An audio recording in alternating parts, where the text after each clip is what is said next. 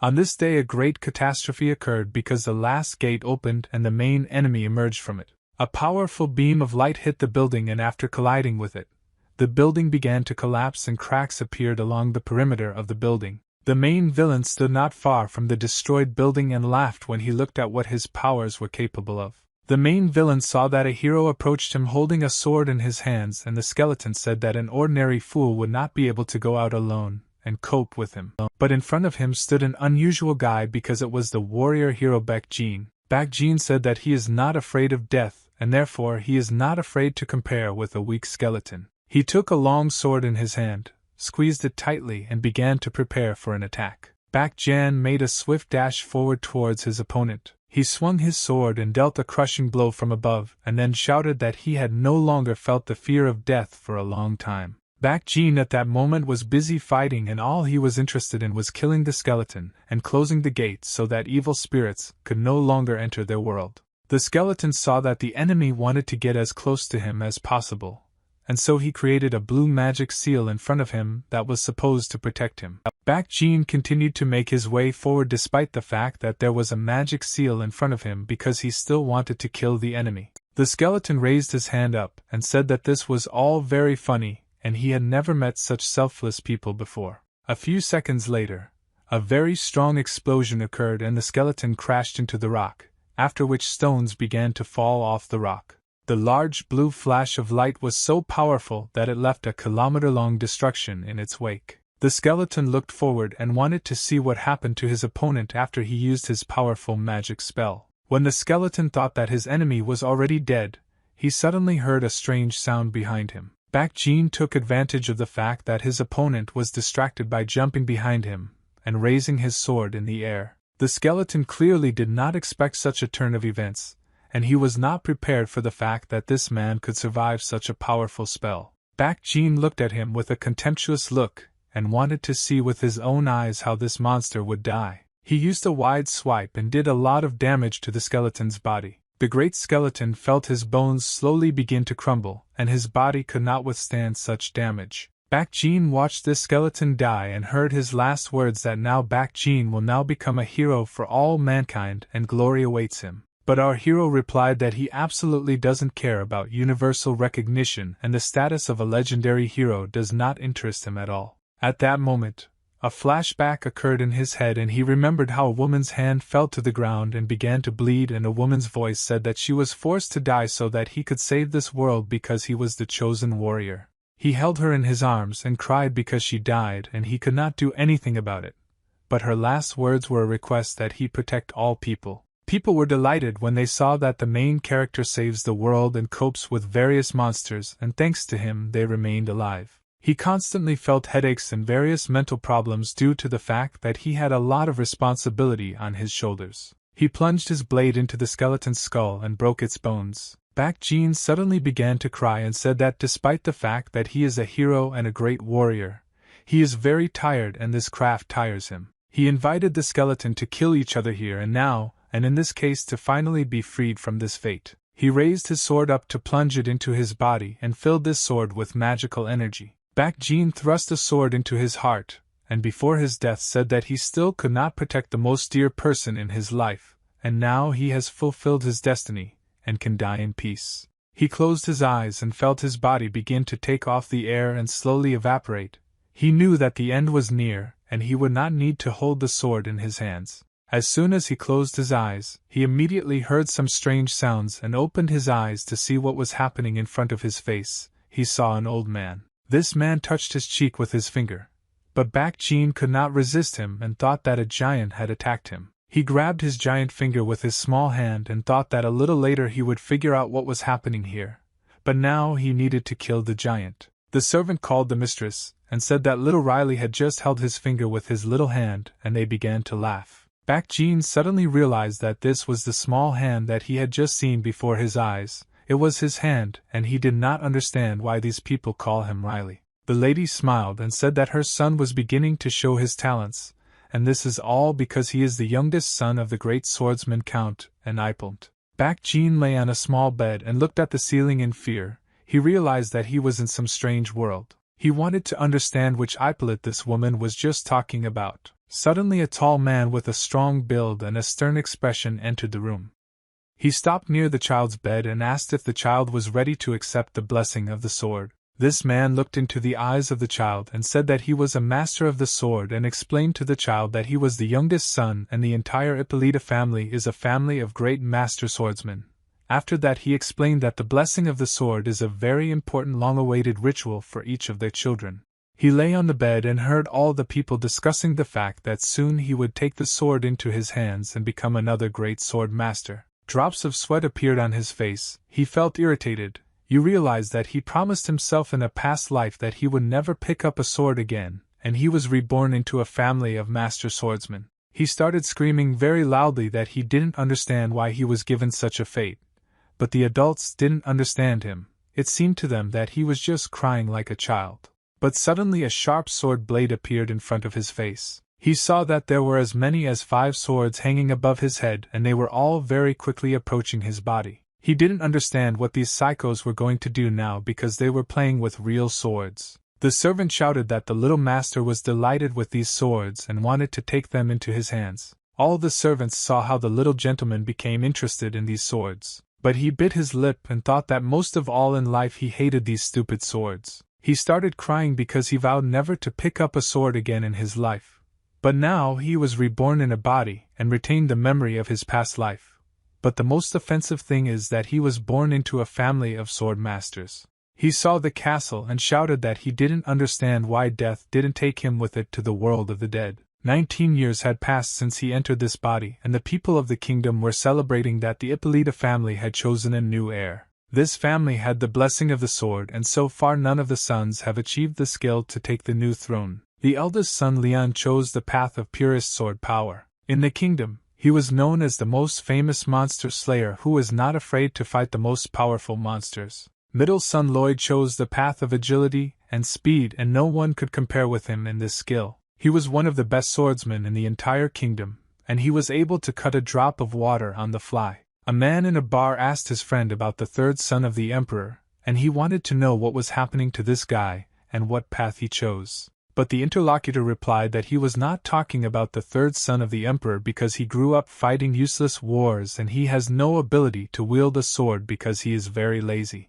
At that moment, a man with white hair was sitting next to them and drinking beer in his glass. This man listened to people in a bar discussing a third of the emperor's son and calling him useless.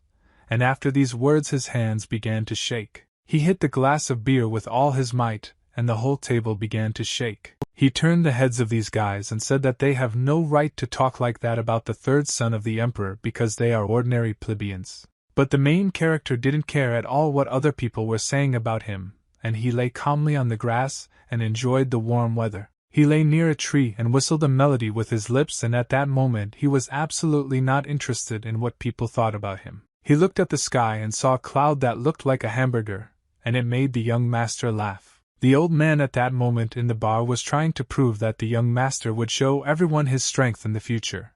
But the guy continued to lie on the grass and thought that the only disadvantage of this world is that there is no Coca-Cola here. He continued to look at the clouds and thought that he really missed cola. But I was thinking about the fact that lately he has been overwhelmed by nostalgia and is remembering the past. He thought that he would forget his past life when he reached a certain age.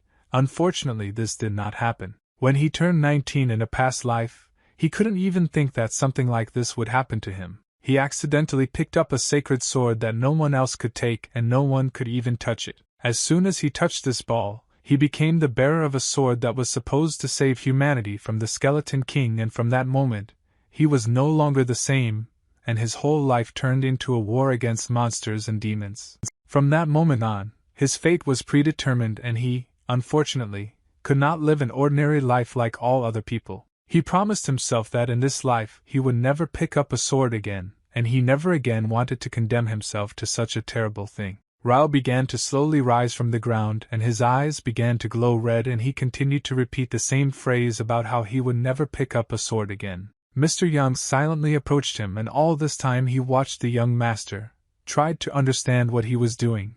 After that he asked the young master what he was doing today. Ryle raised his eyes up to Mr. Yang and listened to the lecture that soon there will be an election for a new heir and other families will be invited and they will look at the skill of the young master. Ryle at that moment began to stretch and yawn and said that he absolutely does not care what the rest of the families say about him because everyone treats him like an ugly duckling and everyone thinks that he is lazy and that suits him. Ian was very surprised when he found out that the young master knew about this. Why, he doesn't want to change anything. But Ryle that there is no point in this and all these people are right, as if they are saying that he is lazy. Yang ran after the young master and tried to explain to him that he had to prove to the rest of the brothers that he was stronger than them. Yang began to shout that the young master is the smartest son of all and his reputation is very important, and he cannot ruin it. Ryle turned his head at him and asked him not to shout so loudly because he had just woken up. He made a cute expression on his face, and said that he was sick and therefore would not be able to hold a sword in his hands. But Yang at that moment became very angry and said that the good gentleman should change something. Ryle asked him not to worry so much about what other people say about him because he himself does not pay attention to them and bitter experience taught him this. There was a lot of food on the table and everyone was preparing for dinner, and the gentleman tried to explain to Madame that Master Riley needed to compete with his brothers and he must understand that the water under the stone did not flow.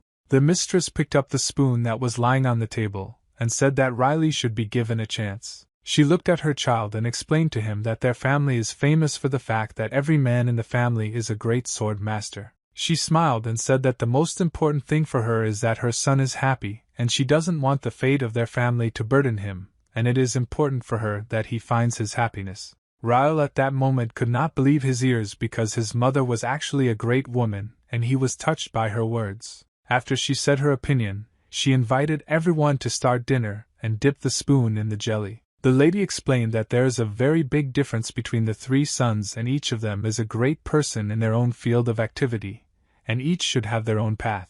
Ryle closed his eyes, smiled and asked Mr. Yang to no longer worry about what people on the street say about him. Ian tried to explain to the madam that her son is an incredibly smart guy, and we need to take advantage of this, and help him find his way. Jan said that when little Riley was only 1 year old, he had already begun to speak in coherent sentences, and he was the most talented child in the family. When he was 2 years old, Mr. Yang put his hand on the boy's chest to feel his energy, and he could not believe that in 60 years of his life he was seeing such a gifted child for the first time. Ryle learned to read very quickly and immediately began to read the heavy literature that is taught to people in universities. The lady finished her food on her plate and said that children who are inclined towards science usually pick up a pen instead of a sword. Ryle listened to his mother praise him and thought that he was happy with everything. He looked at the ceiling and thought that Yang and his mother doted on him, and they would always protect him, which meant that he would never have to pick up a sword. But suddenly his mother touched her lip and saw that blood was flowing out of her mouth. She didn't understand what was happening, but the blood continued to flow out, and it only became more. She suddenly lost consciousness and began to fall from the chair, and Ryle at that moment did not understand what was happening. He was very scared and asked his mother what happened to her, but she did not answer and continued to lie unconscious on the floor. He started screaming very loudly that he needed a doctor's help, and this scream was heard throughout the palace. There were traces of blood on the table where the lady was sitting. Ryle understood that from that moment on, serious problems would begin in his life because as long as his mother was next to him, he could not take up the sword and do what he liked. But suddenly something terrible happened to her, and it all happened so quickly that he didn't even have time to understand anything. The world in his head gradually began to collapse, and he understood that this happened for a reason, and most likely someone did this on purpose to kill his mother. Ian began to shout very loudly that Madame was coughing up blood and that they needed to call a doctor and give her first aid. But at that moment Ryle turned his head back and saw a girl standing near the door. He heard this girl laugh, although this laugh was very quiet. He understood that most likely this was the same girl who poisoned his mother and forever deprived him of a quiet life. He looked at her and realized that this was the first wife of his father Orly, and it was she who arranged the death of his mother. Ryle clenched his fist tightly and began to get angry at this vile killer for poisoning his mother. Ryle came closer to Yang and asked him to go call the doctor as soon as possible, and at that moment he would remain with his mother. Ian asked the gentleman how he could help, and Ryle replied that when he was 5 years old he read all the treatises on medicine. he would help her and take her to her chambers. She lay on his lap and blood continued to flow from her mouth. Ian shouted that he would immediately go and call the doctor, but Riles said that he wanted to ask him something else. Yang looked at the young master in surprise and asked what else he wanted. Ryle was incredibly angry at that moment, and asked his servant to bring him his wooden sword, which had been lying and collecting dust in the chest for a long time. On this day the weather was beautiful and sunny, and the rays reflected in the crystal glass on the chandeliers and created sunny bunnies. Ryle wet a white rag and then let it sit to get rid of excess water and moisture. He put a wet towel on his mother's forehead to make her feel a little better. He looked at her all this time and thought that he had done everything possible, and now all he could do was wait for something to change. Suddenly the door to the room opened and Jan shouted very loudly that he had brought the doctor. Jan explained to the doctor that she felt sick after she ate food from her plate. The doctor said that he would now try to examine her body. The doctor put 2 fingers on her hand in the place where her pulse is and said that fortunately the poisoning was not fatal and there was a chance that my lady could recover. But the poison was spreading throughout the body.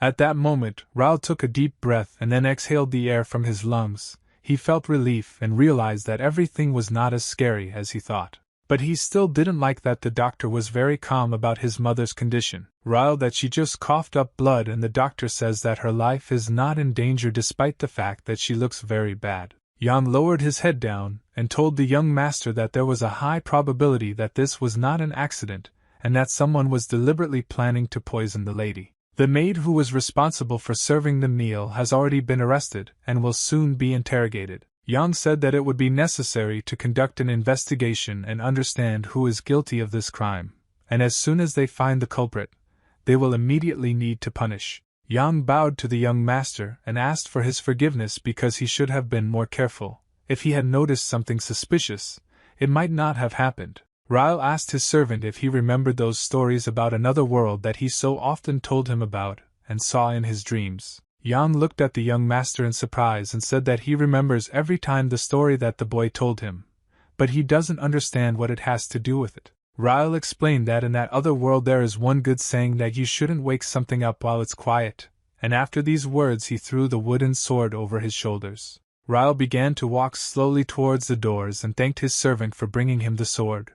But now he needed to go and talk to one person. He asked the servant to take care of his mother, and then slammed the door behind him. He looked forward. I said that he regrets only one thing in his life, and that is that he wanted to live happy and carefree next to the person who is dear to him. In this world, this person turned out to be his mother, and she was actually the most valuable person for him. Suddenly his pupils began to constrict, and he felt an incredibly strong anger that overwhelmed him. He remembered the moment when blood started flowing from his mother's mouth. Then he said that no one would dare take away his last wish. He saw a girl in a purple dress who was in front of him, and thought that if he had to pick up a sword in order to protect his mother, he would do it. Ryle smiled and said that he had been looking for this lady for half an hour, and she had been here all this time. Ryle asked Mrs. Orley to look at him, and not act as if she did not notice him. She looked at him with a dissatisfied look and squinted her eyes. Orley turned to him and asked the young master what he was doing here, and how he was doing. She started laughing and called him young lazy sword master. Ryle began to laugh when she heard these words from her and thought that if he had to take the sword in his hands, he would not take it for the sake of justice for good or something like that. He would take the sword in order to fulfill his only desire, and after that he said that his things are always good and thanks to Orley, not only he is doing well. He said that his mother is also doing very well now, especially after the food she just ate, and he would like to thank Mrs. Orley. She started laughing, heard a desire to praise her, and realized that he was really stupid. She laughed and said that she is the mistress of this house and is trying to make life better for everyone who lives in this castle, and she is very worried about Iris because her son has a bad reputation, and everyone laughs at him and calls him the master of the lazy sword. She looked at him and said that the lazy sword master had grown up and picked up a wooden sword. Ryle replied that she shouldn't laugh at him because something has changed lately. He looked at her and said that he could smell the soup that his mother ate from her, and asked if she wanted to tell him anything. Orley said that he had a very subtle sense, and he guessed that she was in the kitchen before dinner. The day was approaching evening, and the whole sky was orange. Orley turned around and after that began to walk away from him, and said that he was behaving very strangely now. Orly said that there is a sign when a person tries to change he is suddenly overtaken by death, and this is her advice for Ryle to sit quietly and not attract unnecessary attention to himself, just like he did before. Ryle was incredibly angry at that moment, but nevertheless he continued to stand still and did not move. He held back his anger. When night fell there were a lot of clouds in the sky. The mistress asked the servant what happened to find out about Riley, and the servant replied that after meeting her he went to the yard to train. The servant said that Ryle doesn't even know how to hold a sword correctly and his fencing skills are terrible. She took a sip of tea from a pink cup and said that this guy is a puppy and he still dared to talk disrespectfully to her, so she ordered the servant to finish with him as quickly as possible tonight. The assassin promised his mistress that he would do everything possible to remain unnoticed. He watched this guy all evening and at first it seemed to him that Ryle was absolutely harmless, poor guy. But he had the feeling that he understood that he was being watched all this time. The assassin realized that all this time Ryle was doing everything possible to hook him and send him into a trap. Orly asked his idol and ordered him not to immediately go on a mission. He told her that he would do everything in the best possible way and then left the room. He approached the room in which Ryle was supposed to be and thought that everything needed to be done very quickly and quietly. But suddenly this guy appeared in front of him and swung his wooden sword. Ryle said that finally this idiot came because he was already tired of waiting. The assassin looked at him in fear and did not understand what to do since he had just been taken by surprise. Ryle laughed and his eyes glowed red. He said that he had been waiting for him in this corridor for several hours, and it was time to finally play with him. The assassin continued to look at him in fear and did not understand how he did not feel his presence. Ryle did not want to waste time and immediately struck with all his strength with his sword on the body of this assassin. He jumped back and dodged the blow, and after that he thought that Ryle has not changed but his attack speed is very fast. He looked down and looked at the place where he had just been before jumping back. He saw a hole in the floor that was left after being hit with a wooden sword and could not believe that Ryle had such incredible power. Ripe, in a low, rough voice, asked the assassin to finally wake up because he was inattentive. He immediately made a rapid dash forward with incredible speed, and behind him there was a red and blue trail. Ryle jumped very high and swung his sword to strike from above and then said that he hates people who come to kill him. The assassin blocked the blow of the sword with his blade and he had to use more effort to hold back such an attack. But Ryle asked the assassin if he really came here in spite of Mrs. Orly. Ryle understood from the look of this killer that he had just told the truth and asked whether Mrs. Orly had spent so much money on a hired killer, and it was all in vain. His eyes began to glow red even more, and he called this assassin a weakling because he is an assassin who cannot even resist a wooden sword. After these words, Ryle made a movement with his hand and knocked the blade out of the enemy's hands. His blade fell on the carpet, and was distinguished several meters to the side. The mercenary could not believe his eyes because this guy looked like a real weakling during the day. Now he fights like an experienced warrior. He overestimated his capabilities and now he has fallen into a trap and does not know what to do correctly. Ryle was not going to let this mercenary out of here alive and therefore swung his weapon again to deal the final blow. Loud screams and a request for help were heard from the corridor, but everyone was already asleep, so no one cared about the assassin. Moonlight illuminated the roof of the palace. Ian walked up to the door and took the door handle with his hand to open it. Ryle was lying on the bed at that moment, and there was a black book on evolution that covered his eyes, and he asked his servant what happened again. Ian said that he came here to talk and he has very important news that a corpse was found in the estate today. Ryle pretended as if he was absolutely not interested in this news and he was absolutely not surprised. He waved his hand and said that he initially thought that something interesting or at least serious had happened, but corpses in the palace are very ordinary. Jan was surprised when he saw such a reaction from the young gentleman, and tried to explain to him that the Count had a lot of enemies. But this time it was not the Count's enemy. This man was an unusual corpse because it was the corpse of an assassin, and no one understands who sent him here and how he ended up in the castle. People are told that this corpse was found near Mrs. Orly's room and someone broke this assassin's neck. People in the castle speculate that news of Lady Iris's poisoning has reached the Earl, and it may have something to do with the corpse that was found in the palace today. Ian tried to explain to the young master that now is not the time to relax and chill and that he needs to act because recently tragedies in the castle have become more frequent. He lowered his head and said that the young master should not be alone because no one knows if there are other assassins in the palace now. Ryle hid his face behind a black book and listened as Ian told him that it was unlikely that the young master would be able to defend himself. Ryle got angry and slammed his book with both hands in order to somehow stop his servant. He got out of bed, scratched his head and explained to him that he could stand up for himself and protect himself, and now it was better to take care of his mother. Yang tried to interrupt him and explain that the young gentleman now does not quite understand what he is talking about. Ryle interrupted him again and handed him a note. He said that he had written a list of herbs that needed to be bought in order to make a medicinal decoction for Mom, and that it should help her. Ian looked at him in surprise and asked when he managed to do this. Ryle smiled and explained to his servants that he had a lot to do besides lie near a tree and look at the clouds, and he didn't waste any time. Ryle asked his servant to check on his mother, and said that he would also come to her a little later. He looked at the wooden sword and the steel sword that lay under his bed and said that he had urgent business and had to be a little late. The gentleman was sitting at his table and was incredibly angry.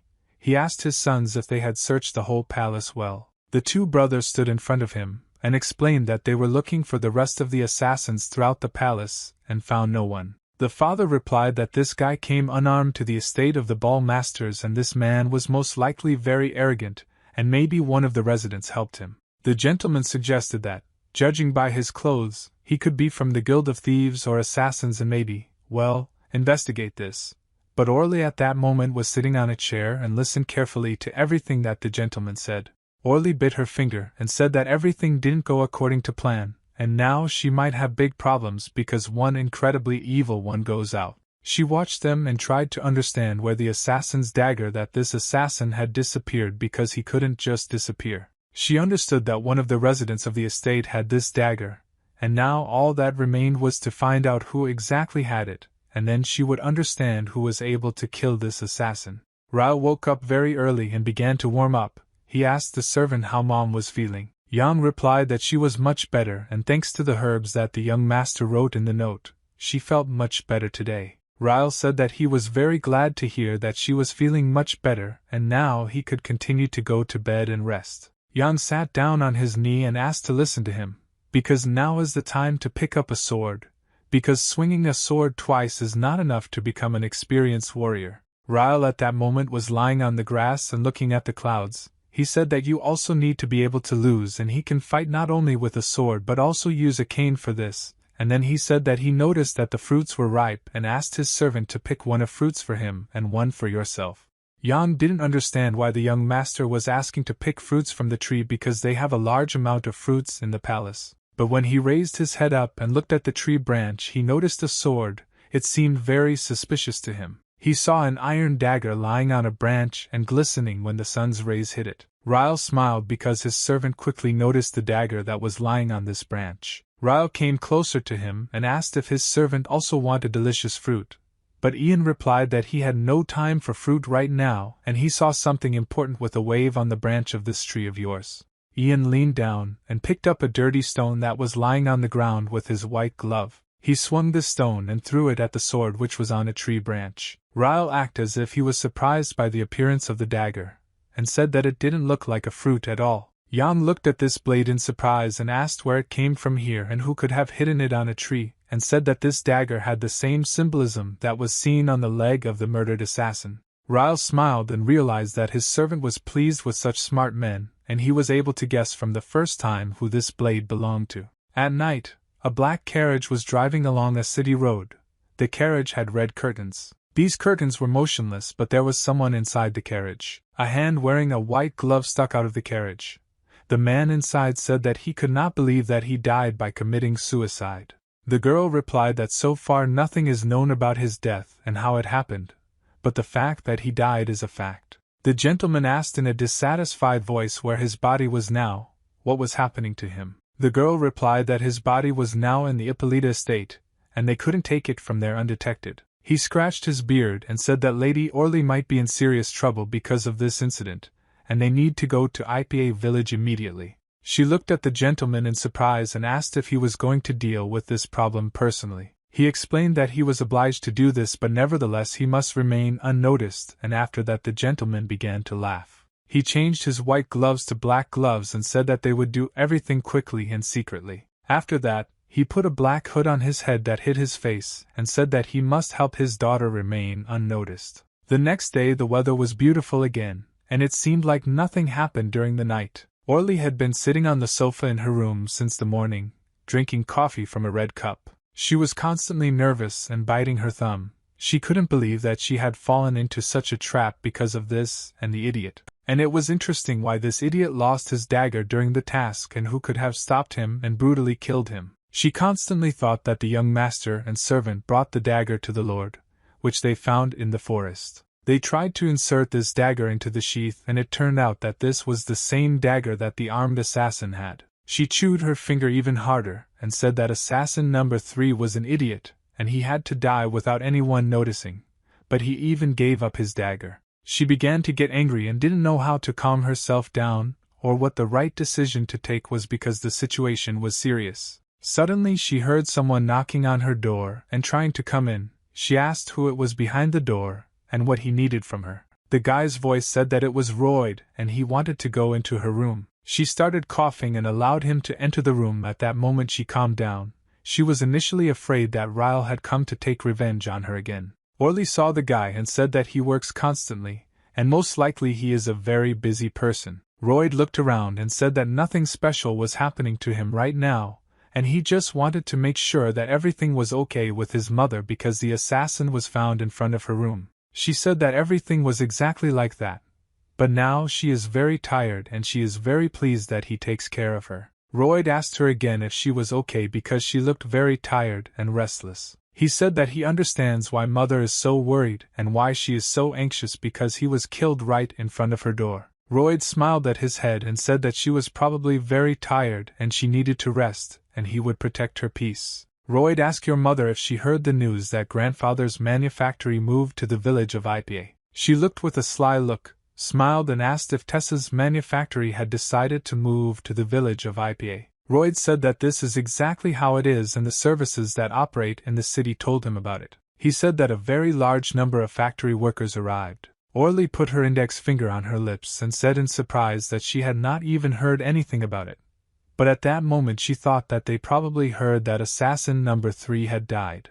Orly thanked Royd for telling her all the latest news and said that he could go because he probably had his own business, and again said that she was fine. She closed the door when he left the room and was happy because a large number of factory workers had arrived in the city, and most likely her father could also come. She was glad that if everything was really like this, it meant that he intended to solve all the problems properly. She started laughing with an evil laugh and said that now, together with her father and his employees, she could deal with the master's new wife and his stupid son. Ryle lay on the grass with his eyes closed near his favorite tree and enjoyed nature. He heard the voices of the assassins discussing their plan that first number 2 would go forward, then number 4, and then number 5. Ryle said that they, as always, complicate their lives and come up with some complicated plans. Ryle opened one of his eyes and looked at them and after that said that he thought that it would be enough to show the dagger to his father, and that would be enough to solve the problem.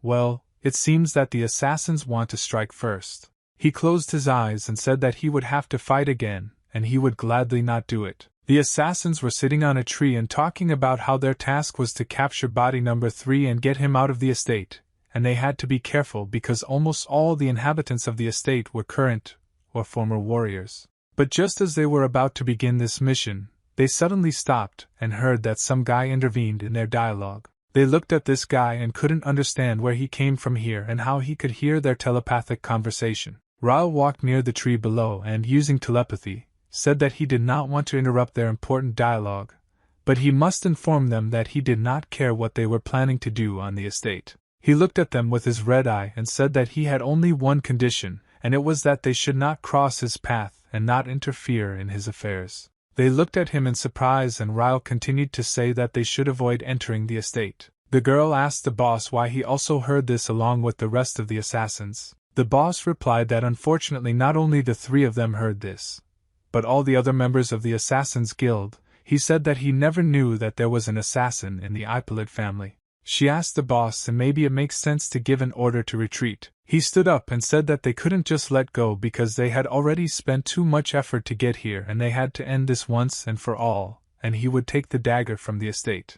Everyone from number 2 to number 10 had to infiltrate the estate and take number 3's body. The rest were supposed to distract the attention of the inhabitants of the estate if something went wrong and not surrender alive under certain conditions and destroy all evidence. The assassin approached her door and said that she was the second wife of the master, but nevertheless she was the wife of the count, and she could have a lot of guards. The girl said that they just have to do their job and try to go unnoticed, and this is Lady Orly's personal request, so they cannot fail to fulfill this order. He explained that her son is harmless, and he doesn't even know how to handle a sword, and everything will work out if they just don't catch anyone's eye. He said that this is their chance to get a promotion, and he will do everything possible to get this promotion because he is tired of following stupid orders. But suddenly he heard the voice of the same guy who told them that he warned them not to enter the estate. They turned around in fear to see where this guy was now, but when they turned around, they did not see that there was no one else in the corridor besides them. Ryle began to laugh and said that they did not listen to his orders and entered exactly the place where they were forbidden to go more than all other places. He stood in front and held a blade and a rope in his hand and said that he would be as cruel as possible to them because they themselves decided not to listen to his orders. He said that they made their choice, so now they will have to regret their actions. He held the rope in his hands and asked them if they knew what adults do to children who violate prohibitions. They looked at him in surprise and assumed that he was the same young master of the lazy sword that they were told about. They would now quickly deal with him because now they did not need to look for him. The assassins immediately made a swift jump and headed towards him. They landed next to him holding their weapons in their hands and said that they would give him a quick death as a gift. Ryle unraveled the entire rope and at that moment saw that one enemy was behind him and the second enemy was using invisibility. The assassin was approaching him very quickly and wanted to deliver a targeted strike in order to kill him immediately. But suddenly he felt incredibly strong pain and saw drops of blood flying out of his body. He touched his chest with his palm and saw that there was now a sharp dagger blade in his chest. He didn't understand how he didn't notice the movement of this blade and where it even came from here. Ryle looked at him again and said that he had already warned not to cross into the estate, and not to cross his path. He closed his eyes and began to swing the dagger that was tied to the rope. He said that these idiots will die by the hand of what they call the lazy sword master. He couldn't believe that his partner had just been killed with one blow, and it looked as if a real blade master was standing in front of them. The assassin looked at this guy and he easily handled weapons and remembered that he was told that this guy was the weakest target. He saw Ryle smile and realized that most likely they had been deceived and sent into a trap. Ryle held the tail blade in his hands and said that he hears all their thoughts, so he asked them to quickly come to the realization of what is happening here and move on to the phase of regret because they will not be able to leave this house. He squinted his eyes and realized that he needed to fight with this guy just like with other opponents, despite the fact that he was stronger than they said about him. He got very angry and realized that he wanted to attack him before the enemy attacked him. He made a swift dash forward and attacked him from behind, but Ryle continued to stand calmly and smile. He very quickly repulsed this assassin with one blow to the side. The assassin saw that his hand was now lying on the floor, separated from his body, and holding a blade. He couldn't believe what just happened, and with one quick blow this guy was able to cut off his hand. Ryle smiled and listened to this hitman cry and scream about how his hand had just been cut off. He turned around and slowly began to walk towards the exit. He understood that he needed to run away from here, and he did not want to die from this monster's friend. But Ryle was not going to let him go, and threw his dagger at his back and pierced his body. He made a jump to the top and in flight once again reminded this assassin that he had initially warned them not to meddle here. The assassin looked away and could not believe that he had fallen into such a trap. He swung his weapon again, said that they themselves had chosen the path of their death. All he had to do was fulfill his part of the agreement, and punish them for disobedience. After he struck, the blood of this assassin ran in different directions and stained the windows. There were also traces of blood on the wall, and the white wall turned into dirty bloody stains. He landed on the floor and froze in an epic fighting pose. Ryle looked at the two corpses of these assassins and said that he hoped that it would be at least interesting.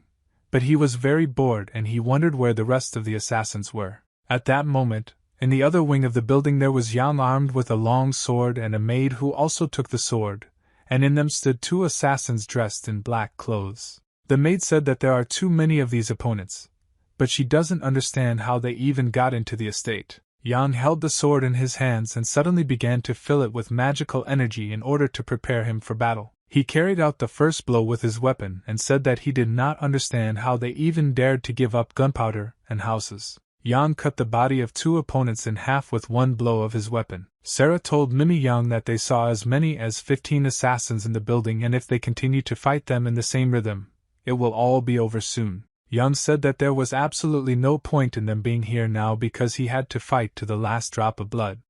Sarah replied that she would guard Lady Iris's room and asked Yang to find Mr. Riley's room. He immediately made a swift dash forward and began to run into the young master's room and said that he would be back soon. He completely forgot that the young master might now be completely alone, and he would not be able to protect himself from such a large number of opponents. Yang thought that the young master had always been good at hiding, and was sure that he had found a safe place in the estate so that he would not be found. He ran very quickly along the corridor, despite his age, and shouted that he would soon save the young master. But suddenly we had to stop because he saw in front of him a man in a black robe who was standing opposite him. He looked at this assassin in surprise because he looked like everyone else. Ian began to carefully examine this opponent, and realized that this was an unusual, ordinary hired killer, and that this was some kind of more serious opponent. Ian that he doesn't want to seem rude, but if this idiot goes off the road now, he will remain alive. But Penetrated did not answer him, and instead simply took out his dagger to begin the battle. Yang also grabbed the sword that hung on his belt with his hand and said that he didn't have time for this battle now. He used his internal energy and made a rapid dash forward because he needed to deal with this enemy as quickly as possible. They entered into a fight and began to attack each other with their weapons and fight off blows. Suddenly the assassin used a combination of several very fast blows and found himself behind the old man's back. He grabbed his sword again to stab him in the back and carry out his heart.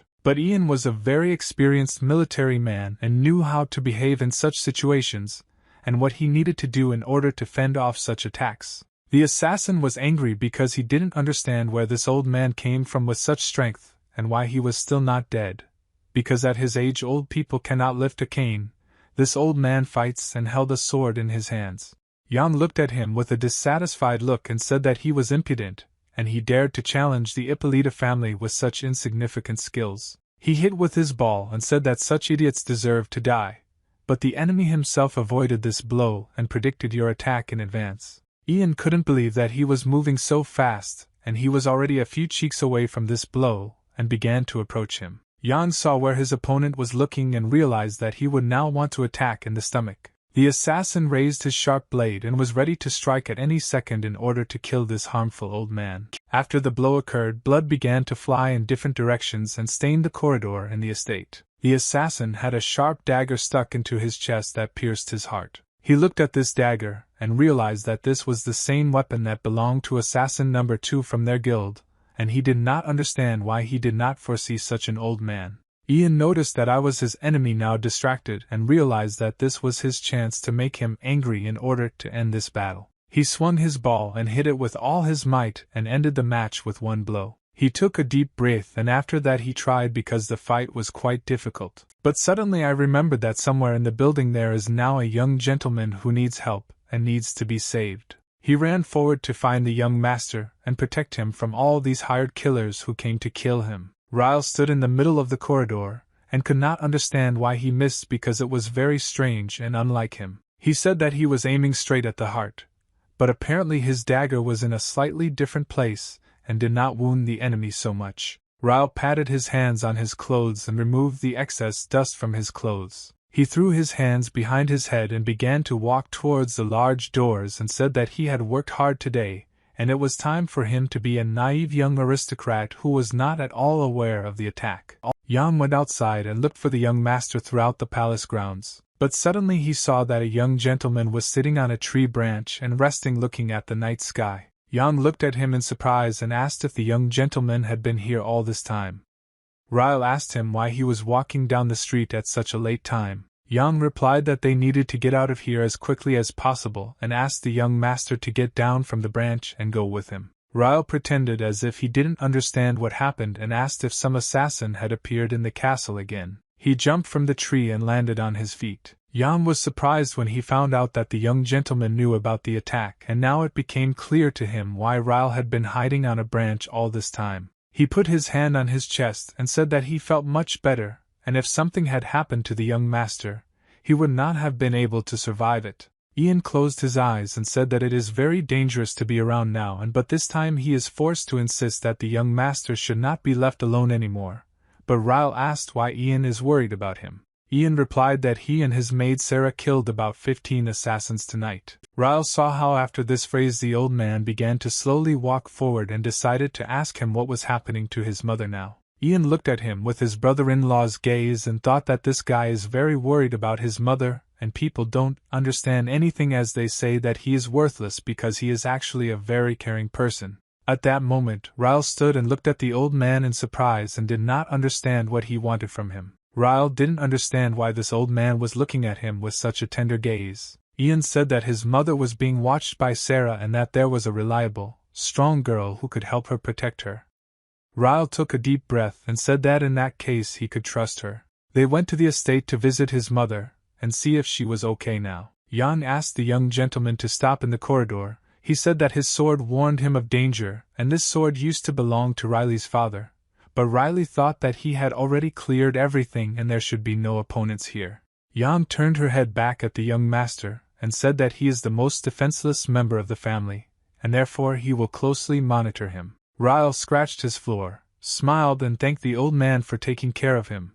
It was very funny to him that he was the strongest hero in the universe, and in this world he was weak and defenseless. Ryle suddenly asked Yang to stop because he had something to say. He put his hand in his pocket and said that he found something suspicious and wanted to show it to him. He pulled out a crumpled piece of paper from his pocket and said that it might have something to do with aspen trees. Ian saw this piece of paper and realized that this could actually be a very, very important piece of evidence that would help them in this matter. Ryle waited for Ian to read this note and understand what it really meant. But Jan suddenly told the young master that this item smells very bad and he has the feeling that someone wiped it with it after going to the toilet. Ryle got angry and shouted very loudly that even though he was lazy it didn't mean he was dirty. He once again handed him this piece of paper and asked him to look at it carefully. Jan took this paper into his hand and said that it stinks terribly, and he will only do it because the young master asked him. He picked up this paper and began to carefully examine it. Suddenly Ian exhaled and noticed something very interesting on this paper. There was an inscription written there that said that you need to put powder and lacaz leaves in the soup.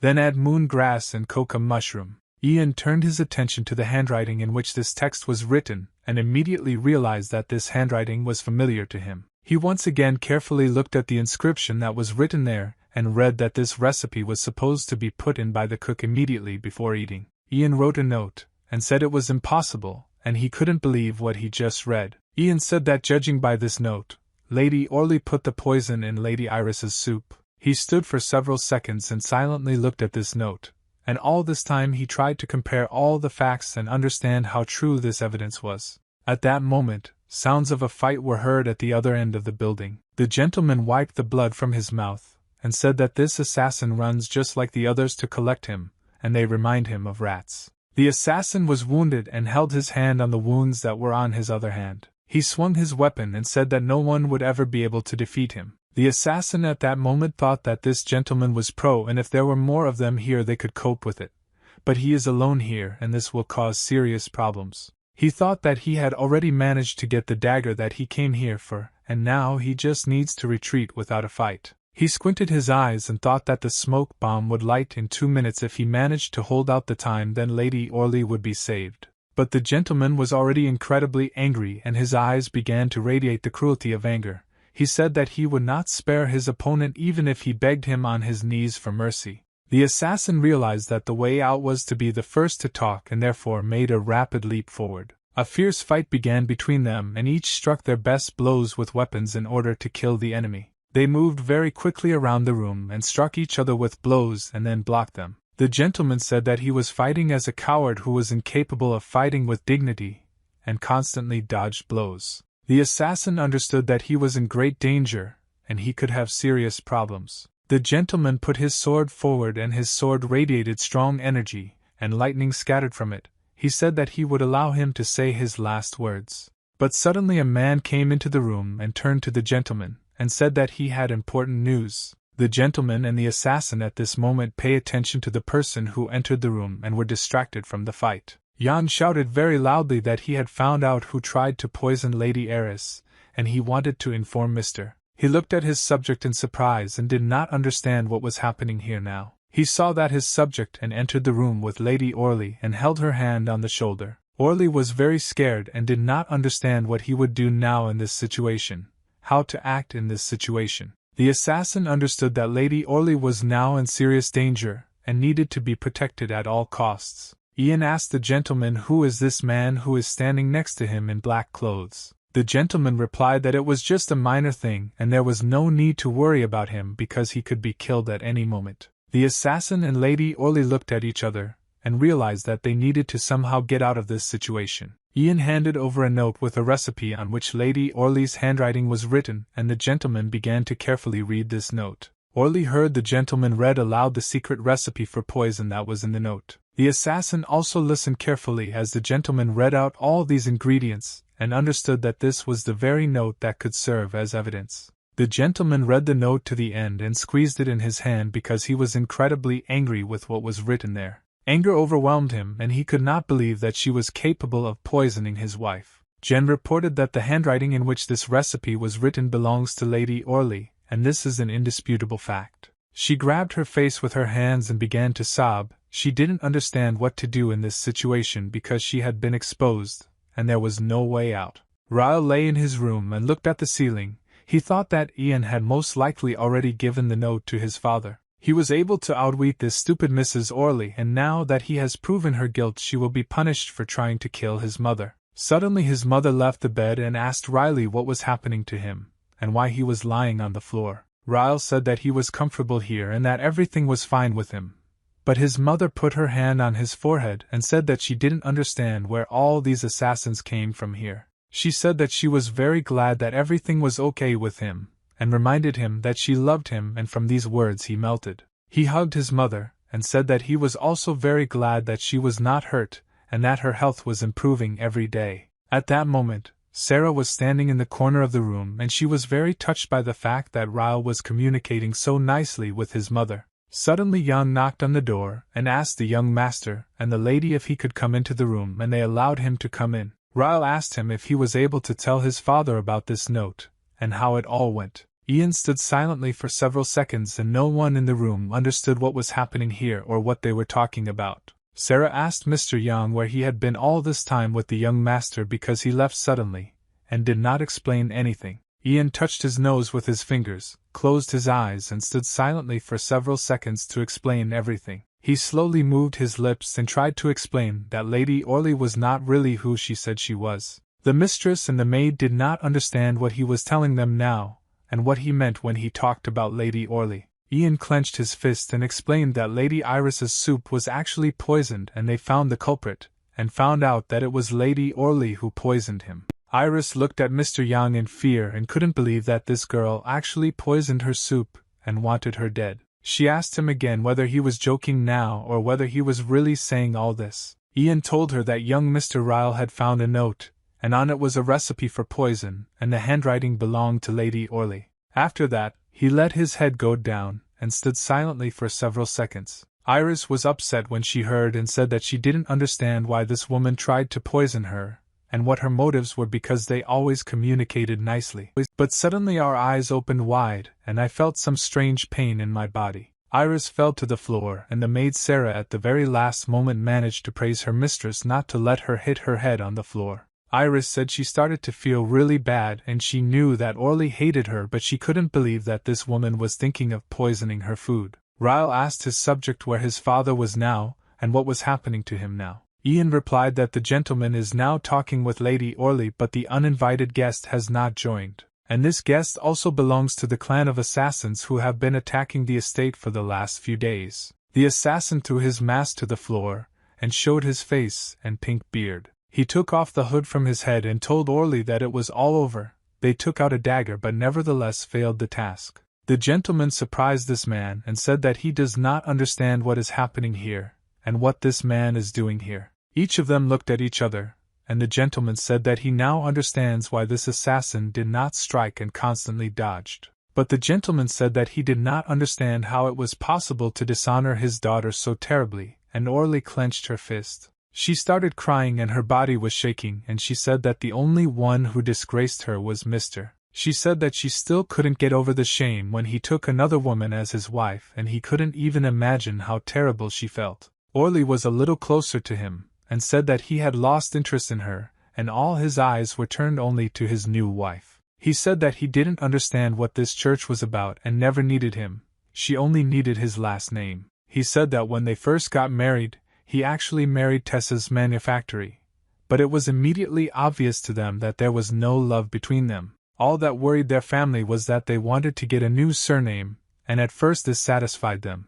But now she decided to bring a gang of these dirty assassins here. She started to step back in fear because she saw how the gentleman was starting to get angry with her. He got angry at her and her family, and said that after everything she had done in the last few days, they had the right to say that he was to blame for something. He ordered them both to get out of here immediately, and never come into his sight again, or in a bad case he would be forced to kill them. On this day it was a clear night. Thanks to the moonlight it was quite light outside. Orly walked forward along the forest path, stepping on the ground with her heels. She lowered her head down, and in a frustrated voice told her father that all their dreams had collapsed, and they had come to an end. She said that she wished it was just a dream and that she just woke up lying in her bed on the estate. He looked at her and understood that this judgment would happen sooner or later.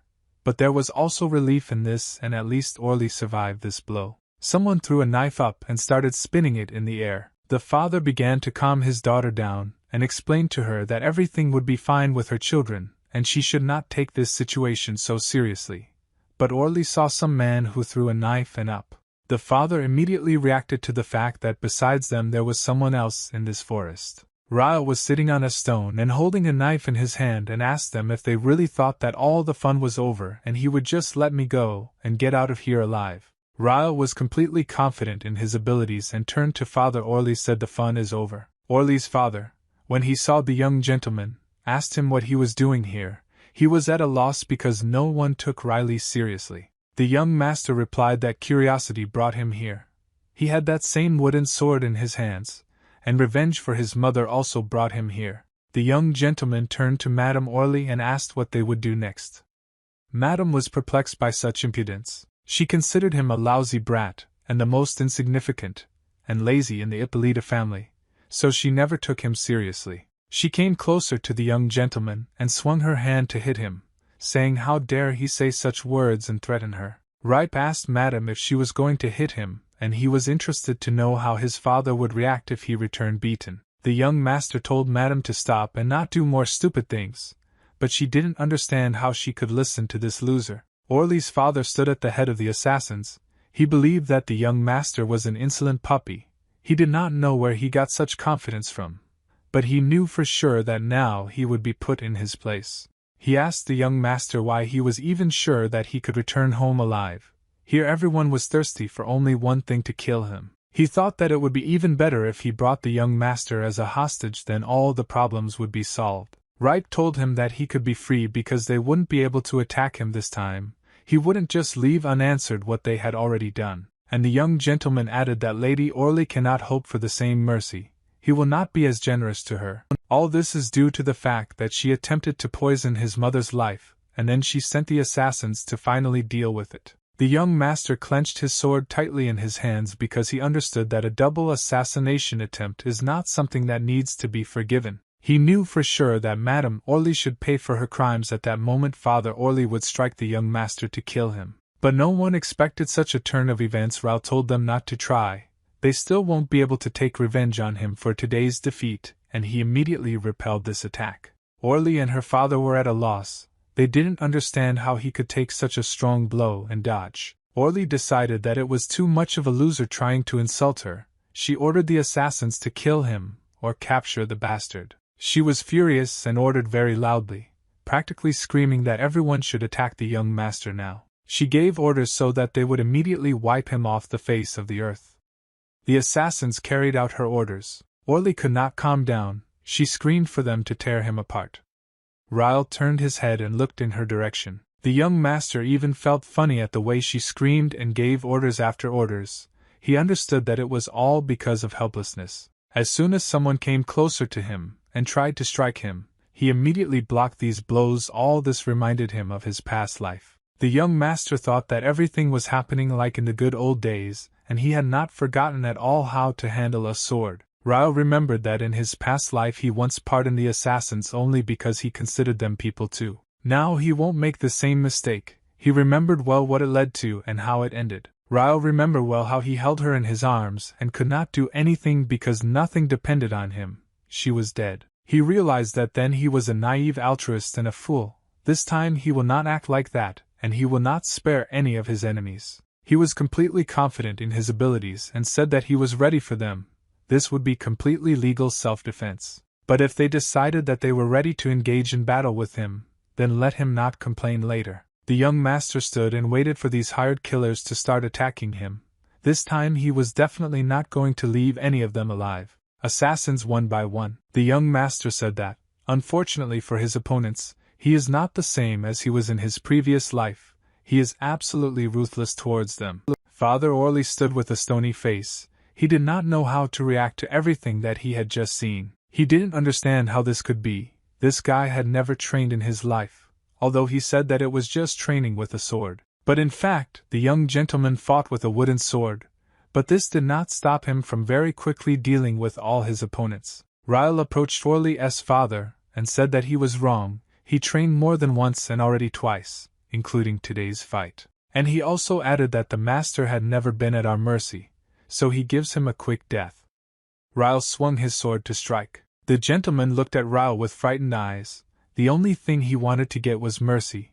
He understood now they would treat him the same way as everyone else. The gentleman turned to Ryle with the idea that he could kill him, but he asked him to sit Orly. He believed that she did not deserve to die. Thought he was, and he could not repeat the mistakes he made in his previous life. The gentleman said that he does not argue that his daughter acted very badly, but in fact she is a good person. He told the young master to believe him. She just fell under bad influence, so he asks him for mercy just for her. The gentleman did not stop and asked the young gentleman to at least spare her, but Ryle had already decided everything for himself. Said in a clear voice that there would be no mercy for any of those people who wanted to kill him, and he carried out what he had to do. Despite the fact that it was a bloody massacre, he knew that now his mother was not in danger. Well, the gentleman thought that his body is completely different in this life, and he doesn't know how to treat it correctly. He thought that he had been resting from battles for 19 years, exactly as long as he had been in this body. The young master looked at his hand, which was all stained with blood, and knew for sure that he had done everything right. Clenching his hand into a fist, he thought that this is exactly how it would be from now on. He would never give in to emotions again. But one thought was still in his head. He didn't know if he wanted to return and become the person he was in a past life. In the house where he lived, there was a commotion. Everyone was looking for him. The loudest was running and screaming. Sarah, she said that everything was out of control. Sarah shouted to Monsieur Jean that she could not find the young master anywhere, and wanted to know when he was last seen. The girl asked Monsieur Jean if he had found the young master. Monsieur replied that he had not, and he did not know where he was. Sarah screamed loudly, "Really, really?" The assassins kidnapped the young master. She couldn't calm down, and these words hurt Monsieur Yang very much. The girl kept wailing. Where did poor defenseless Mr. Ryle go? She couldn't even imagine what actually happened. Monsieur Yen told the girl not to be dramatic. Most likely the young gentleman is hiding somewhere so no one can find him. Sarah told Monsieur that this is not so. He is not here. Just recently he was in Lady Iris's room and then suddenly disappeared, after which no one can find him. Sarah knew very well how much he loved to play hide and seek. But now was not the right time for games. She was completely sure that it was the assassins who won him. After these words, Monsieur Yen held out and told the girl to stop chatting and to go and continue to look for the young gentleman. And he, too, will not remain idle and will go again and make a tour of the entire estate again. Sarah didn't wait long. She said that she would also go and maybe she could find the young gentleman. There was a gentleman standing on the balcony. He called Sarah to him. The girl stopped, raised her eyes up and looked at her owner. She didn't understand what he wanted from her. The owner felt awkward. He asked the servants why if Raoul disappeared. They still haven't told him. The gentleman could not calm down. He asked his servants several times how this could happen. Raoul disappeared and they didn't tell him. Monsieur, I turned to His Excellency. He thought that the young gentleman was already not honored for his laziness and lack of achievements, and if he also told about the fact that he had disappeared. It was unclear what the Count could do with him if Monsieur told him that the young gentleman had now also been kidnapped by assassins. His Excellency, when he heard the word kidnapped, he thought that it was some kind of shame. He decided that there was no need to look for him, and that he should go to waste. Ippolita's house did not need white-handed and lazy people like him. The servants were a little perplexed. They didn't understand how a father could talk like that about his own son. Monsieur Yen tried to justify himself. He began to talk about the fact that the young gentleman could hide somewhere. But suddenly the voice of the young master asked who called him. Everyone turned in his direction. Monsieur Yen hugged the young master and asked where he had been. Raoul, he said that he had already arrived and heard what they were saying about him, so he decided to come over. Sarah told the young master that he couldn't even imagine how worried he and Monsieur Yen were about him. Rain then told her why only Monsieur Yen hugs him. At the same moment, the Lord called Riley. He wanted to find out what happened here and why the servants were so scared. Raoul looked at his father and said that he was listening to him carefully. He had always been an obedient son and now he was also ready to obey him in everything. The father said that he went with him into the office. The young gentleman thought that now he had a serious conversation. The father was sitting at the table in his office. His eldest son was standing next to him. The father said that he was informed that it was he who found the note. The young gentleman replied that this was exactly the case. His older brother could not stand it, and shouted that his mother orally ordered him to get out of the estate. Then it was unclear where he could have gotten this note from. Raoul pretended that he didn't understand anything and what his brother's words meant to get out of the estate. He only understood one thing, that there would now be accusations against him. That's what happened. The older brother said that there was no need to pretend that he didn't know what we were talking about. His older brother said that Raoul forged this note, and that he should now confess this to his father. The young gentleman was very indignant. He could not even think that he could be accused of such. Lloyd began to scream loudly and say that because of Raoul his mother, and so he repeated several times blaming his younger brother for everything. Lloyd wanted to know what game Raoul decided to play with them.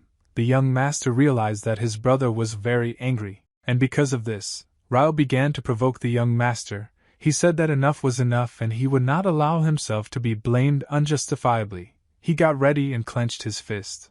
Lloyd still wanted to prove something to his father, but their father said that enough was enough and he wouldn't repeat it twice. The father was sitting at his table and holding his head with his hand. He said that it had already been proven that Orly poisoned Iris's soup and let the assassin into the house. The father turned to his youngest son. He said that this is not an interrogation. He just needs to know where this paper came from. It didn't fall from the sky. Raoul told his father that he might not believe him, but this is the real truth. He killed the same assassin who came for his mother. Lloyd even opened his mouth after hearing what he heard. Raoul continued to say that they probably already know that a couple of days ago he went down to the yard and practiced with the sword. Lloyd was sure that his younger brother didn't even know how to hold a sword correctly. Raoul will continue to say that immediately after this, the assassin caught him in the corridor, and he barely fought him off with the wooden sword that he had with him. The young master said that he somehow managed to escape, and when he returned, this assassin was already dead. There was just that very note in his hand, so the young gentleman, thinking for a long time, took this note from his hands to read. The father listened to his son's story and definitely had no doubt that Orly had let this assassin in. He was sad at this thought. Lloyd was not going to put up with what Raoul said. He was sure that his mother would never do that. His father said that he understands that it is difficult for him to believe it, but it is a fact. Orly let a killer into the house. He slammed his fist on the table and said that was why he had to drive her out of their house. And then the father said that it was late, and it was time for his sons to leave because it was time to sleep. Lloyd told his father that it was okay, But there was still anger in his eyes, and he couldn't come to terms with the fact that it was all his mother's fault. When the young master was leaving his father's office, his father told him to stay a few more minutes. Father told Ryle that he was coming to his office tomorrow, and he needed to say something in private. Ryle stopped and didn't know how to react to his father's words. During all this time, his father never spoke to him alone. Therefore, Ryle told his father that he would come to his office tomorrow as he wanted. When Ryle left his father's office and closed the door behind him, he saw that another of his brothers was standing in the corridor. Ryle addressed Lion, but his brother ignored him. He did not want to talk to him. Lion also blamed Ryle for what happened to their mother. That's why he didn't talk to him. Ryle thought they looked alike, and this brother doesn't talk to me anymore. Well, okay, he didn't really need it. The young gentleman thought that these two Pantereses could behave as they thought necessary. He was not going to make excuses to them. Lloyd asked his brother Lion what he thought about all this. He thought Ryle was telling the truth. Lion answered him, if he's talking about their mother, then it's tragic. But there's nothing they can do about it. You can't succumb to emotions in such a complex matter. Lion didn't understand how she could come to such a thing, bring assassins into their house. To be honest, he was even grateful to Ryle that it all stopped. Lloyd didn't understand how he could talk like that about his mother. Lion asked your brother where he is wrong. Of course she is their mother, but can she reverse murder? Lloyd didn't understand his brother, he was still on their mother's side. Lion then said that it was a contract killing. This is a crime, and there is no excuse for it. After these words from his brother, Lloyd fell silent. He thought about his mother. Pity for her appeared in his eyes. After a few minutes of silence, Lloyd asked your brother if he really thinks their mother is a criminal. Lion stroked his head. He didn't know how to explain to him that everything their mother did was very bad. Lloyd, despite the fact that his brother treated him very well, he still wanted to know the answer to the question of whether he really thought that their mother was a criminal. Lion told his brother not to be upset. They will leave it as it is for now, but they will never forget about it. He also added that very soon the time would come for the election of the heir to the house of Ippolita. Lloyd asked his brother what he meant when he said this. Lion said that when the heir is chosen, then they will be able to take revenge on this mother. Namely, when Lion wins the right to inherit the name of Ippolita, then everything will change for everyone in this estate, and it is from that moment that he will return order to this house, and Ryle is a couch potato and a sloth. Well, you still can't discount him. His father pins his hopes on him no matter what. That's when they will avenge their mother, but for now they have to wait. Lloyd said that he understood everything, but still burst into tears. Lion looked at his brother very slyly, and said that they need to trust each other, otherwise they won't succeed. The next morning, in the part of the estate where the young gentleman lived, there was again a commotion. Monsieur Jan was running and fussing as always. All this was due to the fact that the Count was calling the young gentleman for an audience, and he must prepare Ryle for this visit. Monsieur Jan was very nervous because the young gentleman did not tell him about this visit in advance, and he asked him to apologize for the fact that nothing was ready yet. A few minutes later, Monsieur Yang said that everything was done, and now the young gentleman looks 10 years younger. Ryle was a little surprised. Does he really look 10 years old now? Monsieur Yen told the young master that this could be his chance, and he should take advantage of this meeting. It is in the current circumstances, when Lady Orly has been expelled, that he can talk with his father on the topic of inheritance. Monsieur Yen believed that this was truly a fateful moment, and the young master should take advantage of this moment. Ryle said that it was time for him, and he would go to meet his father. Yang continued to say that the young master does not understand. Maybe His Excellency called him because he wants to see his skills and talents, because he always said that the young master is the most talented and outstanding of all his sons. The young master approached the office where the seigneur was supposed to be waiting for him, knocked on the door, and said that he had arrived. His father immediately told the young master to come in. Ryle still didn't know what would be discussed. When Ryle was already entering his father's room to start a conversation, Monsieur Yen called out to him. He wanted to tell his young master to keep his nose up and to let him know that he has his fingers crossed for him. When the young gentleman came in, his father was sitting very thoughtfully. Most likely he made some decision and wanted to voice it. Father told Ryle to get ready for the road. He definitely did not expect such a decision. Therefore, he was a little upset and did not understand why his father was doing this. The Lord handed the letter, and said that he gave this invitation to his youngest son Riley. The young gentleman held this letter in his hands and asked his father where he suggested he go, and what kind of letter it was. When Ryle picked up the invitation, he read that this invitation was for the 17th tournament, and it would take place in a month. Ryle thought that he perfectly understands that no one except him can participate in this tournament, but his father could simply say that you will participate in the tournament. The father began the conversation with the words, "Get ready for the road." This was too much, but Ryle treated his father very well. Therefore, he decided to listen to him to the end. Ryle exchanged money and asked his father what he should do. It was a very unexpected proposal, and he did not want to take the sword into his hands. The father told the young master that he knows very well what he will answer him. He needs experience in this tournament, he can prove himself. Ryle that he doesn't understand what kind of experience we are talking about, and said that he absolutely doesn't need it.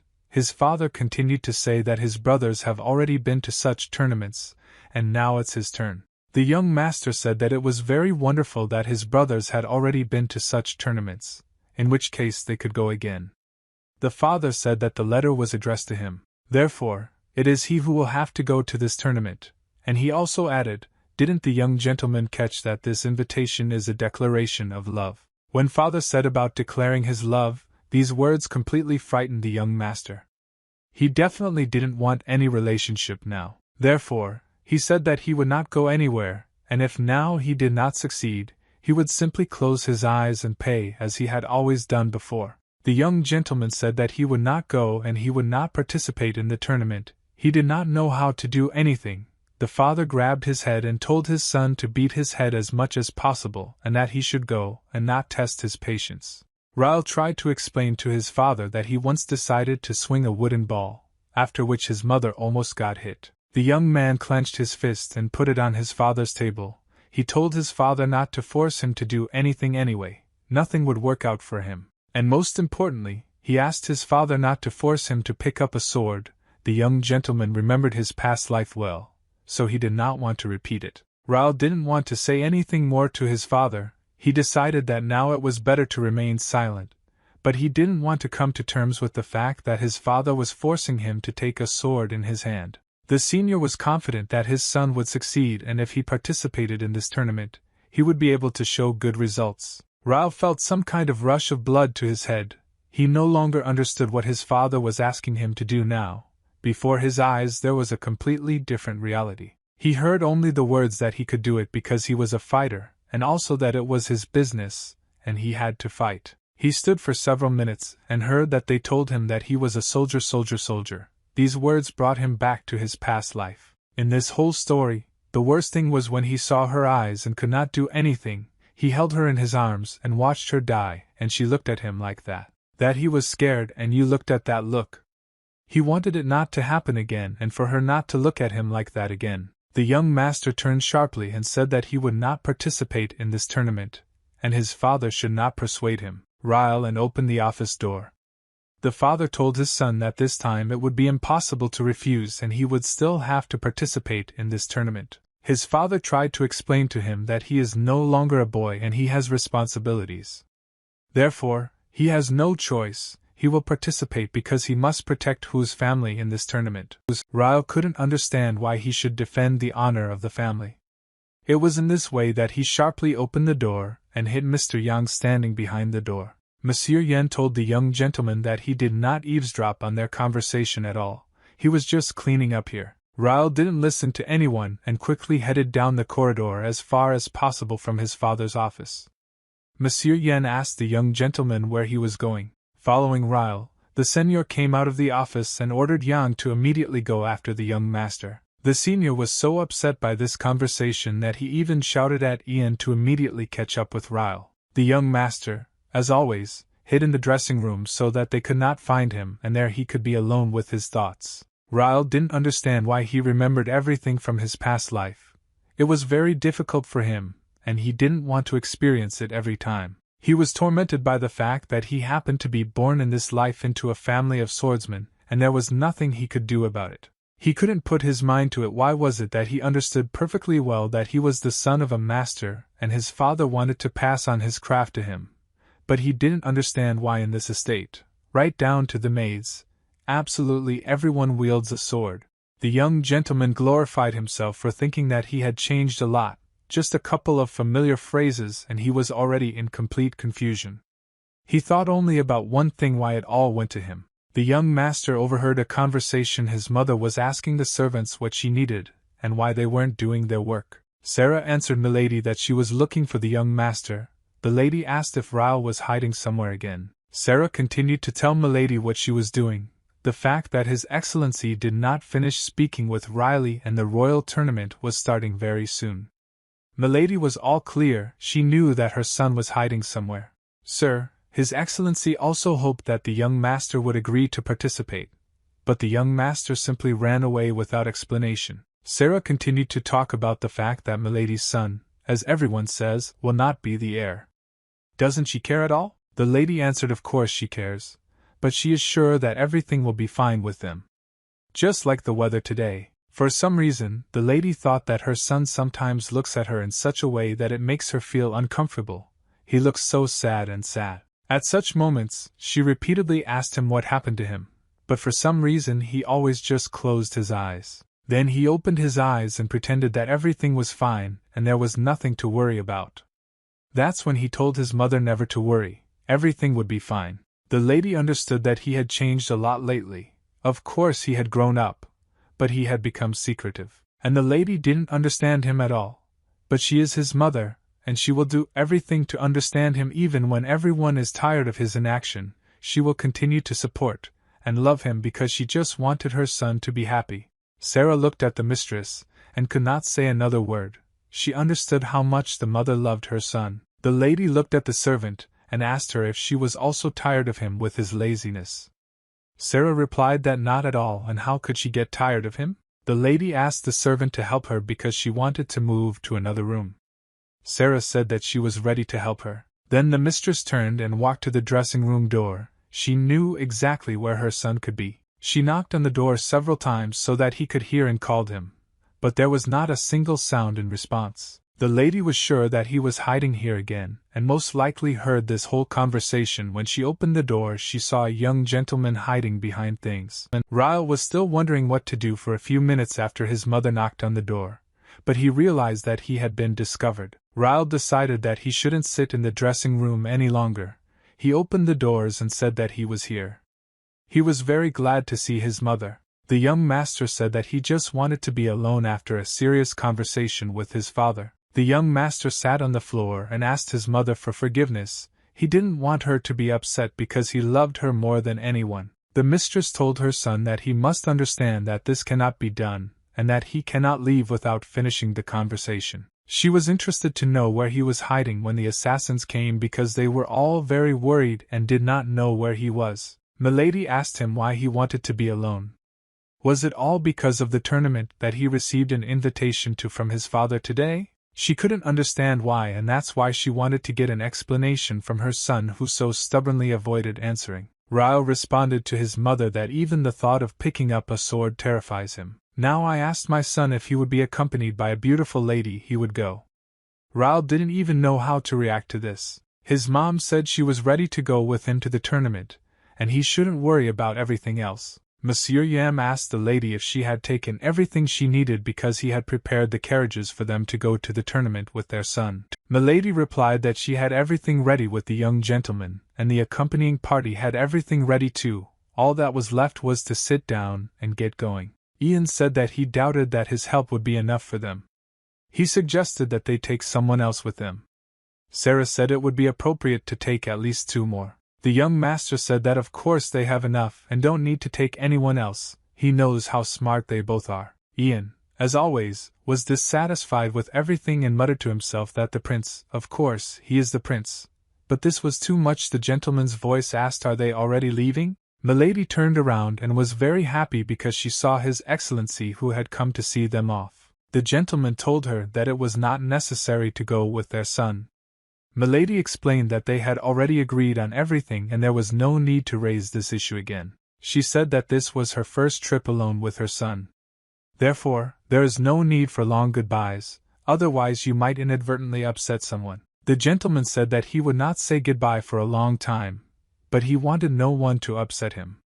Milady turned to her husband and said, "Is he really jealous of her own son?" The gentleman, of course, understood everything. "My lady is going only because this is the only condition under which their son can definitely agree to participate in the tournament." Milady asked her husband Stein not to start talking about bad things. They agreed, and she also added that she was ready to give him advice. The gentleman looked at her carefully. He definitely didn't expect such a turn. The gentleman said goodbye to the servants. He understood that he was letting go of the most precious thing he had in this life with them. Therefore, he reminded Yang that the safety of his wife and son was in their hands, and if anything happened to them, they would not lose their heads. Yang swore with his life that he would protect the young master and lady to the last drop of blood. Milady and the young gentleman were already sitting in the carriage. All that was left was to get going, so Milady said goodbye to the gentleman and touched the carriage. The coachman accelerated so quickly it seemed like he was late for somewhere, but they had everything ahead of them. Milady, when the carriage started, screamed Salelo very loudly. Then she told her son that she had not uttered this word for a very long time, and she was very glad to say it again. Ryle thought what a strange word. His mother explained that he doesn't know this word only because he is leaving the Salelo estate for the first time. That's what their estate is called. The young master couldn't even imagine that the estate had its own name. His mother said that this estate was built by her father, and therefore it was named after her father. Was she born in this estate? If yes, then in what area? The girl answered that yes, she was born here on the right side of this estate. For the young gentleman, this was another discovery. Sir tried to explain to him what parts the estate in which he lives consists of. The girl said that on the northern side of the estate there is only the Salelo estate itself, and there is a wall protecting them from strangers. The young gentleman thought that this was very cool, and they have a very large territory. Yes, of course, this estate was a whole kingdom in one city.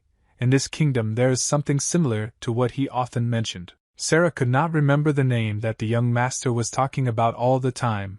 It was some kind of name consisting of 2 words. The girl was so delighted with this drink. It gave a pleasant tingling sensation on the tongue, and it tasted even better with ice. She called it a heavenly refreshing drink. The young gentleman didn't understand at all what she was talking about and got very angry. He needed details and she beat around the bush. The girl said that the young master said that cola is very sweet, like wine, but it doesn't get you drunk, and he also swore that it was the drink of the gods. She continued to say that the color is the drink. This is its main feature. It is blacker than black. Rao got even more angry. What does this mean? The young master screamed very loudly because he really wanted to drink this cola that Sarah had told him so about. The next moment he almost attacked the servant. It's good that his mother stopped him and didn't let him argue further. Sarah didn't understand, so she asked what happened to the young master. Ryle asked, "Is this drink really on the estate?" The girl said if he means non-alcoholic wine, then it really is available. Milady, when she heard that it was about wine, she immediately asked the servants, were they really trying to teach him to drink? Jan intervened in the conversation. He said that my lady should not worry about this drink that the young gentleman is talking about. Even small children love it very much. If this drink really exists in the part of the estate where they are going now, then he must definitely go there. Just his dream. He missed this taste so much and wanted to enjoy it again. The carriage jerked very strongly and everyone sitting inside almost fell. It was unclear why the coachman braked so sharply. Sarah automatically asked what happened and why they stopped. She approached my lady and did not leave her even a step. When she realized that this was an attack, her face immediately changed, and from a harmless girl she became very serious. She just needed to understand who her enemy was. She opened the door to the carriage and asked who attacked them. Now she needed to find out who their lord was. Jan looked around and saw the Koreans ahead of them. That there were attackers there, he said to Sarah. In front of their crew were indeed those who attacked them. These were several goblins with large sticks who were thirsty for blood. Milady said if these are goblins, then Sarah will deal with them in 1 second. And he also added that they need to split up. They can try to surround the carriage, so I must defend the carriage. And she also added that the young master should trust his servant. They will do everything as it should be. He should not be afraid. While my lady was calming her son down, he was thinking about something completely different. He was watching how Sarah and Ian behaved with these goblins. Ryle saw things completely differently, and he didn't want his mother to get hurt somehow. He shouldn't have let that happen. The young master looked at Sarah as she behaved in battle, and he understood that she worked very slowly. She had very strong balance and powerful blows. But why did she do everything so slowly? He could not understand it. He caught himself thinking that he wanted to drink Coke as soon as possible because maybe he really should have taken more people with him. Goblins one after another, but there were still quite a lot of them ahead of her, and it seemed that there were more and more of them. Ryle told her to be as careful as possible because the young master was rooting for her. But nothing happened, so he shouted very loudly that he had had enough and let everyone get out of the way. He would do everything himself. The girl turned her head and saw that there was a young gentleman next to her. She asked how he ended up here. It was very dangerous and therefore he needed to return to the carriage. The next moment something incomprehensible happened. The young master went forward to attack these goblins who blocked their way. Ryle told Sarah that she does not use her legs during the fight. The young gentleman was very disappointed because he had just had the chance to try Coca-Cola and someone was trying to take this chance away from him. He was outraged that because of these freaks they might be late, and he wouldn't be able to buy it, so he went out to quickly settle things with them all. The young master explained to his servants that if you draw a circle and do not go beyond its limits, the movement will be intermittent, and the battle may drag on. And the next moment, he took several steps forward. He swung and struck at one of these goblins, so that he did not have time to dodge, and the blow hit the target. Blood sprayed in all directions. The young gentleman also added that you need to keep your distance, and hit the enemy with sudden and short attacks just like he just showed. He said if they didn't deal with them quickly, then he wouldn't have a shark to drink today, and this thought haunted him, so he didn't stop attacking one after another and destroying these goblins. He didn't like this turn of events at all, so the young man very quickly dealt with all these goblins. Within a few minutes, these goblins who were advancing and surrounding the carriage stopped, and were afraid to take a step forward. Ryle is serious about ending this battle quickly. The goblins were no longer so confident in themselves and were ready to give up. The young master told his servants to watch carefully, and learn how to take the initiative into their own hands in battle. The goblins were not going to be left without prey, so they decided to attack and attack only one young man. All their forces were directed in his direction. The young master very quickly dealt with these goblins who were trying to step on him. He only had to hit the sides with his sword several times and everything turned out very easily and simply for him. Sarah stood and looked at the young master. She went with him on this trip in order to protect him, but just saw her, she was greatly impressed. And not only her, Monsieur Jan was also greatly impressed. He also stood and was silent. He did not think that his student had such abilities. He wanted to know what he had just seen. It was a big surprise and a big discovery for him. The young master turned and told his servant that they could now continue on their way. They couldn't be late because he wanted a Coca-Cola. When the servants, together with the young gentleman, got back into the carriage, Yang asked Milady, did she know that her son had such abilities? Milady didn't understand what exactly he was talking about now. I clarified that he was talking about the young master and his skills. Milady said that she doesn't understand what they are talking about now because she doesn't understand swords at all. She's just very glad that her son is okay and not injured. Her heart sank when he rushed to the goblins to get them out of their way. Ian asked Milady, does she really not appreciate this incident? The lady told him to keep it a secret. She asked the servants not to tell anyone in the estate, not even the count, about what just happened. Monsieur Yin didn't understand why he shouldn't tell everything that just happened to the count because it was quite good on the part of the young master. Not only Dear Den asked Monsieur Jan about this, but the young gentleman himself also asked him not to tell anyone what kind of incident happened to them. After which the carriage started moving and they very quickly went to the place where they were supposed to arrive at the invitation to the tournament. When they left the forest, the weather was hot outside and the young master wanted to drink Coca-Cola even more. Sarah said that they are welcome to Sodia. This is exactly the part of the estate in which she was born. She knew everything here well. Ryle said that she looked very joyful. Sarah replied that it was because she had not been to her homeland for a long time. For some reason the lady wondered if they had treated Ian well. It seemed to her that it didn't work out very well with him. She was a little worried that they had to send him to the castle alone. Sarah answered her mistress that nothing bad happened.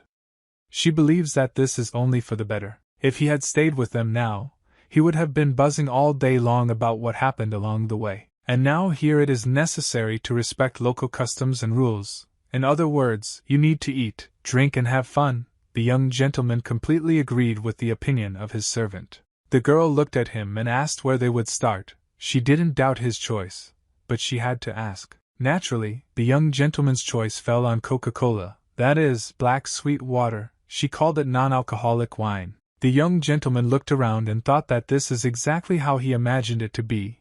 This is exactly how the place where the tournament was supposed to take place should have looked like. Sarah said that she knows everything here, and just nearby there is one cafe where she visited very often. She said that they probably sell what the young gentleman wants there, and at the same time they can hide from the sunlight there.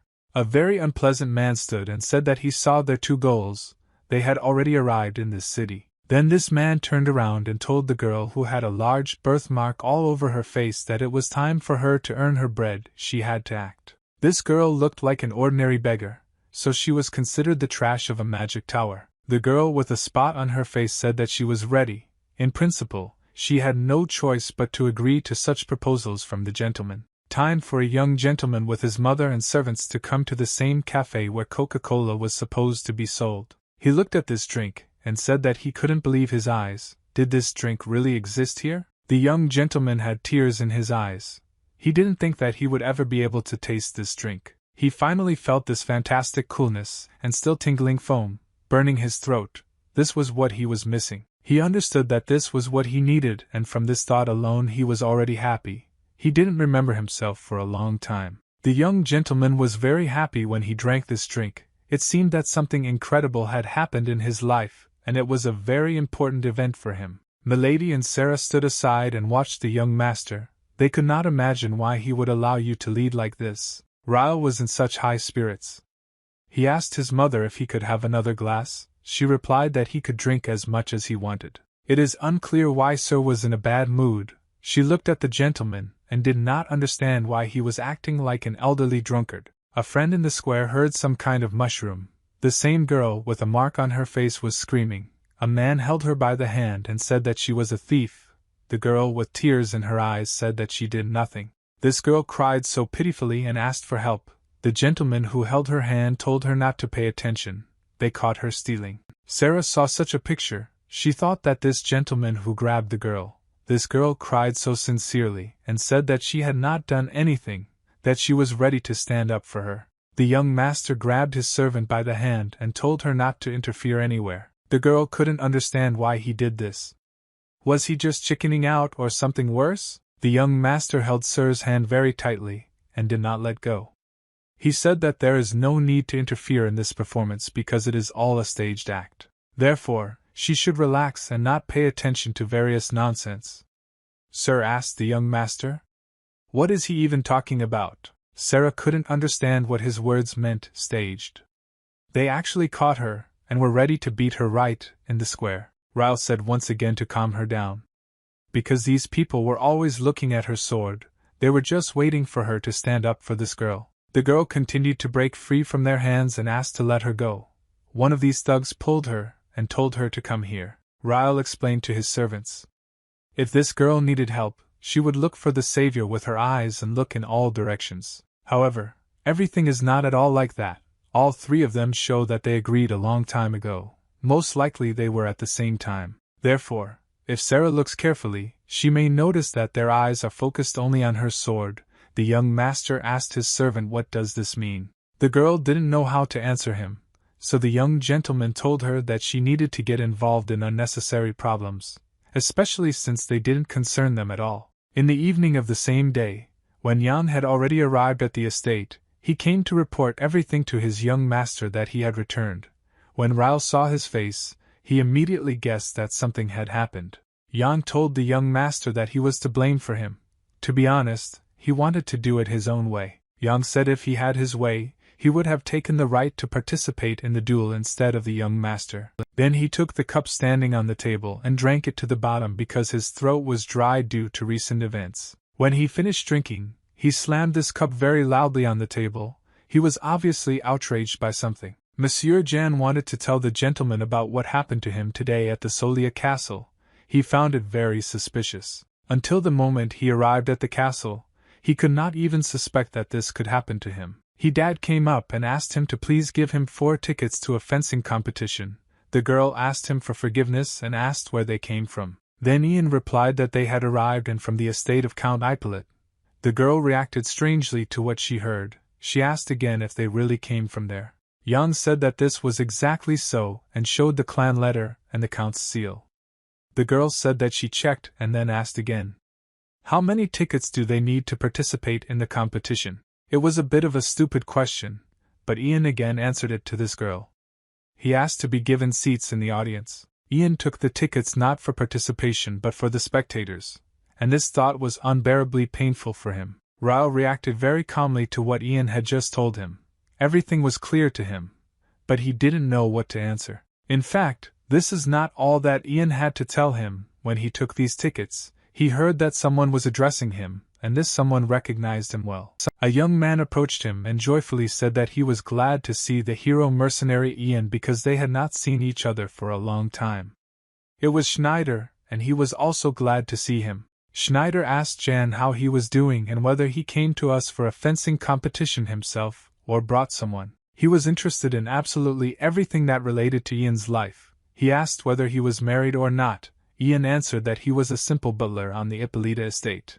After Schneider found out that he is a simple butler, he became interested in which of the 3 sons he serves. He even began to make some assumptions. At first he thought that Jan could serve one of the eldest sons, the one who is the sharp sword of Lion, or the second of the brothers. This is the one that was the fast sword of Lloyd.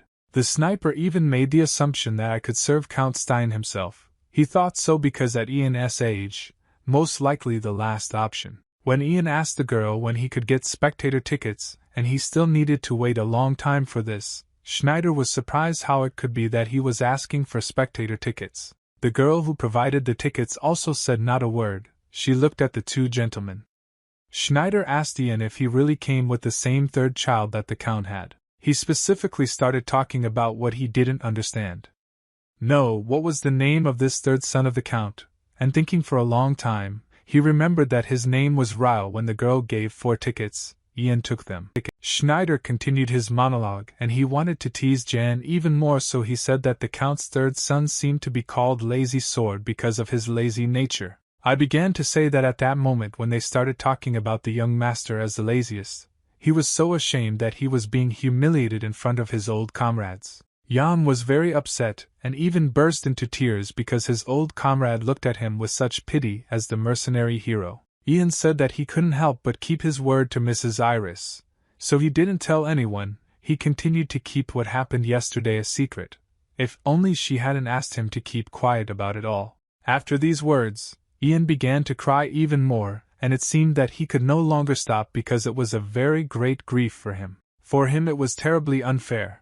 He had never felt so humiliated and so defenseless. The next morning, Sir and Madam were already sitting at the table when the young gentleman came down to them and the girl asked how he slept. The young gentleman replied that he slept very badly. It seems he shouldn't have come to court at all. He doesn't like everything here. Sarah said that the competition that she had been waiting for so long begins tomorrow. This is her first time at such a tournament, and Ryle is very worried that everything is clear to him. He just wants to go home. Mrs. Iris told her son that their Ian was too sensitive.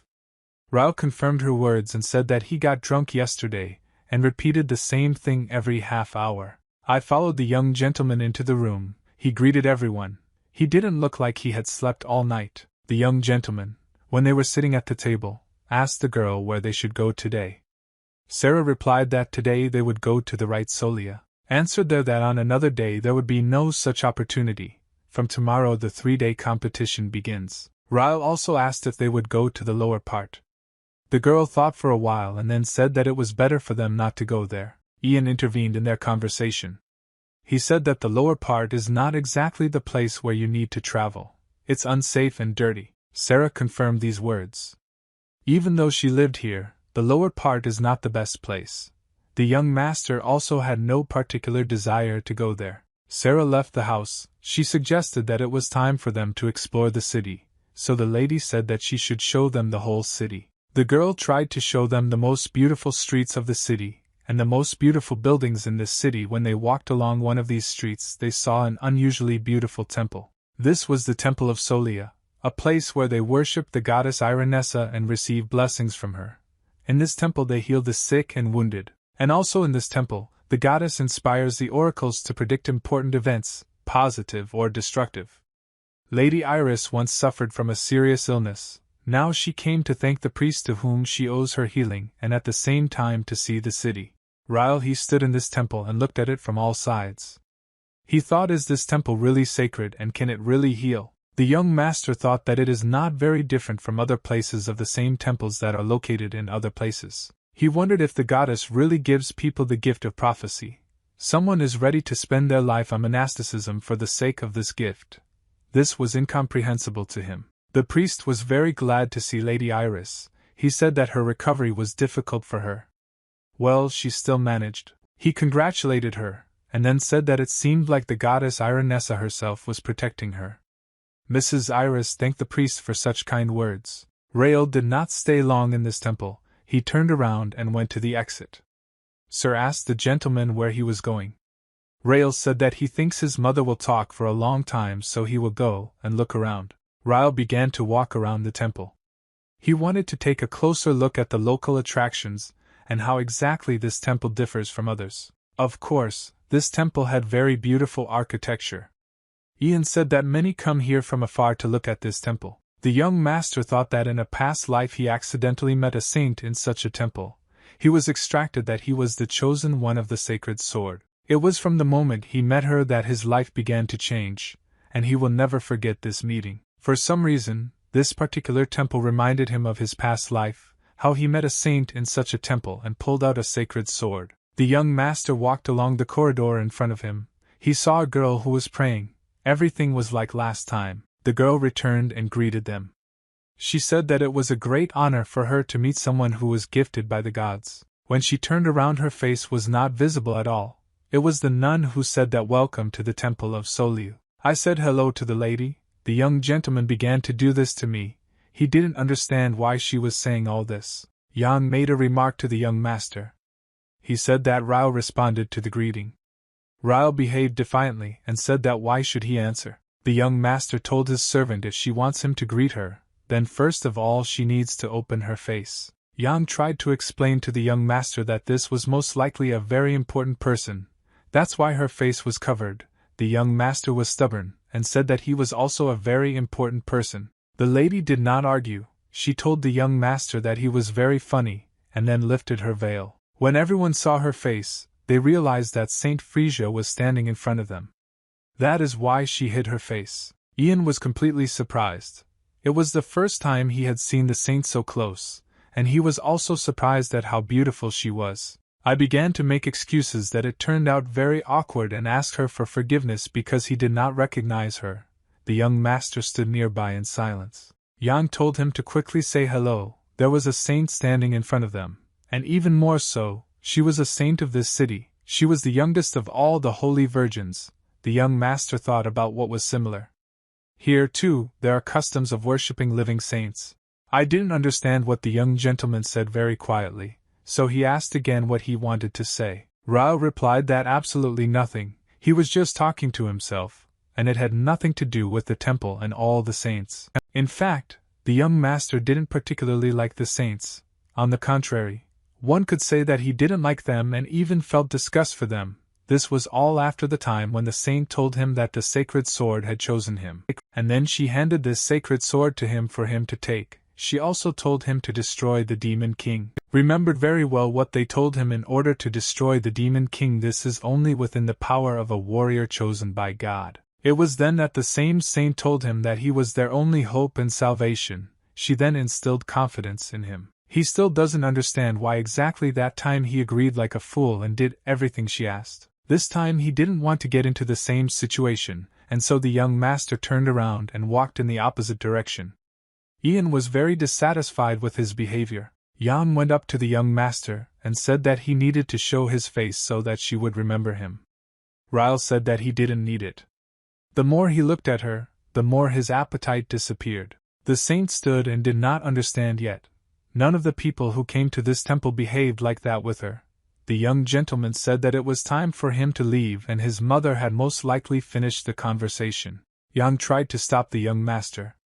He wanted him to listen to him, and still look at the saint. The girl was not at a loss in such a situation. She herself followed the young master. She had something to tell him. She asked the young master to stop.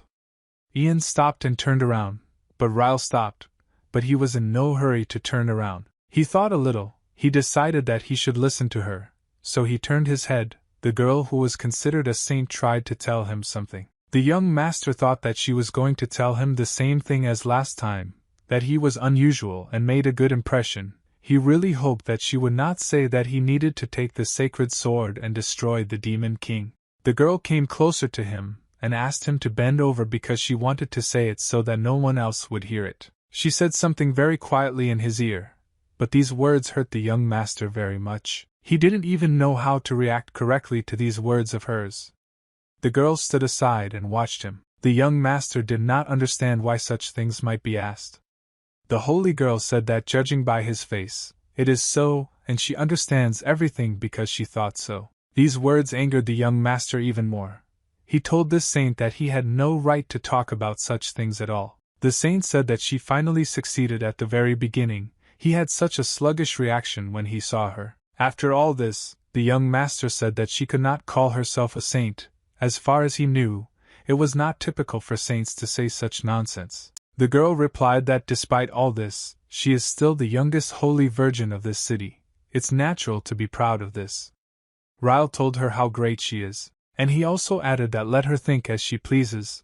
The girl was very indignant because the young gentleman addressed her as you. She demanded respect for herself. She is a saint after all. Ryle didn't understand why he should treat her with respect just because she was a saint. The young gentleman was very indignant. He asked the girl if she was a saint, then he should fall on his knees in front of her and cry from morning to evening. He turned around and looked at Ian. I answered him that no, he shouldn't behave like that, but he wanted to tell him that he needs to behave with respect for her. Ryle fundamentally disagreed with him, and he was also very angry at everything that was happening now and at everyone. He didn't want what happened in the past to be repeated in his life again. He asked her for forgiveness, and said that he could not stand saints because he had a hard time because of one like her. He said that the way out of this situation would be for everyone to go their own way and not irritate each other. The girl stood and didn't know how to react. No one had ever talked to her like that.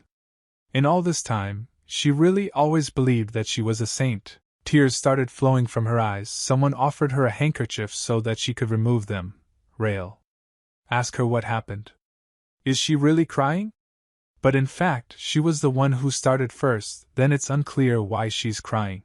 The girl threw away her handkerchief, and said that she didn't need anyone's sympathy, and she also said that she could manage without anyone's help. She was very surprised by this treatment of the saint, and she was not the only one. Everyone around her could not understand what was happening. The girl said that you can't behave like that with a saint, and that this is ordinary sacrilege, and she doesn't understand why he came to the temple if he has no respect. The young master said that he sees nothing wrong with his behavior because he has no religion. He also added that she was very funny, first started talking some nonsense, and now she made him look bad. The young master said that it was precisely because of her behavior, and people like her, that he did not want to come here, and told Jiang that they had to go, and were already leaving. The young master felt that they shouldn't stay here, they definitely needed to leave, so he turned around and headed towards the exit.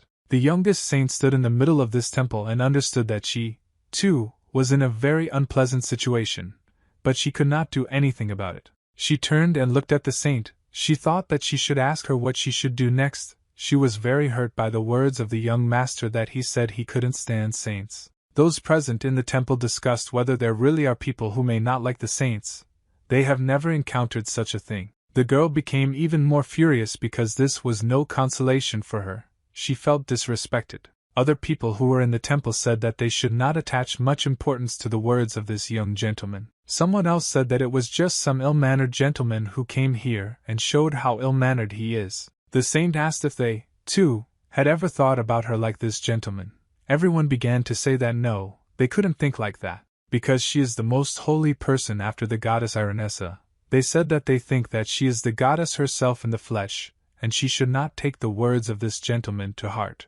The girl agreed with their words. She thought if this is really so then okay, she really won't take these words seriously. But despite all this and the fact that they had been calming her down for so long, she was restless in her soul. She kept thinking about this young gentleman and about his words. She drove away thoughts about him, and went to pray. When she approached and began her prayer, she felt the power of the holy sword, which surprised her very much. She immediately turned and looked after him, then she moved to stop him again. She looked after him and realized that this couldn't happen. The saint did not know what to do in this case, but her doubts were very great. She could not believe what could happen. She also couldn't believe that it was him. She needed to somehow come to terms with this thought. When the young gentleman and Ian were already leaving the temple, I asked the gentleman what the saint said in his ear. The young master told his servant that the saint came up and asked in his ear whether he happened to be one of those who loves men. Therefore, this question outraged him very much. How could the saint ask what type he likes? I didn't understand what it could mean. The young master said that he didn't understand and it's not so important anymore because she annoys him very much, but he's kind and endured. Ryle believed that there was nothing good in contacting the saint. He was completely sure of this. When the young gentleman, together with Monsieur Yana, left the temple, Mrs. Iris and Sarah were already waiting for him. The mistress asked her son what happened to the temple. The young master replied that nothing special happened. He was even a little pleased that he visited this temple. His servant had a completely different opinion. Sarah said if the inspection of the temple is completed, then now they have the opportunity to go to the magic tower. Ryle was very happy because he had never been to the magic tower. Sarah approached the young master because he had previously said that he had an interest in magic. Ryle replied that he really wanted to learn how to move objects without using his hands. He thought it was very convenient. Messiaen interrupted the young master and said that magic is not studied for such purposes.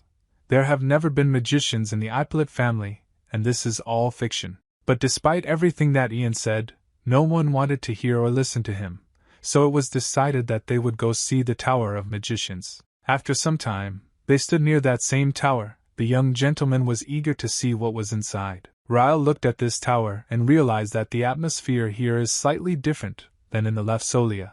If you come a little closer you will notice that even the air here is different. There is such talk that this is due to the high content of pure mana that hovers in the air around this tower. Sarah pointed her hand towards the tower, and she tried to explain that this very circle that they see is that same device. Ryle thought a little because this was the first time he had encountered something like this.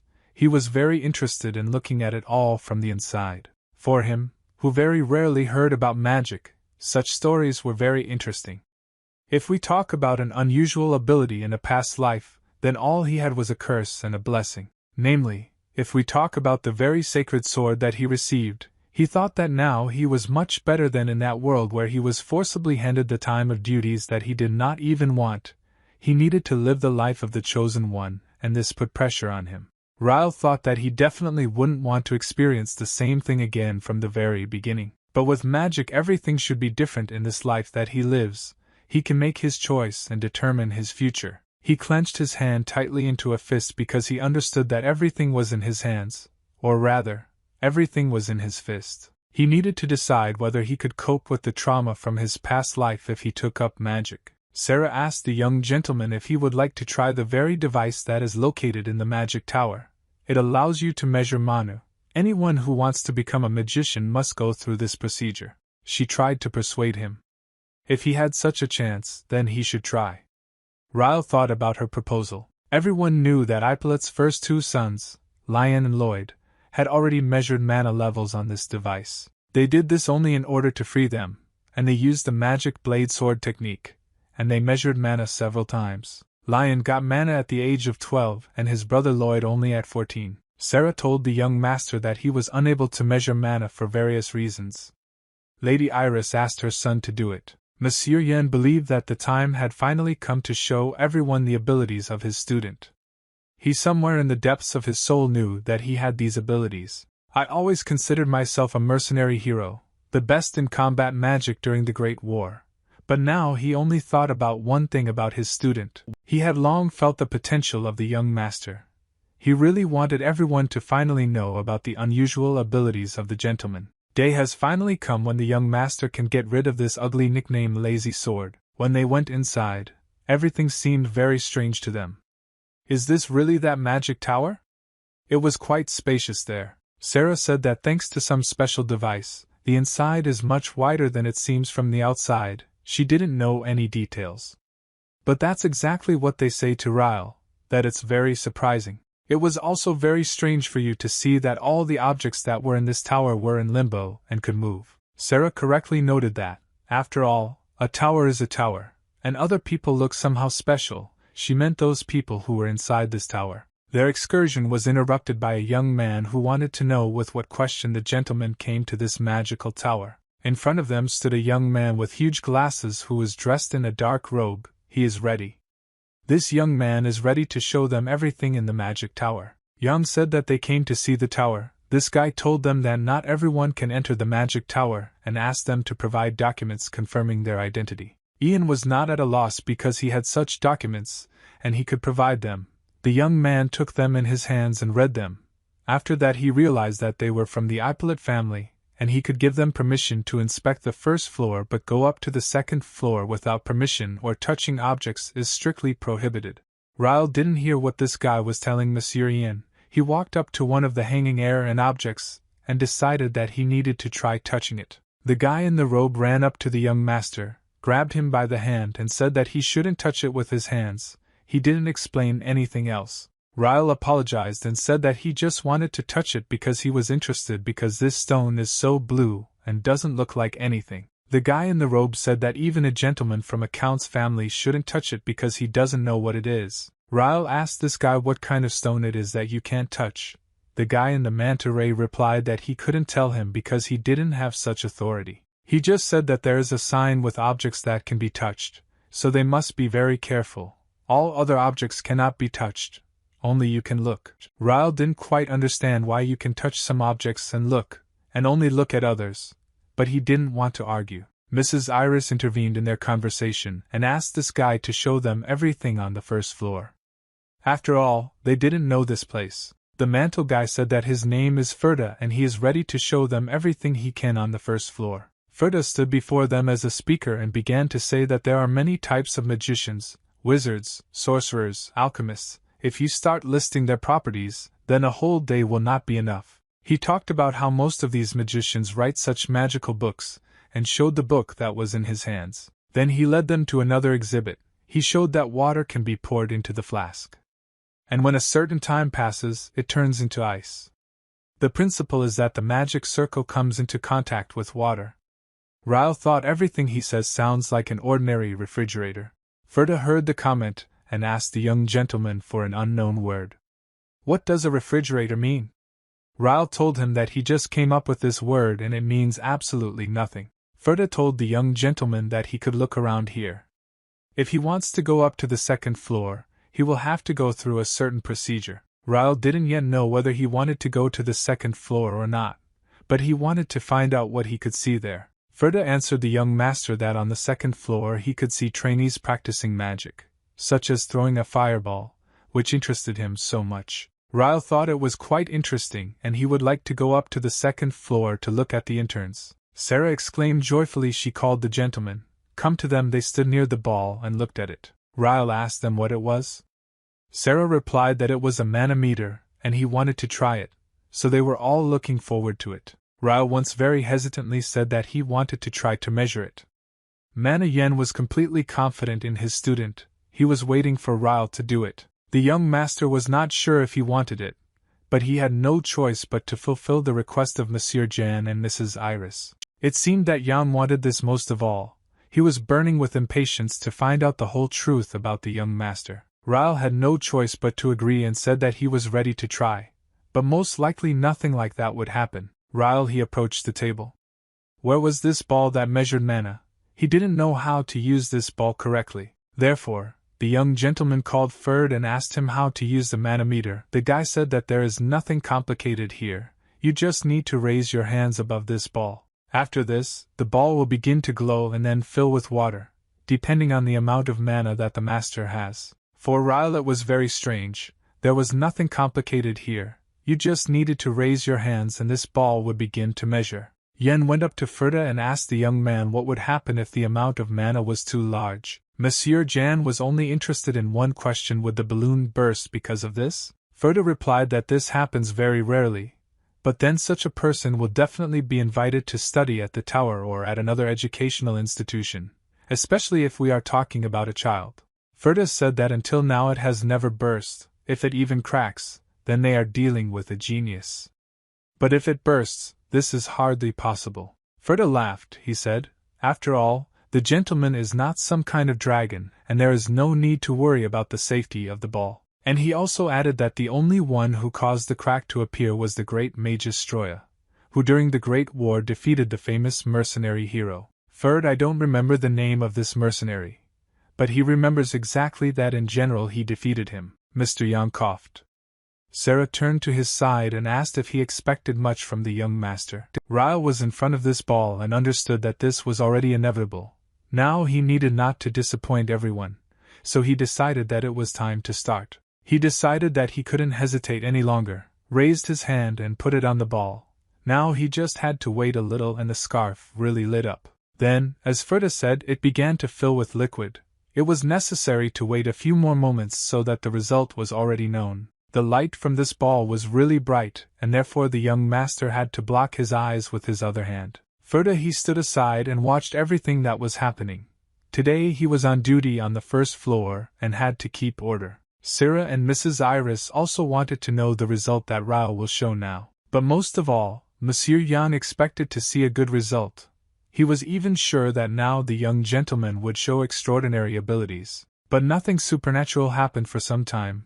The young gentleman kept his hand on the ball so that the result would be accurate. After a while he saw that everything had stopped. He realized that it was all over, so he took off the ball's hand. The young gentleman asked Ferd what happened there. They carefully came closer to the ball and looked at this ball. In fact, nothing like that happened, and the king showed the most ordinary result. Ferda on the ball and said that the young gentleman had an absolute standard and he showed the most average level, the same as many others. Ferd again what he said. He knew for sure that this could not happen. What he says is normal for the young gentleman, and he has no excess. It was an error in the measurement, he knew that for sure. Ryle, on the contrary, was happy because he heard that he had an average level, so he wanted to become a real magician if no one bothered him. Ferda said that this is a good result, but he thinks the young master would be better off studying everyday magic. This is quite enough for magic. Ian couldn't come to his senses. What did the average level that this ball showed mean? Ferda asked Mr. Yang if he was okay. The guy didn't understand why Mr. Yang wasn't happy for his young master because it was not a bad result at all. Mr. Yang walked up to this ball and grabbed it. He knew for sure that this couldn't happen, which means the ball showed an inaccurate result. Ferda signed to Jan and said that this is not the way to handle the ball. He tried to take the ball away from him, but nothing worked for him.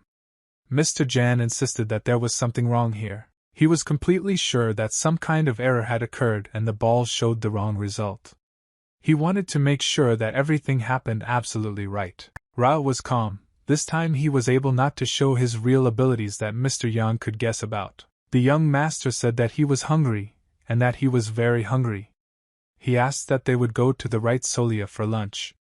The lady said that Sarah had prepared everything. She had actually booked a table in the restaurant where they were going now.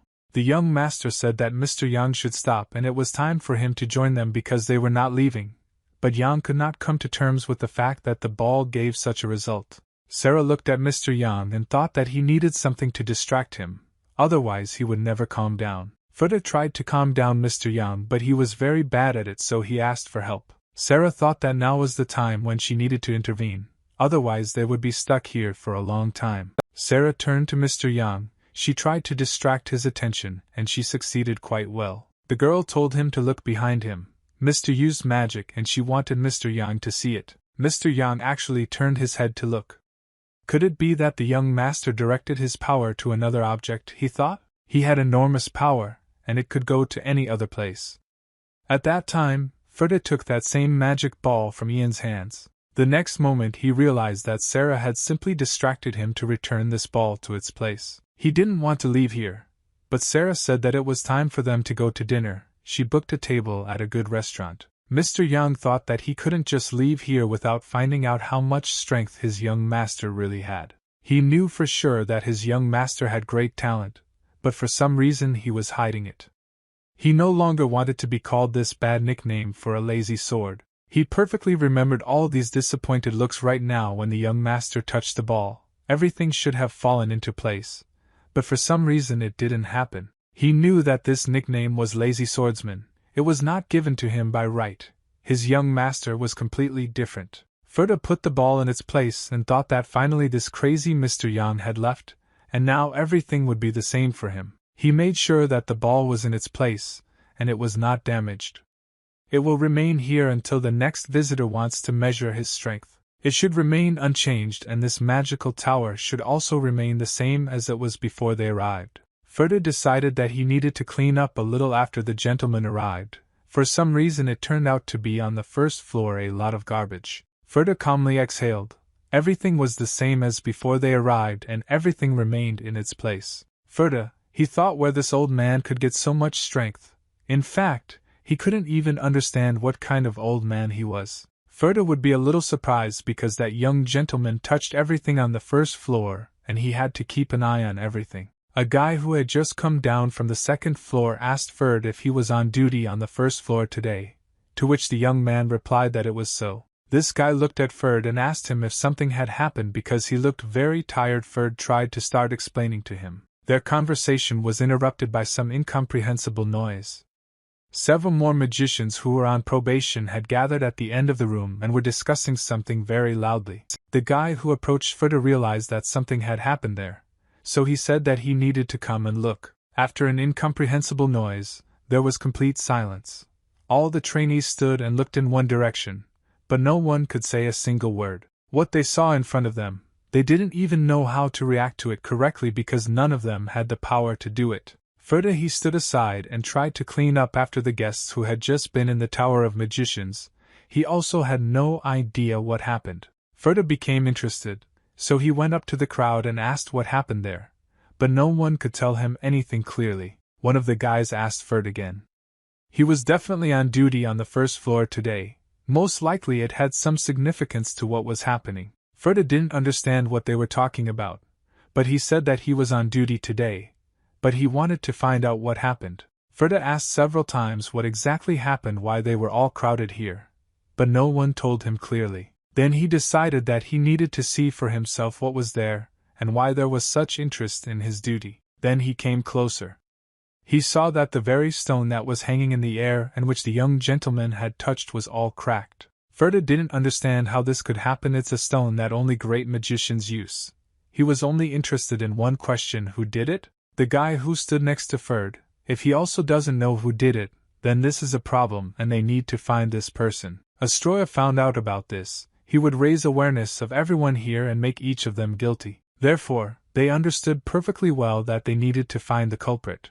Otherwise they would be in trouble. One of the novice magicians said that this was the right decision, otherwise he might think that they did it, and then they would have troubles. They didn't understand how they could find this culprit because they had no evidence at all. Apparently this was a completely unusual person. They just needed to know who was on the first floor today, and if there were witnesses. Ferda, he was on duty today, which means he must have seen some suspicious characters who were here on the first floor. After all the assumptions, they didn't have a single clue and they didn't even know which direction to start looking for the culprit. What happened next? This stone, which had just cracked, crumbled into small fragments right before their eyes. Now they were all definitely in trouble. They didn't even imagine how much this could affect each of them. The crack of this stone was so loud that it could be heard even outside the magic tower. Mrs. Iris called her son. She wanted to talk to him alone. Lately they had not been able to be alone. She asked her son how hard it was for him because he looked very tired and not at all talkative. They held each other's hands like in childhood. The young master said that he was not particularly tired and he still had enough strength. The mistress understood that there was a lot of interesting things here, but she saw that all this did not particularly interest him, and he was bored here. The young master thought for a while and said that a lot had just happened today, and he had to digest it all. Today he was in the temple for the first time in his life. And in addition, he also met a sacred maiden there whom he didn't particularly want to see. He was worried that she would give him an oracle, as it was in a past life. Then he was in the magic tower. There he collected mana in a slightly different way than before. He had to act carefully so that no one would notice or guess. The young master told his mother that in general it was good that nothing like that happened.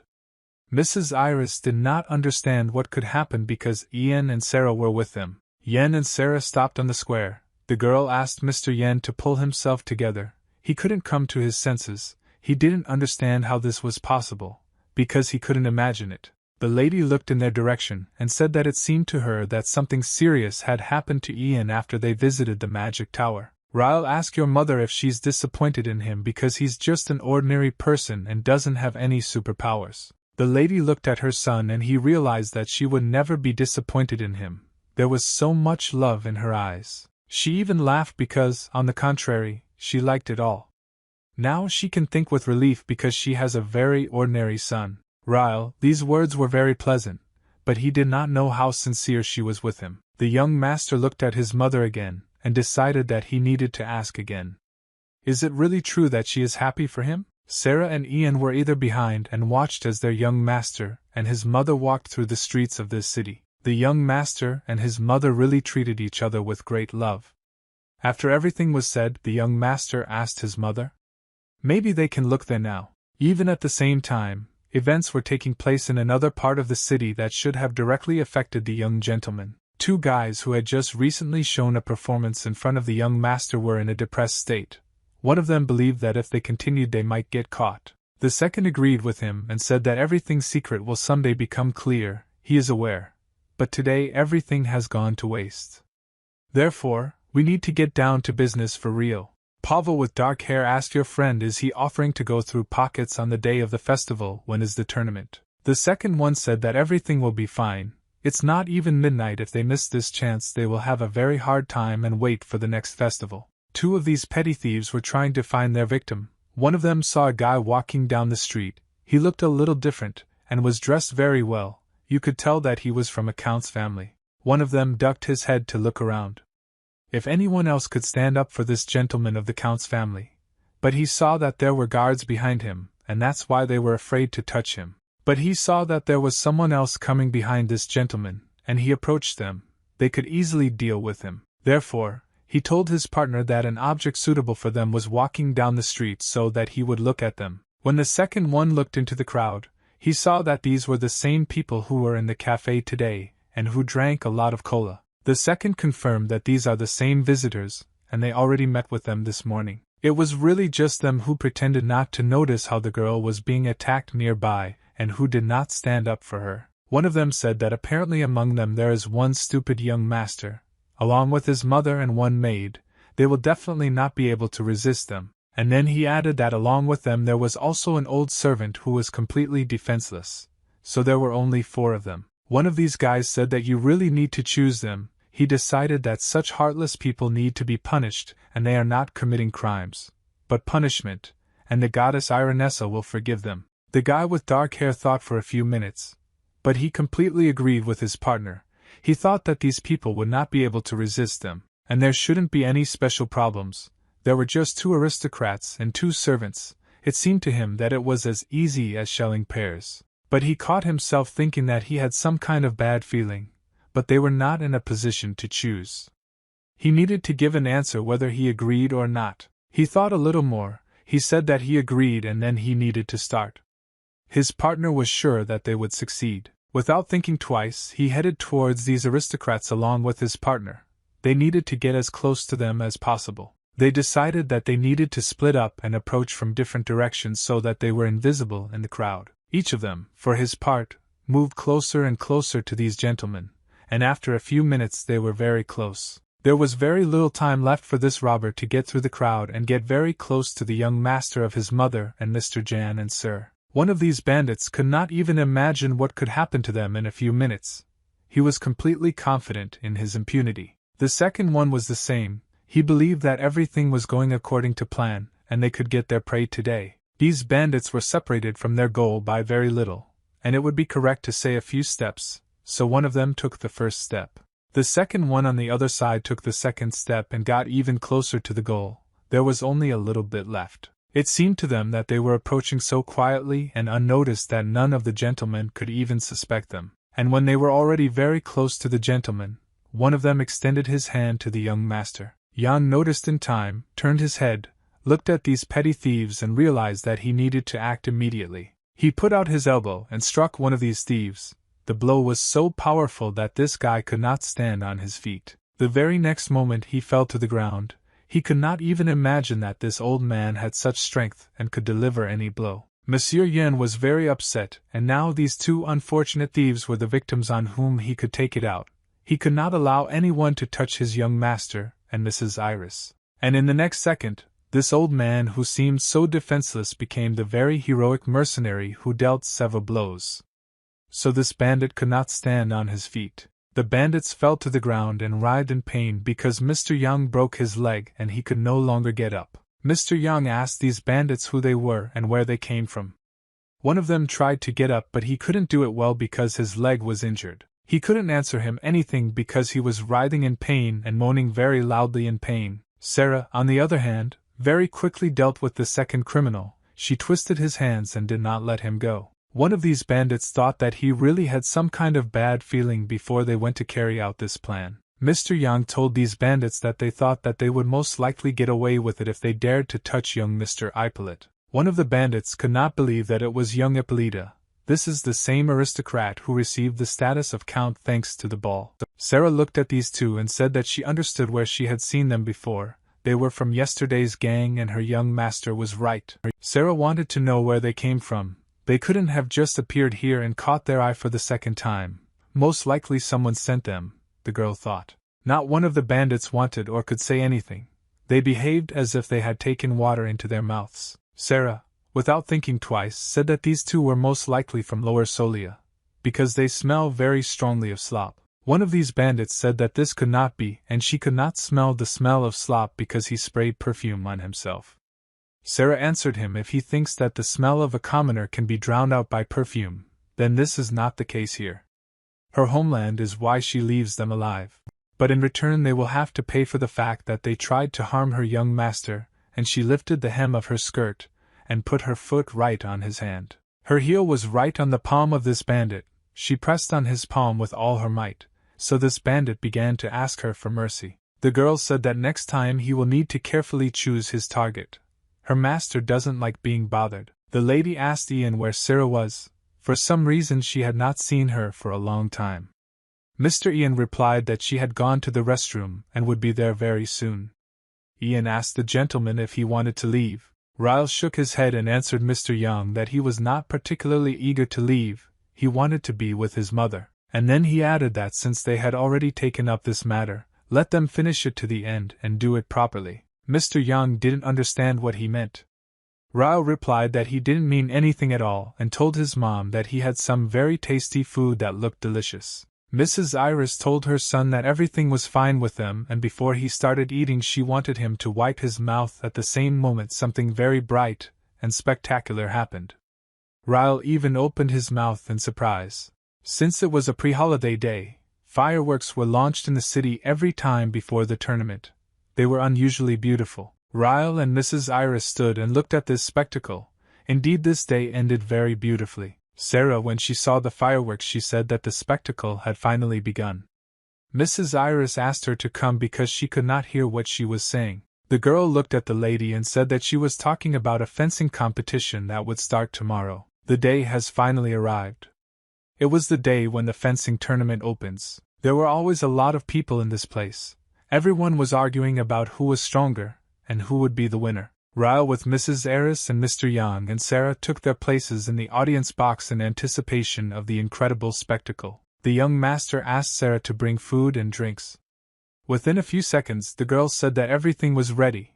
In her hands there was a whole tray of food and cola. Mr. Young said that this time there will be good participants in the tournament, and the young master should watch them. Ryle didn't really want to attend this tournament, so he was interested in eating and drinking Coke. Mr. Young said that he looked at the competition program. It was at the entrance. Ryle told him that he had not looked closely and was not interested at all. Mr. Young was very upset by his answer. Sarah said that according to the program that was published today there will be 3 competitions, and she thinks that everything will be over before dinner. Mr. Young said that the participants, although outstanding, are not SOSO by IPLIT standards, but still they should watch them. Mrs. Iris looked around and saw that there were very few people sitting in the stands. Much more people were outside. This surprised not only the lady but also the youngest gentleman. He didn't think that only he and a few other people would be sitting in the stands. Sarah also noticed and told the lady that there weren't very many people. She didn't expect to see such an empty hall because she thought that everything here would be packed. Usually it's very difficult for people to come here. In order for ordinary people to come here, commoners need to receive an invitation letter because this competition is held between the descendants of aristocratic families. The lady asked the girl again. It turns out that ordinary people will not be able to watch the competition. Sarah answered that this is not entirely true. She stretched out her hand and pointed into the sky. In the stadium there was a huge crystal hanging. Most likely it was magical because exactly the same crystals were in the Tower of Magicians. The lady asked the girl what it was. Sarah replied that with the help of this thing it would be possible to see what was happening here outside. Ryle was flying somewhere in the clouds. He thought that surely some nobleman would do something stupid and disgrace himself in this competition. Sarah said that this will not happen because there is a time difference. They see what happens a day earlier than everyone else. It turns out that this is something like a broadcast with a delay.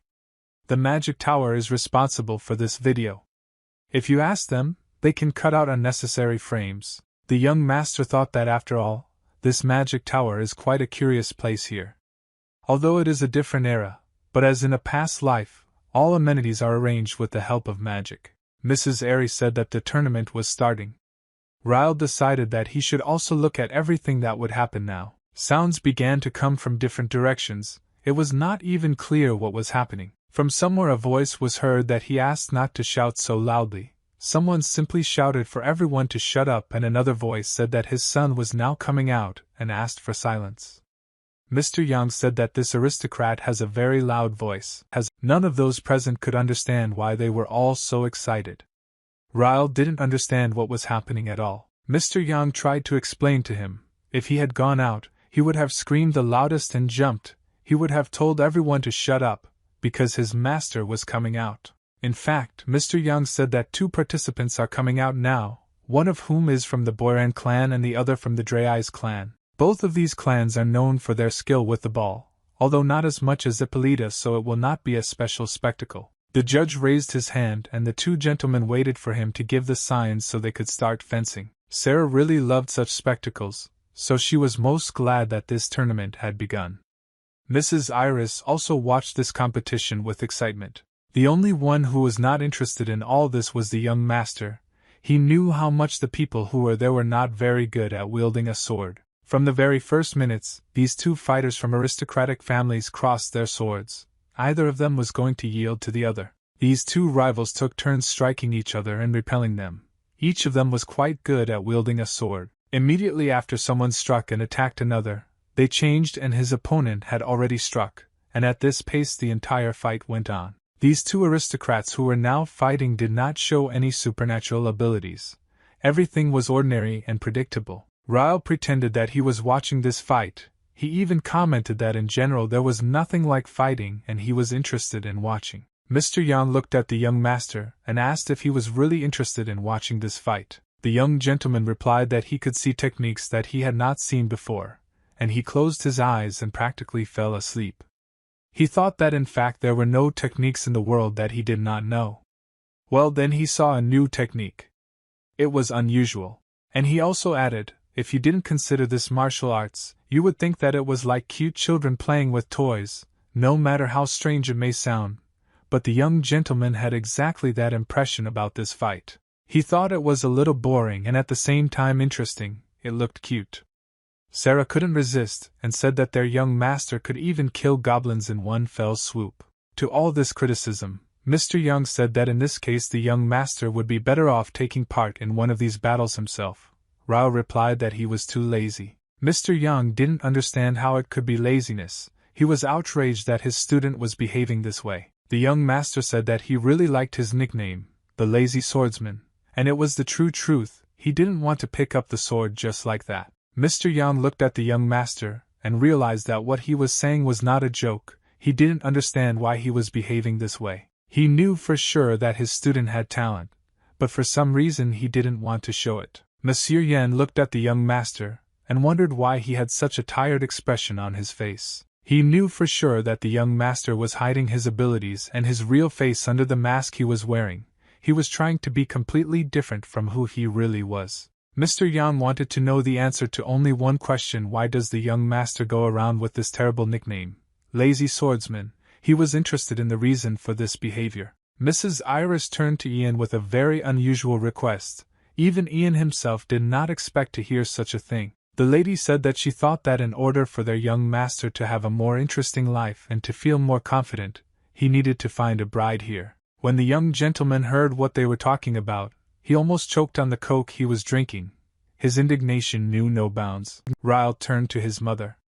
He asked if she was seriously thinking about what he needed to find a bride here. Mistress Iris replied that of course she was joking. Ian just had such a concentrated expression on her face that she couldn't help herself. Ryle did not want to participate in such a conversation. He said that he wanted to move away, so he would leave them for a while. Mrs. Iris told her son that he can go away. They will wait impatiently, and then they will tell everything if he misses something. The young master realized that he had not been taken by surprise for a very long time. He did not understand what all this talk about the bride was and why his mother needed it. When the young master was walking along the corridor with Mr. Yang, someone called out to them. It was a completely unfamiliar man with a girl. This gentleman allowed himself to speak very rudely to Ryle. He said that the young gentleman had just allowed himself to speak rather impudently. Ryle couldn't understand what he said that this gentleman called impudent. Mr. Yang intervened in the conversation and said that it seemed to him that the gentleman was also rude now. This gentleman was very serious. He said that all this looks like children's jokes. Maybe the young gentleman is not aware of how much effort the participants of the competition put into preparation. It was the gentleman who insisted that judging by the appearance of the young man, he does not even know a small part of what is needed for this competition. If he took back his words, he would forgive him. Ryle very calmly told him I'm sorry because he was wrong, after which the young gentleman turned around and told Mr. Yang that it was time for them to go because they were probably already tired of waiting for them and the competition had begun. The gentleman couldn't calm down and told Ryle to wait. He clearly didn't like how the young man apologized. He began to tell the young master that his apology was not sincere, so he could not accept this apology. The gentleman remained indignant for a long time and said that there was no sincerity in his words. It did not look like a real apology. But Ryle no longer wanted to listen to him. Ryle looked at this gentleman. He didn't understand what else he wanted from him. Yes, he didn't speak appropriately about the participants in this competition, but he already asked him for forgiveness. Mr. Ryle became enraged by this behavior, and began shouting that his name was Aplak and he was the eldest son of the Arenzium clan and that on behalf of all the participants in the competition he would teach him a lesson. This gentleman shouted, if a young man is present here at these competitions, then most likely he also has a family. He wanted to know what family the young gentleman belonged to. It seemed to him that this was very important. I thought that he shouldn't have said that. He should have behaved quietly. This was his problem back in his previous life. Mr. Yan looked at him with a questioning look. He wanted to clarify what the young master would do in such a situation. Ryle looked around and to Mr. Yan's question, he already knew the answer. This is not a very good situation. But he was not going to give himself away. Decided for himself that he needed to run away now, and he didn't want to run into these people as quickly as possible. The gentleman and his companions certainly did not expect such a turn, so they shouted after him where he was running away. Mr. Young stood in their way and stopped them. He did not allow these gentlemen to pursue his ward. This gentleman tried to hit Mr. Yang because he wanted to catch up with Ryle and punish him, but Mr. Yang avoided the blow. The gentleman said that for an old man he had a good level of skill and a good reaction. He felt sorry that 2 against 1 he couldn't cope. Ryle had almost run away, but this gentleman's hand pushed him from behind, and he managed to catch up with him. This gentleman wanted to punish Ryle for the fact that he does not respect the honor of the nobility. He not only speaks out, but also behaves inappropriately. Ryle definitely didn't like these words. He didn't want to react to this gentleman at first, but the gentleman himself provoked him. Ryle grabbed this gentleman's hand and squeezed it very tightly. He didn't want any conflict, but this gentleman asked for it himself. Ryle explained the Gabs won but that he apologized to him, and they don't understand why continue this conflict. He raised his hand up and squeezed with such force that the gentleman was no longer glad that he had contacted him. Ryle squeezed his hand harder and harder. The master didn't show it, but he began to mustard in pain. The gentleman didn't understand what was going on. Why was this guy so strong? Just a few minutes ago he wanted to run away from him. The master thought even though this young master is so strong, everything is pointless against his mana. Subsequent events showed that everything was completely wrong. Ryle held his hand and squeezed it to such force that his opponent could no longer resist. Even after he used mana, it was all useless. Ryle was much stronger than this gentleman. The girl who accompanied this gentleman decided that she needed to come to his aid. One understood that he overestimated his strength, but he did not understand what kind of young man he was, why he was here and who he was. The gentleman realized that this brat who was holding his hand did not use mana at all. Well, then it's unclear how he did it. Ryle asked the gentleman why he pestered him. The gentleman could not answer anything because his hand was very painful. The girl hurried to come to his aid. Ryle didn't even fight, he struck this gentleman. So he was thrown aside, and he said that he wanted to live in peace. After the first blow, the young gentleman dealt several more blows to this boring gentleman so that he would definitely not bother him again. The gentleman and his assistant flew to the side and none of them could resist this force of impact. Ryle and Mr. Yam in the corridor for a few seconds. In such a situation there was nothing to comment on. The gentleman and his assistant flew straight into the wall from such a strong blow, leaving a dent on it. Ryle approached this gentleman, and said that he seemed to introduce himself, and his name was Aplok. He wanted to tell him again, but now he must listen carefully. The young gentleman began to say that Aplok should take pills because he stinks very strongly. Mr. Young stood aside. He did not want to interfere in the conversation of his ward. He saw him once again and was convinced of his strength. Ryle told the gentleman if he doesn't want to be found out he should be quiet. He should understand this. Aplok agreed with him. And the young man also added that if he wants to tell someone about what just happened, no matter who it is, no matter what family he is from, then he will find him and save the earth. Mr. Yang looked at the young master. He was interested to know what he said. Aplok understood that he could say that the man no longer requires an apology, and completely agrees. Ryle he walked up to Mr. Yang and put his hand on his shoulder. He knew that I would always help him. This time the young master came to him with a very ordinary request. But Mr. Yang could not refuse him. Ryle told Mr. Yang to figure it out. Here, if anyone asks, they will have to say that he did it. Mr. Yang was a little perplexed. The young master said that he will take responsibility, but he asks for his only service. After all, he is the hero mercenary. Mr. Yang remained standing next to this gentleman and his accompanying people. They still could not get up and get away from the blow that Ryle dealt them. Ryle went to his seats in the auditorium where Mrs. Iris and Sarah were waiting for him.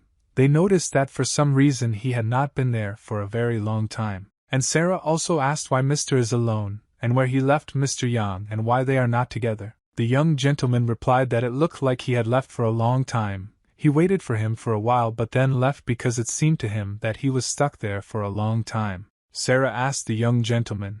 When he came out he didn't hear anything similar to the sound of the explosion just now. Ryle replied that he doesn't even know what to tell her. He didn't hear anything. But maybe it was Mr. Yang. He was surprised that Sir had hearing. Ryle drank a little more coke because his throat was dry. But he didn't want to let anyone know that something had happened there. The young gentleman, on the contrary, admired the cola and said that it was cool. Now he could watch the upcoming battle with renewed vigor. Ryle said that the battle had already begun. He wanted to know what the trick was in this competition. Sarah answered him that everyone is saying that one of the parties is a candidate for the championship. So it is in this battle that she is showing special interest. Many expect a high result from this representative, including her. Ryle, I thought that it would be very interesting for him to look at this candidate for the championship.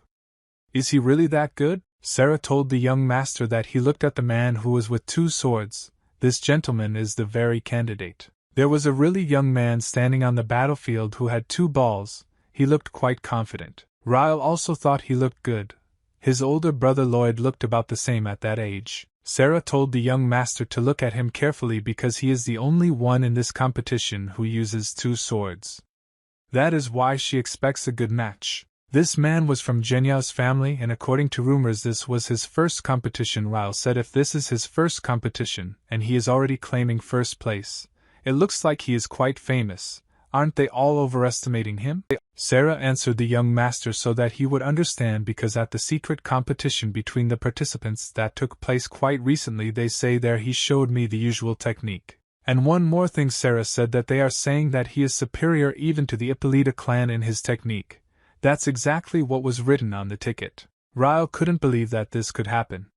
Is this guy really superior to their kind in technology? The young master thought that, after all, when it comes to the sword, the clan to which he belongs comes first, so it was not profitable for them to expect a good result from him. Sarah didn't understand why the young master was so worried about this guy. She thought that it was still nice to look at his courage and audacity. Ryle agreed with her last statement. He decided that he also needed to look carefully at this guy. Before the fight, the judge spoke about the rules of this competition, that the fight continues until one of the participants is thrown out of the field or until the termination of the action. They were allowed to use mana. For threatening the life of an opponent, disqualification follows. When the rules of the competition were explained, the players were asked if they understood all the rules because this could decide their fate. The first answer was the same guy on whom everyone was betting. He said that he was ready. Nobody even looked at the second guy or paid attention, but he also said that he was ready for this fight. Sarah exclaimed. She was interested in watching this fight. She was rooting for the very guy whom she considered the winner. Ryle looked at the battlefield and realized that this time victory was already predetermined by the guy who fought with 2 swords. He looked much stronger than the second. His opponent was much weaker, and he held 1 sword with both hands. Indeed, the fight was predetermined. Despite the fact that his opponent looked so unpromising, he was still ready to enter the battle and fight for victory. Ryle looked at both of them, assessed them, and said he doesn't even know how this competition could end. The young master turned and asked Sir. He wanted to know in more detail about each of the opponents who were now fighting. Or rather, he wanted to know more about the guy who was the favorite's opponent. Sarah couldn't understand why he was interested in the opponent. He looked completely weak and didn't show any hope. He couldn't win this fight. The girl said that she didn't exactly remember his last name. She didn't even try to remember it. The judge waved his hand. This meant that the buoy had begun. Now everything depended on each of the opponents. Sarah suddenly jumped up and said that she remembered this as a guy from the Arenzium family. He, in my opinion, is the youngest in their family. This fight ended very quickly because immediately from the first seconds the guy on whom everyone was betting had 2 balls knocked out of his hands, and he became unarmed. Sir and Mrs. Iris were very surprised.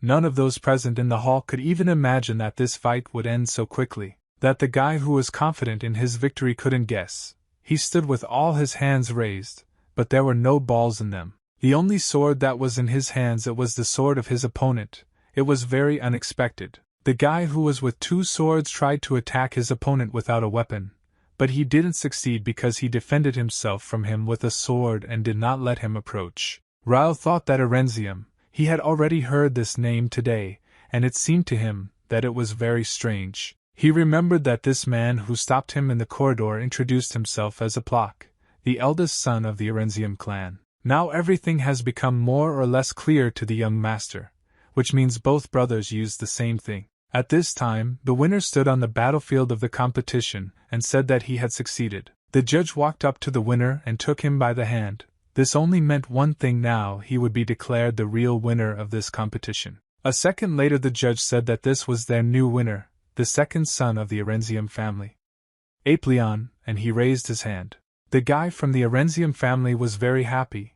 He shouted that he was able to win, and he is a real winner. The young master looked at this guy and thought that if you compare him with his brother, the smell of pills from him is not so strong, but he definitely won not on his own. And he also thought, why is Mr. Yang fiddling around for so long? Is there some kind of problem there? Sarah was very upset by the results of this competition, and could not believe that her favorite lost. Ryle doesn't understand why Mr. Yang hasn't come back yet. He thought maybe something happened. He should be here by now. Sarah remembered that she had brought a whole delivery of food, so she suggested that the hostess and the young master should eat something. You are also in the corridor at the same time. Mr. Yang was trying to lift up the girl who accompanied the eldest brother of the Erenzium family. She asked him to help her master. Mr. Yang said that thanks to protection from mana, he has less internal damage. First of all, he needs help with her. When Mr. Yang picked up this girl, he decided to take her to a safe place. But the young master's words kept playing in his head. Mr. Yang thought about what his master said, that he just wants to live in peace, while he has very great power, and he delivers quite strong blows to the enemy. This was visible not only here, but also when he entered into battle with the goblins. Mr. Yang thought that this Aplok is also quite strong and has good abilities, but his strength was not enough to resist the young master. Mr. Yang thought that no, he doesn't care now how talented everyone else is, who takes part in these competitions because his master has shown himself. The young master has shown such a level of his skill that none of those who compete for victory in this tournament are worthy of him. Mr. Yang thought that then most likely the young master, when measuring mana, deliberately released only a small amount of his power into the towers of magicians. For some reason this thought made him unbearable because he thought that his master could be a dragon descended to earth. Dragons are supreme beings, their lifespan is 10,000 years, sometimes they turn into people for fun. Mr. Yang thought that he could not give another explanation for such enormous power, given that he was still too young. These thoughts made Mr. Yang feel uneasy. He didn't even know how he would now need to deal with the young master. He decided that this couldn't be and that everything he had just imagined was just his fantasy. In fact, he was there at the moment of his birth and saw everything with his own eyes. He was one of the first who took him in his arms, and until today he was always with him. Mr. Yang thought that the dragon was most likely not the young master but the mistress, in which case everything would fall into place. If this assumption is correct, then it is clear where the young master has abnormally enormous strength. But this cannot be either, because last time she spat blood when she was poisoned by the majestic dragon, she can never recover from any poison. Mr. Yang got confused in his thoughts. He closed his eyes and said that he needs to come to his senses and wake up.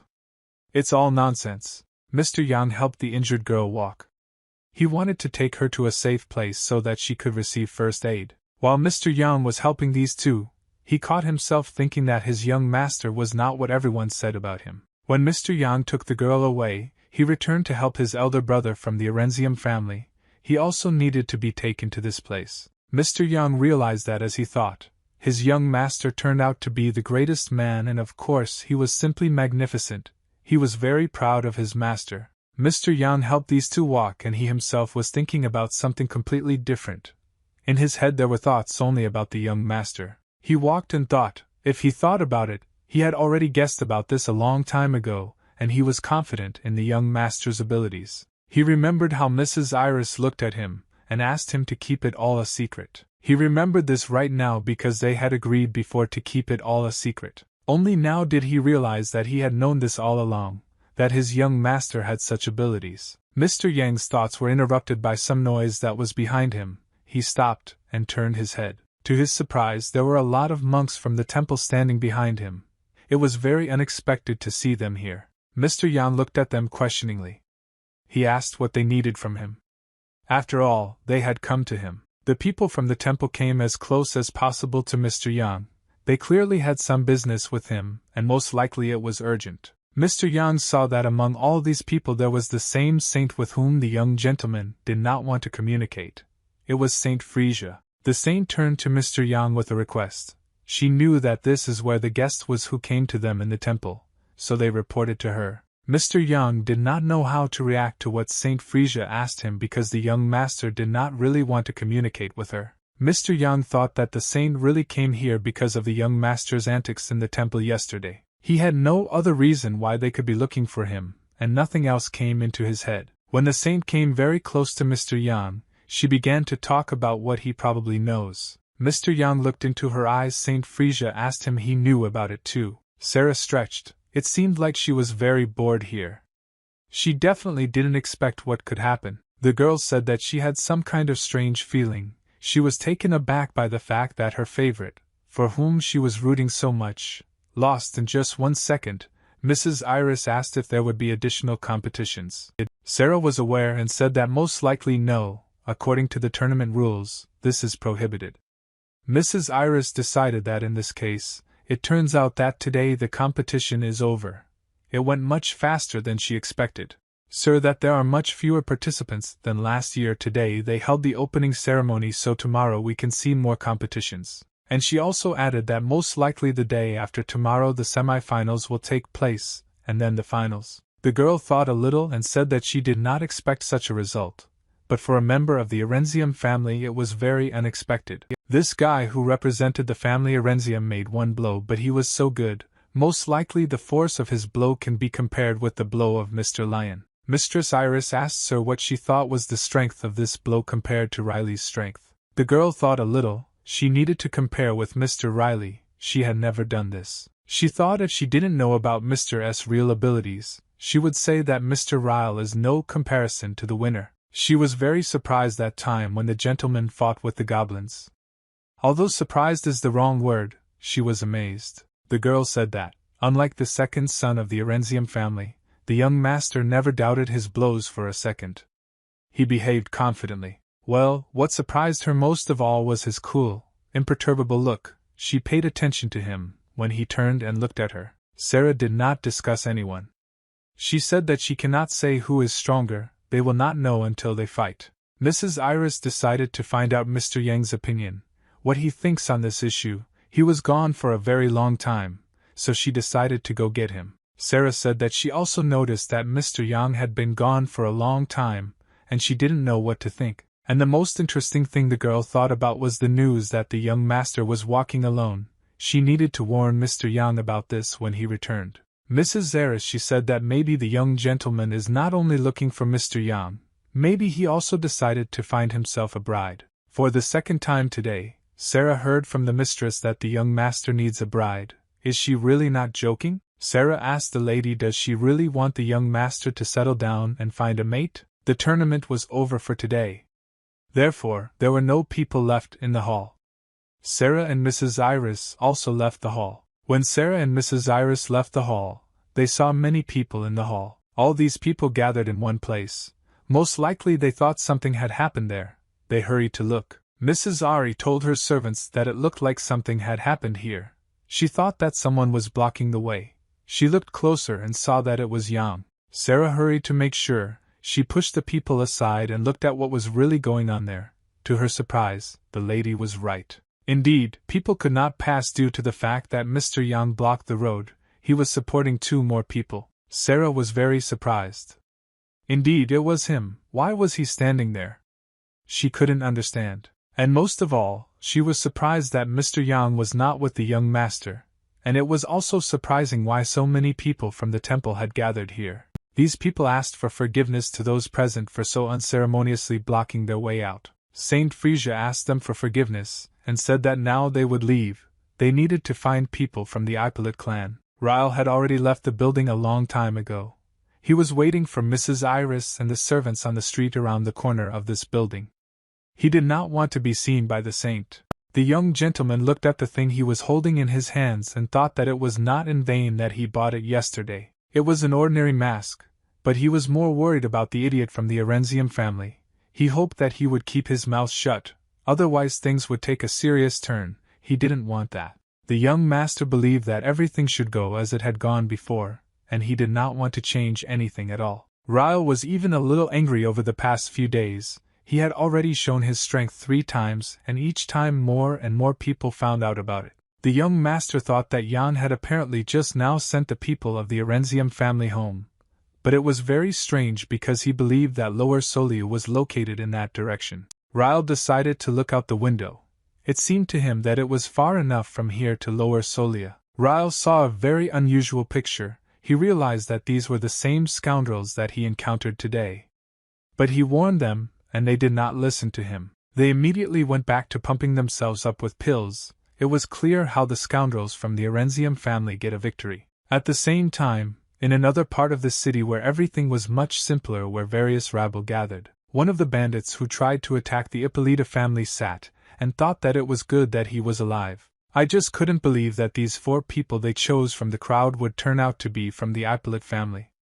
Of course he was unlucky, But maybe on the contrary he was lucky because he survived. The only thing that calmed him down was that morning would soon come.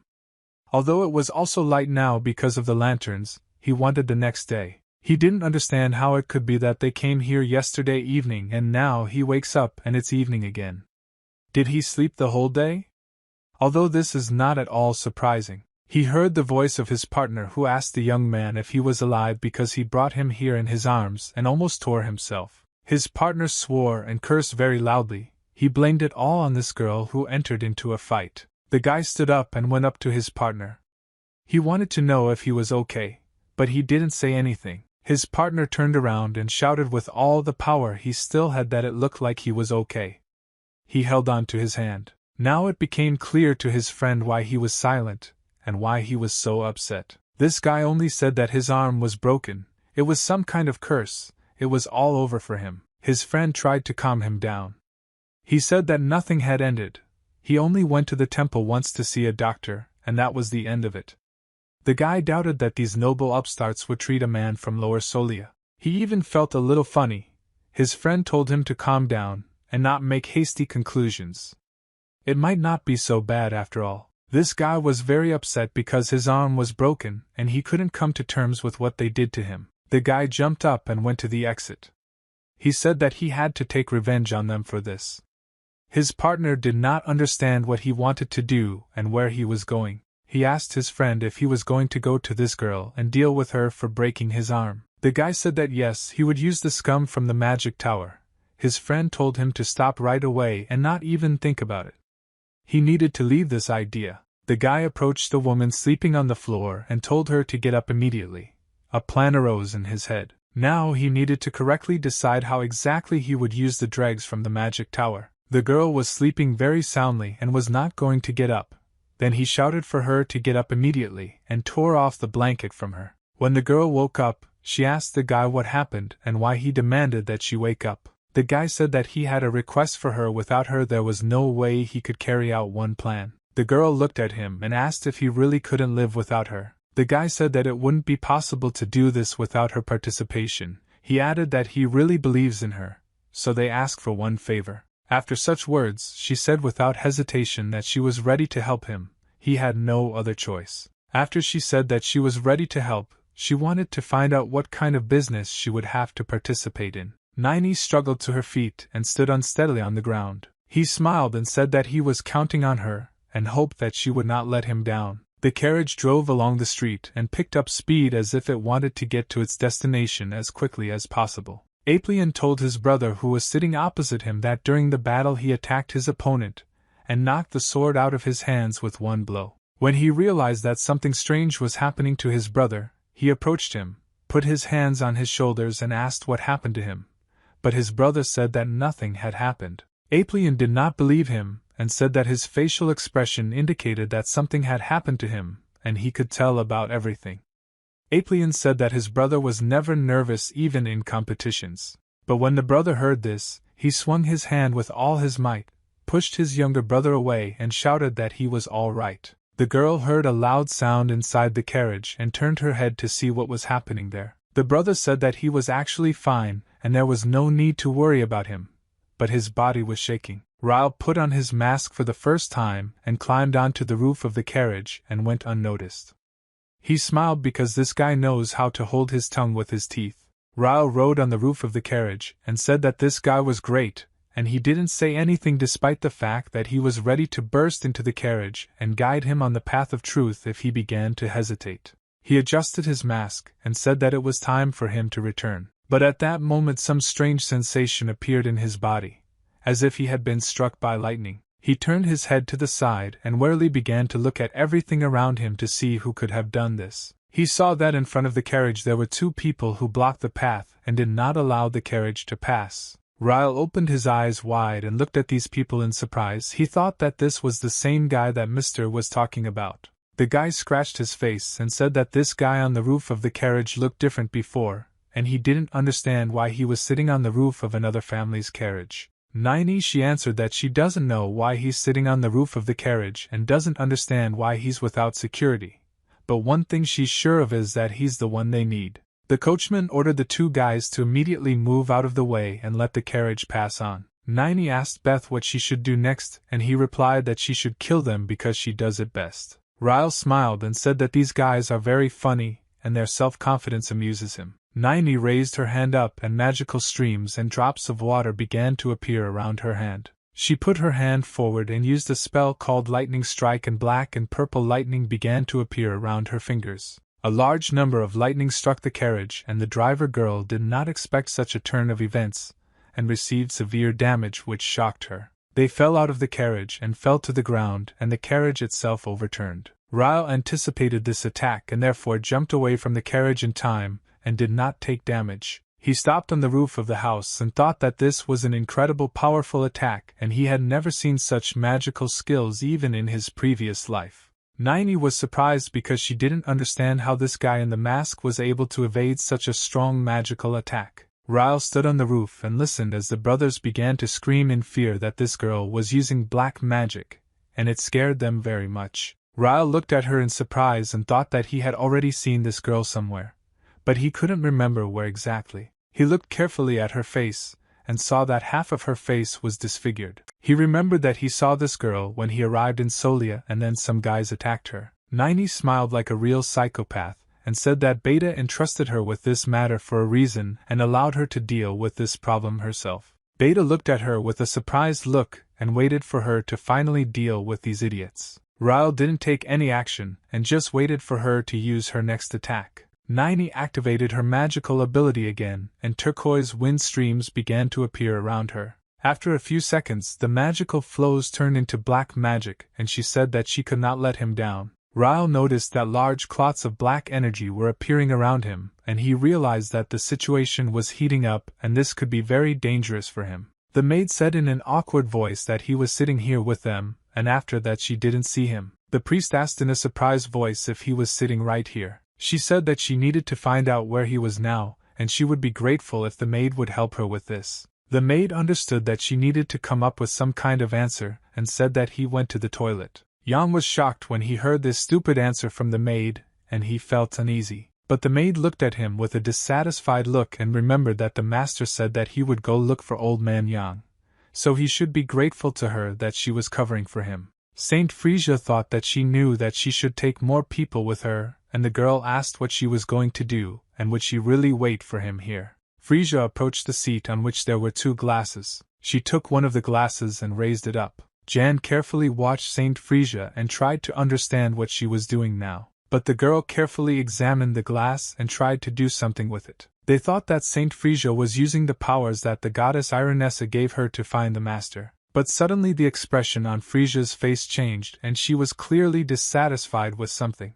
Ian didn't understand what was happening, and this made him scared and creepy because he didn't understand what this lady was capable of. Frisia got angry and squeezed the glass in her hand with all her might and broke it into a few small pieces. Her assistant did not understand what was happening and was very frightened by the behavior of his mistress, and wanted to understand what was happening to her. Frisia raised her head up, looked forward and brought up something very important. She turned her head towards the girl and asked her to repeat once again what she had just said. She felt embarrassed and covered her mouth with her hand, and she was very excited and there were drops of sweat running down her face. She looked at the fragments of broken cups that lay on the floor and drops of water that flowed down. Jan was very scared and suddenly realized that she had come here in connection with yesterday's incident. He remembered the young gentleman who was very angry and most likely he attracted the attention of Saint Frisia. Jan began to think that he was sure that she was still offended because of this and the master would be better off avoiding meeting the saint. Suddenly one of the clergy burst into the room and addressed the holy lady. He was breathing very heavily and was tired because he had to run a lot, and Saint Frisia asked him what happened. He replied that she had received word from the central region that something terrible was happening there, and there was a possibility that someone was using black magic in that place. They immediately sent to this place to see with their own eyes what happened there. When they went outside they saw a bright light and froze in place because they wanted to figure out what was happening here. A large black cloud of energy struck the roof of the house and broke it. People were very scared. They didn't understand what was happening on the street and they ran in panic in different directions. Ryle continued to stand on the roof and listen. He was shocked by everything that was happening here. He understood that this was a real disaster, and he had only read something like this in books or had already heard the stories of other people. But in his life he saw this for the first time. Nini continued to accumulate black magic in her fingers and said that she was doing all this only for the sake of Beta. While he saw that she threw another magical explosion at him, and was easily able to dodge it, and jumped to another roof of the neighboring house. They looked into each other's eyes and understood that they were now facing a serious battle, because none of them was going to lose, but the forces that they possess were incredibly great. Ryle, who doesn't do damage with her magic, didn't understand how she did it because she was still just a baby and he didn't believe that at that age it was possible to wield black magic so masterfully. City guards appeared on the city street and took out their balls. They ordered her to stop immediately and tell who she was, or else they would be forced to kill her. But Nini did not allow them to finish their line and destroyed them with the help of her black magic. Ryle watched as she destroyed the guard and came up with the idea that the maid could not be called Sarah, but Yam could be useful to him here, or otherwise he could use the Arenzium brothers as allies. He looked down and saw that they were now lying on the ground and were not even going to get up. He grabbed his head with both hands and began screaming that they were now lying like logs, despite the fact that he needed their help. Ryle he understood that no one could help him now and now he would have to intervene himself, despite the fact that he would not want to do this. Nini used her magic again and began to gather energy to use a fireball. Ryle took a fighting stance and was ready to dodge her black magic at any moment because she could kill him with one touch. He ran away from the explosions that flew at him across the roofs of houses and saw how her magic destroys everything it touches. Ryle couldn't believe that this young girl could use black magic so easily and use it in large quantities. Ryle saw that she was casting a new spell and he had a few seconds to rest and resume breathing. He looked at his sword and said that it looks a little easier than sword art where you need to use physical strength. Ryle touched his lips with his palm to think about further actions, and realized that in addition to various techniques with magic, possible teleportation. While he was thinking about his actions, Nini had already created a large magical block she called an ice spear and was ready to throw his opponent. Ryle stood on the roof of the house and watched as these people, an ice spear created from black magic, flew towards him at incredible speed. He grabbed it with his hand and tried to pull it out of its sheath as quickly as possible. With one hit of his ball he would cut the icy corners into two parts, and asked this girl if she still didn't understand who she was messing with. Nini looked at him and couldn't believe that he managed to cut her magic spell with an ordinary sword. Ryle stood and looked down on her. He wanted her to be afraid of him and understand that he had penetrated in front of her worthy. Beta was very angry and shouted at Nini that she was useless, and could not kill this weakling, and ordered her to speed up and finish him off as quickly as possible. Ryle looked carefully at the face of this guy and remembered that he saw this guy in a crowd of people. He didn't feel well then and seemed to be very ill, and thereby attracted Riley's attention. Beta grabbed the girl by the shoulder and swung his hand to hit her, but she looked at him with a frightened look. Ryle was thinking that if they had finished with this guy back then, this wouldn't have happened, but there's nothing you can do, and if it all turned out like this, you'll have to deal with it yourself. She was very scared and did not understand what was happening, so she used her black magic to create a fireball again. Riley put his sword forward and said that if they do not want to resolve everything peacefully, they will have to intervene in this conflict and deal with them himself. Once the gentleman said that he immediately wants a criminal to be brought to him who broke a precious instrument for measuring mana before Master Astroya noticed the disappearance. The frightened servant was cowardly with fear and hoped that the master would finally stop shouting at him, and would no longer be angry. He left the office and slowly walked along the corridor, constantly thinking about the order of Mr. He held his hands over his eyes and said that if he doesn't find the criminal, he will be kicked out of the magic tower. But he doesn't know anything about him and has no idea who did it. He adjusted his glasses and tried to calm down and think about it all with a cold mind. He suddenly remembered one guy who had a strange aura and realized that this guy was his first suspect. He tried to remember his name and suddenly remembered that his name was Riley and he was from the Ippolit family, the same guy whom they call the lazy swordsman. However, he didn't have much and there was nothing remarkable about him. He continued to walk forward and said that it was impossible, and it couldn't be him because he was too weak. Even the Grand Master could not break off even a piece of stone from this magic meter, and this slacker, who is called lazy. The sword touched it once, and it split into pieces. He didn't understand what was happening and couldn't believe that it all fell on his shoulders. He understood that if he told someone the story, no one would believe him. He walked forward and thought that he needed to look for the criminal.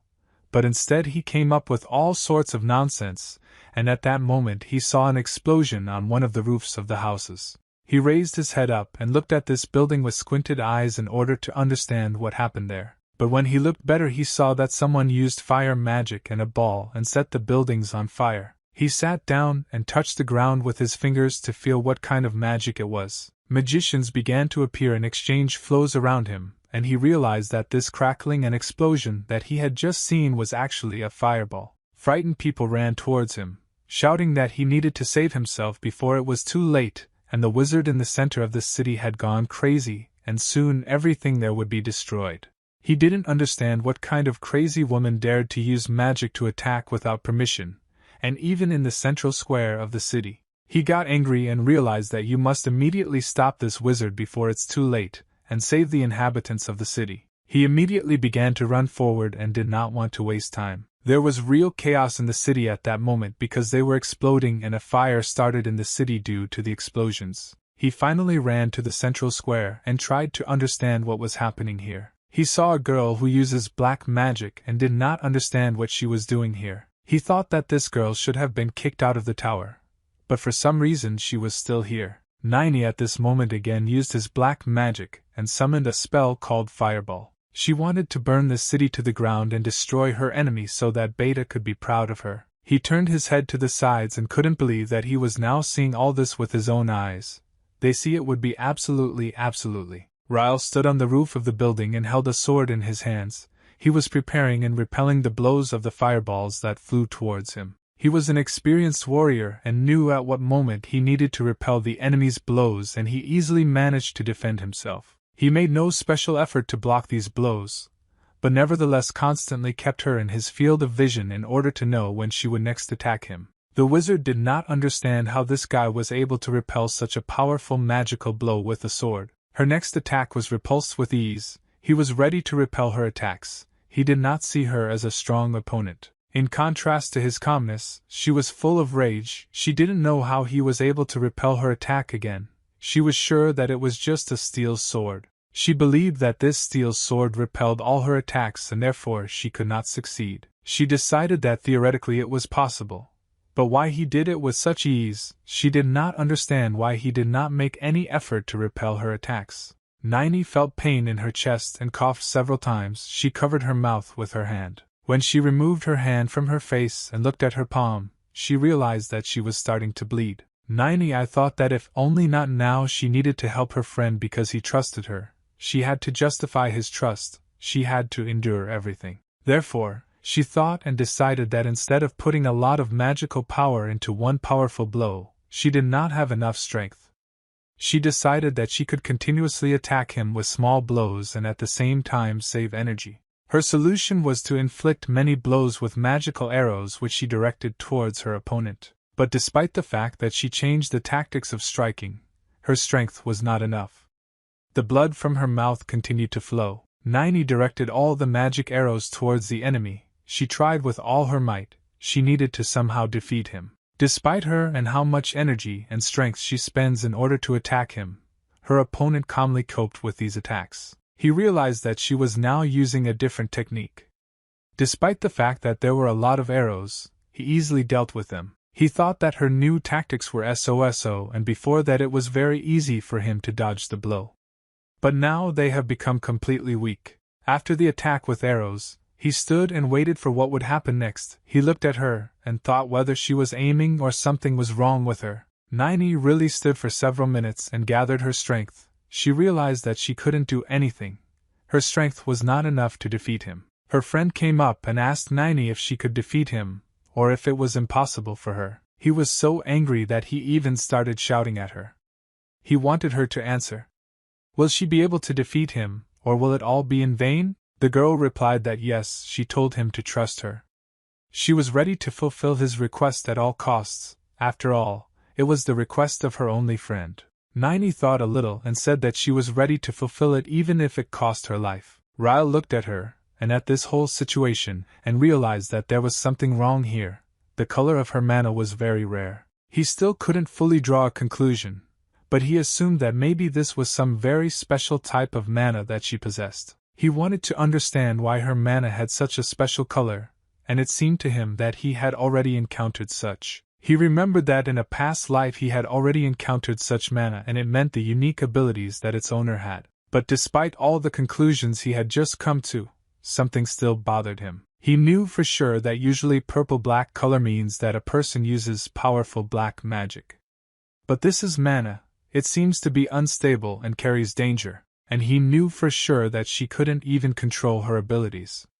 That's why she had problems. Nini stood and wiped away the blood that was now oozing not only from types but from other parts of her face. She definitely could not control this power. Ryle looked at her and realized that she was definitely not herself. There was something wrong with her. It was impossible. It was impossible to let it take its course. Some thoughts from a past life constantly crawled into his head. He constantly remembered and compared everything that happened to him then and now. He also compared the people he met then and now and their abilities. He did not want to harm anyone. A crowd of people gathered around them. Someone shouted that they had entered into battle and there was no need to run away. Someone else was sure that this guy would be able to deal with this magician. The most important thought was that they were saved and are now safe. These words gave Rao certain strength and confidence that he was doing everything right. But on the other hand, he remembered his past life when they told him that he was a warrior, and he was here then too. Everyone shouted hooray to him, and rejoiced that they would live. Then, too, people met him and were fully confident that the warrior would save them. He then knew that he must definitely win. He had no other chance. The idea that a warrior would completely figure it out was stuck in his head, and this was, as a rule, he needed to figure it all out because he was a warrior. And now I remember all this. He understood that he, as a warrior, had to completely figure it out. He shouldn't have made a mistake. Nini stood defenseless. She understood perfectly well that her opponent was stronger than her, and she would not be able to defeat him. So she told her friend to run away from here as quickly as possible. He has nothing else to do here. Nini asked him to believe her that this man would kill everyone here. She wanted to stop him, and he had to get out of here as quickly as possible. The only way he could survive. Her friend did not agree with her opinion. He was not going to leave anywhere, and told her that she should not dare to die because she was useless in every way. He could not restrain himself and almost hit her. Her friend shouted that she didn't dare die because she hadn't killed him yet, and until she finished him off she had to live. If she died now she would become a pile of garbage with bones. Nini very timidly told her friend that she thought that he trusted her and that's why she wanted to warn him. But her friend continued to shout at her, and said that they let her ragamuffin in and fed her, and she must earn her bread. He shouted that he was taking her ugly one to his hall and he was sick of her. It was disgusting to look at her. That's why she was sold from the magic tower. Ryle stood for a while and looked at their showdown among themselves. But he really didn't like how this bastard mocked the girl. The next moment, this bastard felt a blow with such force that he even fell to the ground. Ryle decided that that was all and the show should be over. He wanted to find out from this pallet. How could he say that she was trash? He couldn't listen to him anymore. He was sick of his words. This guy was so scared that he no longer knew what to do, and he thought that it was in vain that he did not listen to Nini and ran away. Directly all the insults that he said towards Nini, she was still on his side, and to protect her friend she sent a fireball towards her opponent. But her blow was so weak that the young master was able to destroy this fire chair without the slightest effort. It was enough for him to make one blow with his sword and the fire chair was destroyed. It had no power. Nini told him not to approach her friend. Ryle thought that even after this she was still on his side. It was some kind of tomfoolery on her part. She's even stupider than he was when he was a warrior and protected people. Nini told her friend to run. Ryle walked up to her and hit her on the neck with his hand so that she would quiet down a little because she was too noisy. She needed to rest a little. He had complaints not against her, but against her friend for this kind. Nini was already lying on the ground in a second, and she was absolutely harmless on the ground, and her friend was sitting nearby who was scared to death. Ryle told him that he was not so kind, and if he had been attacked, he would not have gotten away with a broken arm. Ryle didn't want to stand on ceremony with him for a long time, so he told him that he asked for it. He was very determined towards this bastard. He didn't want to waste time on him and said that he had enough. He swung his hand to strike him. This guy covered his head with his hands. He was dying of fear. Ryle turned his head towards him. He was overcome by some incomprehensible feeling. He understood that something was wrong here. He saw that above him and above this entire place was a man who was most likely a magician if he had such capabilities. This man asked Ryle who he was and why he was here, and why he was wearing a mask. I realized that this was not very good. He was stalling for too long and a man came with a very strong mother. The energies are collected from the left solia and even from the fortress. This energy is different from usually. This is not a guard, here is a different level, and he didn't look like the man from the temple either. This man told Ryle if he doesn't deign to say right now who he is, then there's only one way out. He'll use force. This man introduced himself. He said that he was the Grand Master of Astroya and if he did not want to answer who he was, he would personally deal with him. Ferda asked the Great Master Astroya himself to go to the central square there for him. There is a matter that he must solve. The master turned to Ferda. He told him that he should be called only on some very important matters. In other cases he asks not to be disturbed. If he asks him to come because of some drug addicts or similar bastards, there is no need to do this before. His greatest master representing Solia should not be disturbed on various trifles because of some merchants, and the like. The master was sure that this time Ferd would be called for the same occasion, so he was in no hurry. Ferda tried to explain to him that now there are no drugs at all and not even the sale of these drugs. He said that there in the square one of their experimental subjects was rowdy, and was expelled from the tower. The master was very surprised by this. He definitely didn't expect it. He thought that all these test subjects had died a long time ago.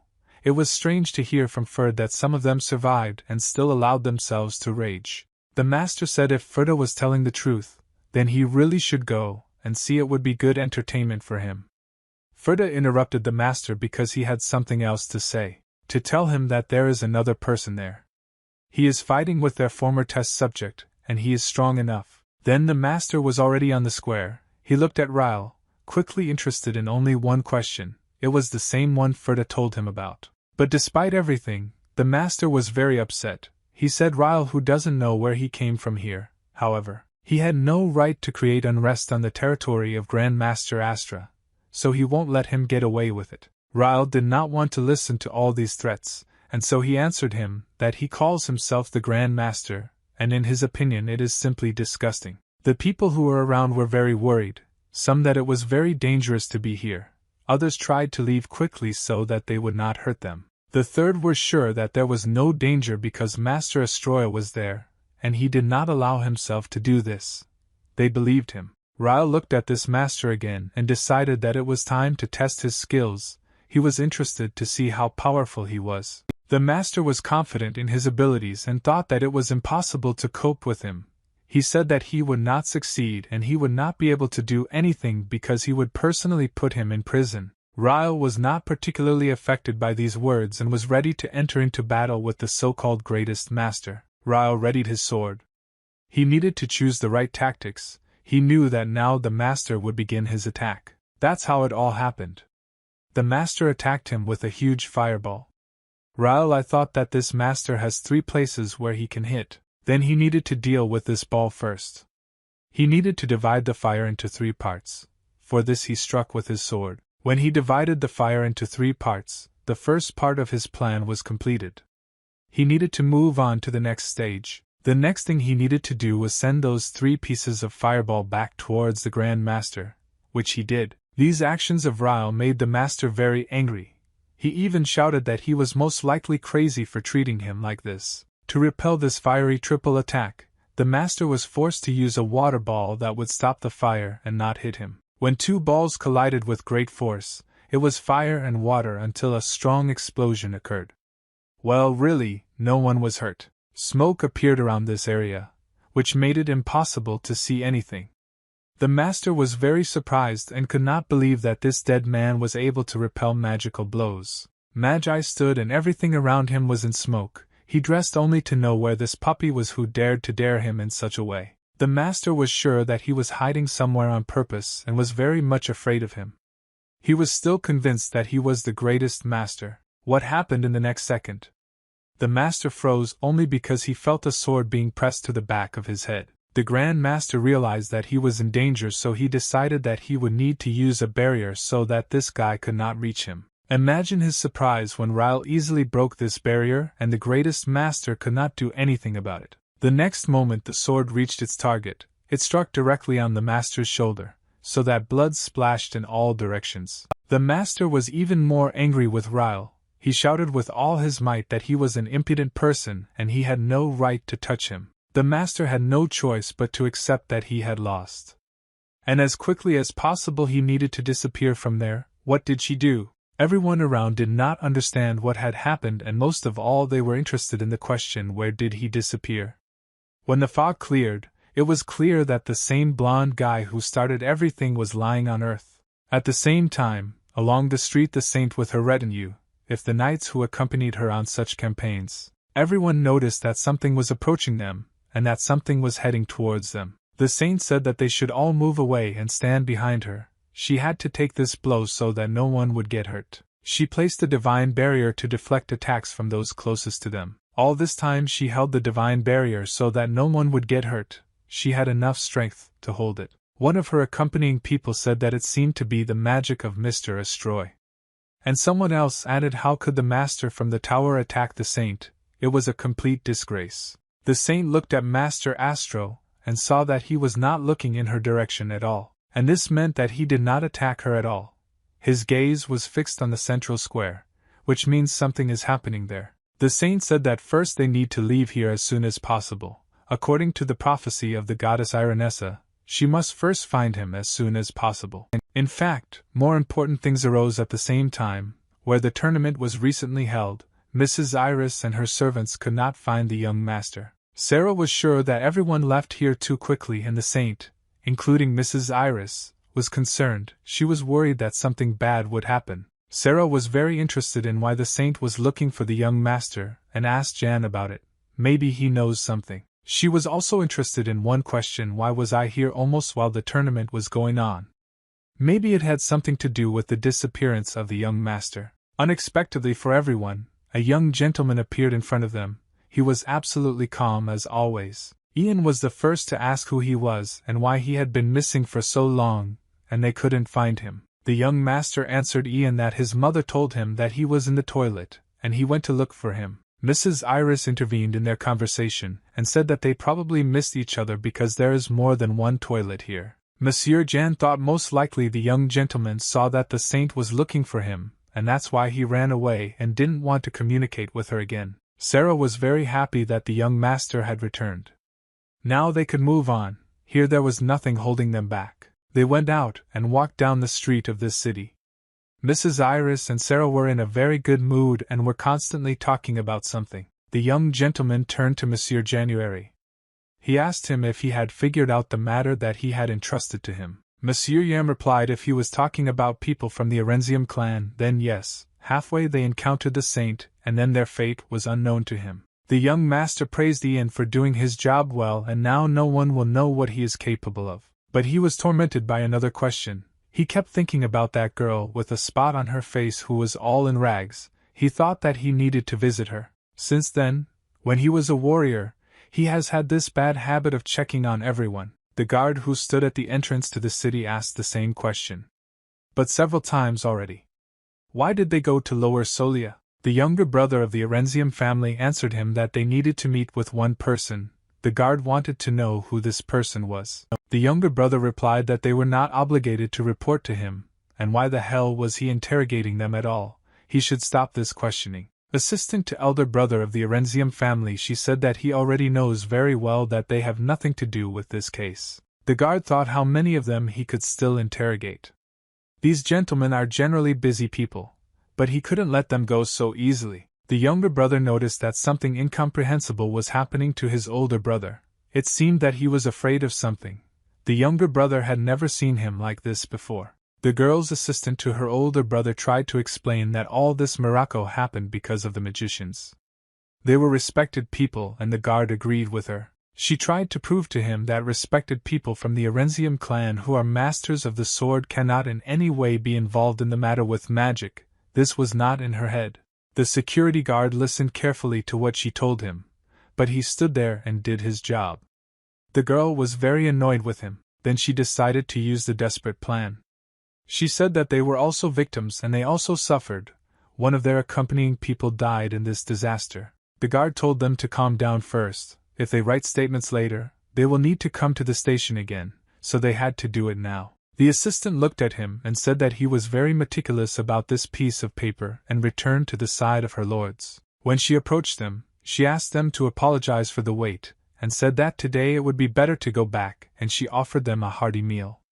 The younger brother said that it was good. He wanted them to go as quickly as possible because his older brother was getting worse and worse. He didn't understand what was wrong with him. The security guard thought that this assistant was a very two-faced creature, and the gentlemen for whom she worked were the same as her. Night had fallen. This very long day had finally ended. The moon was shining brightly in the sky. It was full moon. Naini opened her eyes and stood up. She didn't understand where she was. And what kind of place was this? The last thing that reminded her was that she was in the square with her friend. And now she is in a place unknown to her, and she herself wanted to find out what happened to her. She remembered how she said the words to her friend that everything would be fine even if she died. He shouted at her, and said that she should not dare to die, a useless creature, because she has not killed yet, so she does not dare to die until she kills him, and if she dies now, she will become a mountaineer bone. She realized that she was abandoned again. For some reason, this thought made her feel so much pain, even more painful than if she had been beaten. It was an unbearable pain for her. She wanted to feel sorry for herself because it was very painful for her. These words that she was a useless creature constantly sounded in her head, and she couldn't forget when he told her that it was disgusting to look at her, and it was because of this that she was kicked out of the magic tower. She was hurt by the fact that she never wanted to be alone, which is why she did everything she was told. As she thought her friends, the door of the room where she was opened. Naini was even more upset and scared. She tried to take cover and hide behind her cape. She could no longer trust anyone. Ryle, how he decided he came to check on her and see what condition she was in now. The girl was very scared and asked why he was here. Ryle replied that she still didn't wake up. He even thought at some point that she had died. The first thing she asked was what happened to her friend. Ryle replied that he had no idea what happened to him. Naini calmed down and thought Ryle. He said that he wouldn't beat around the bush, and they would ask him directly. This is important to him. He was interested in the question of how she attacked him, that even his friends couldn't do this, but she could. Naini turned away and didn't want to talk to him. She said that she didn't have to tell him anything. Ryle told her if she didn't want to communicate with him, then let her answer him what kind of creature she was. He also said that she was not just a sorceress. It was just like that. The color of her mana was completely different. Most likely this is an idiosyncrasy, increased painful sensitivity of the body to products, drugs, or a certain influence, or a sharp rejection of something. The girl asked why he needed such information. Ryle tried to explain to her that she didn't seem to fully understand the situation they were in. He tried to put even more pressure on her by pulling out his sword. He put it on her shoulder and said that there was no other way out. He also added that he hates it when a wimp like her wastes his precious time. The girl thought that in the end she would die like this. She remembered that wonderful time when she lived with her family in the house and how the first snow began to fall outside the window. He was as white as she was. Her hair was beautiful, she was beautiful, and her parents were proud of her. She then considered herself a beloved daughter. She was very similar to her mother.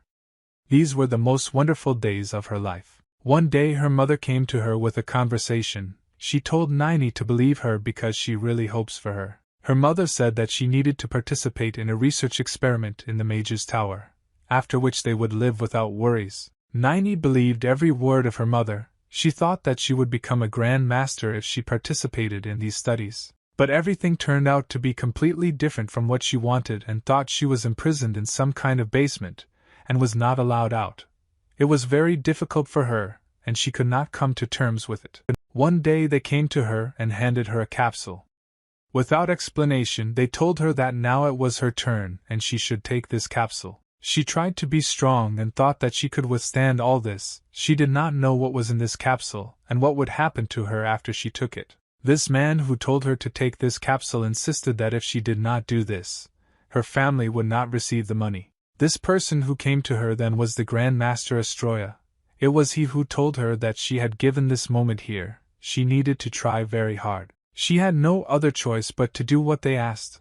After that she felt very bad and she was ready to be killed instead. The next day, the magic tower was very restless because everyone was waiting for the result of this experiment. The masters walked and rejoiced that everything worked out for them, and it seemed to them at that time a great success. The success was that mana now does not evaporate but remains in the body. Everyone rejoiced at this success.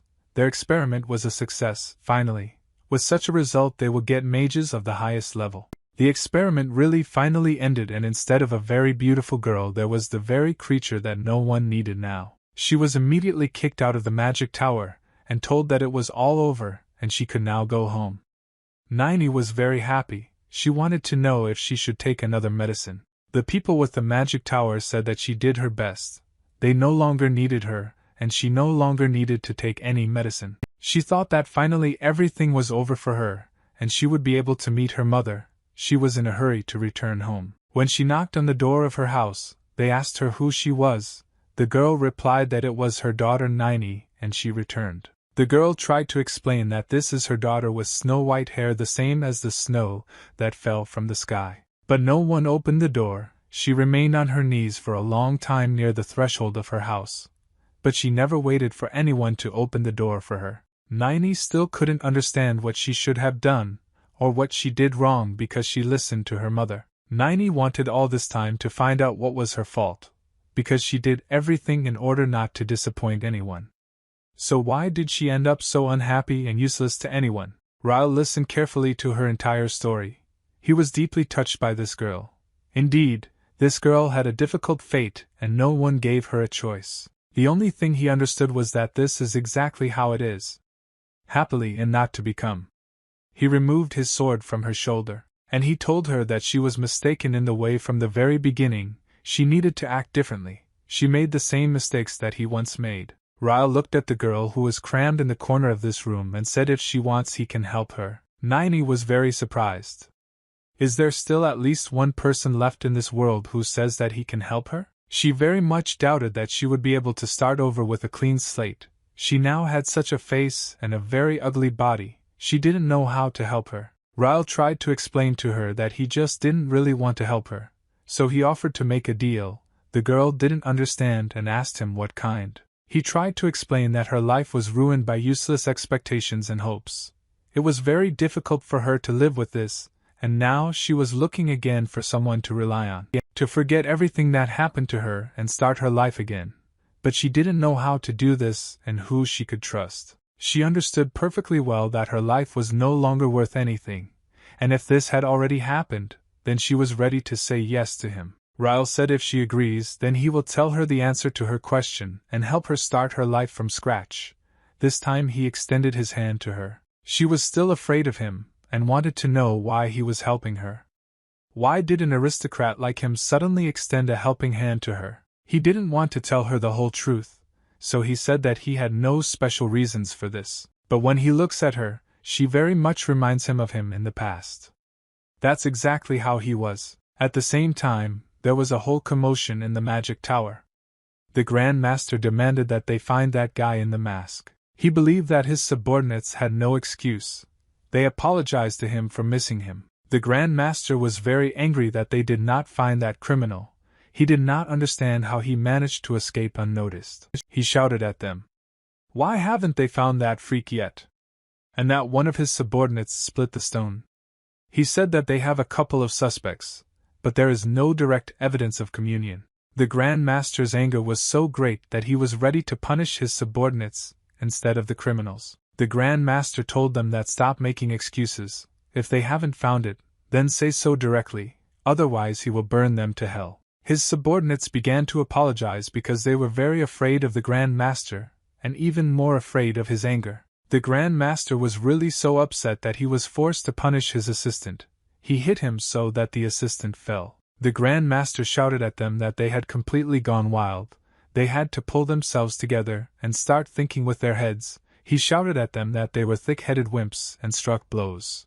He could not calm down in any way due to the fact that his assistants missed the man in the mask and the bastard who split the stone, for which he hit them in turn in the face. And he was also angry because of that girl who they threw out of the tower. He didn't understand how they could have missed her.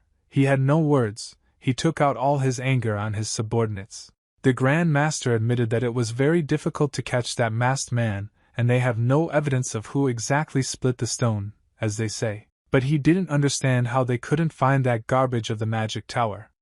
They put seals and these seals had to remain. The Grand Master wondered if the seal they had placed could disappear. He certainly could not understand this. His assistant explained that there was no seal and the Grand Master did not want to hear him. He believed that he was talking some kind of nonsense. She could not just disappear. His assistant A said that it was true. The seal that they put on the experimental subjects was erased. If the Grand Master doesn't believe it, then he can check it himself. He asked his assistants what they were saying. Erenzium's assistant began to answer something vaguely like what happened last night. They were very exhausted and did not want to explain anything. The Grand Master said that he was very sorry yesterday was the last day to pick up the goods. Now we can't expect good marks at the fencing competition. The Grand Master also wanted to know what happened with those types from Lower Solia. He wanted to clarify whether they were being kept under control. His assistant replied that yes. The Grand Master said that they are very pathetic assholes and he doesn't want to see them anymore. He turned around and left. The assistant asked where he was going. The master stopped and looked at his assistants. He didn't want to tell them anything. They themselves guessed that he was now going to the basement again. One of his assistants asked the master if it was time to stop and they would stop doing experiments. And he also added, "Isn't it enough for the Grand Master that now the medicine allows the magician to reach the seventh circle? When they kicked this unfortunate woman out of the tower, then they were able to create a medicine for the magicians of the sixth circle. It was no longer a passion for science, but just an experiment." Think he could hear such words from his assistant, and he didn't want to hear them. He thought only about himself. At the same time, Nini tried to find out from Ryle in what sense she resembles him in the past. It was not like they experimented on him too. Ryle stopped at these words. It was hard for him to remember his whole past life, and now he didn't want to tell anyone about it. He went to the drawers and opened one of them. The girl asked what he was going to do. When he opened one of these boxes, he saw a lot of grass in it. He felt that there was something smelling here, and this smell was coming from these boxes. Herb in his hands, he crushed it and felt the smell even more. It was very surprising for him. Could it be that these are narcotic substances? He immediately had a question: why are these narcotic substances in the magic tower, and in such quantities? The greatest master went down to the basement, and saw a situation that he never expected to see here. He saw in front of him the very one that they kicked out of the tower, and which they could not find yet a guy. Ryle turned his head and saw that the master was standing in the doorway. He most likely came down here for this herb. The first thing the greatest master said were words towards the girl. He said that she was trash and had no right to be here. The greatest master was delighted because, unexpectedly for himself, they gave him a gift. He wanted to grab her, and said that now she had become more difficult to find. He asked why she had erased the seal. Ryle didn't want to show his true face, so he immediately put on a mask so no one could recognize him, and he could feel calm. Ryle took a step forward and said towards the master, "Wasn't he the one who accidentally boasted yesterday that he is the greatest master of Astro?" The master was surprised that there was someone else here besides this girl Ryle, that he was his old acquaintance, and let him look more closely to recognize the mask. Ryle held narcotic grass in his hands and asked the greatest magician that they were not bored at all in the magic tower, and were doing drugs. He wanted to know only one thing in Solia. This is prohibited by law because he remembered everything correctly. The Grand Master could not say a word now his secret was revealed. Ryle, he said that he just wanted to find something connected with this girl, and he managed to catch a big fish. If people find out about this, then this will happen. "They've turned everything upside down here, haven't they?" he asked the master. The master did not want to listen to him anymore, so he concentrated his power in the fire, and was going to strike him with a fireball. The next moment, he immediately threw this ball straight at Ryle and Nini. He believed that they were an abomination who did not deserve the right to life. Nini was very frightened this time. She knew what this greatest master could be capable of, and how he treated people. Ryle hid it behind his back and told her not to stick out when this fireball was already very close to them. He broke it. Ryle told the Grand Master that he was acting very rudely. He abandoned a man and behaved like a brute. This is not the behavior of the Grand Master at all. The Grand Master concentrated another scarf in his hands and was ready to release it into them. He didn't understand what kind of person he was, but he was like a splinter. Ryle tried to explain to him that if he was wondering who he was just a retired warrior passing by. The great magician concentrated and threw another fireball. He said that they were just a bunch of pathetic scum, and they didn't dare talk to him like that. Ryle places are more on ceremony with him and listened to insults in his direction. He swung and struck a blow. So the Grand Master could not resist him. This blow was so accurate that it wounded the Master. The Master stood and watched as blood splashed from his body in all directions. He was scared and understood that the enemy was much stronger than him. Ryle was much more determined this time, and he simply did not want to let this Grand Master get away with impunity. After the last blow struck, Ryle Grand Master clenched his teeth and screamed in pain.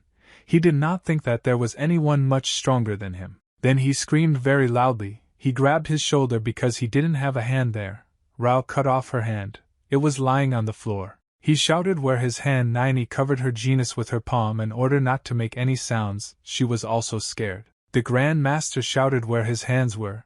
He was very angry at this guy who had done such a thing.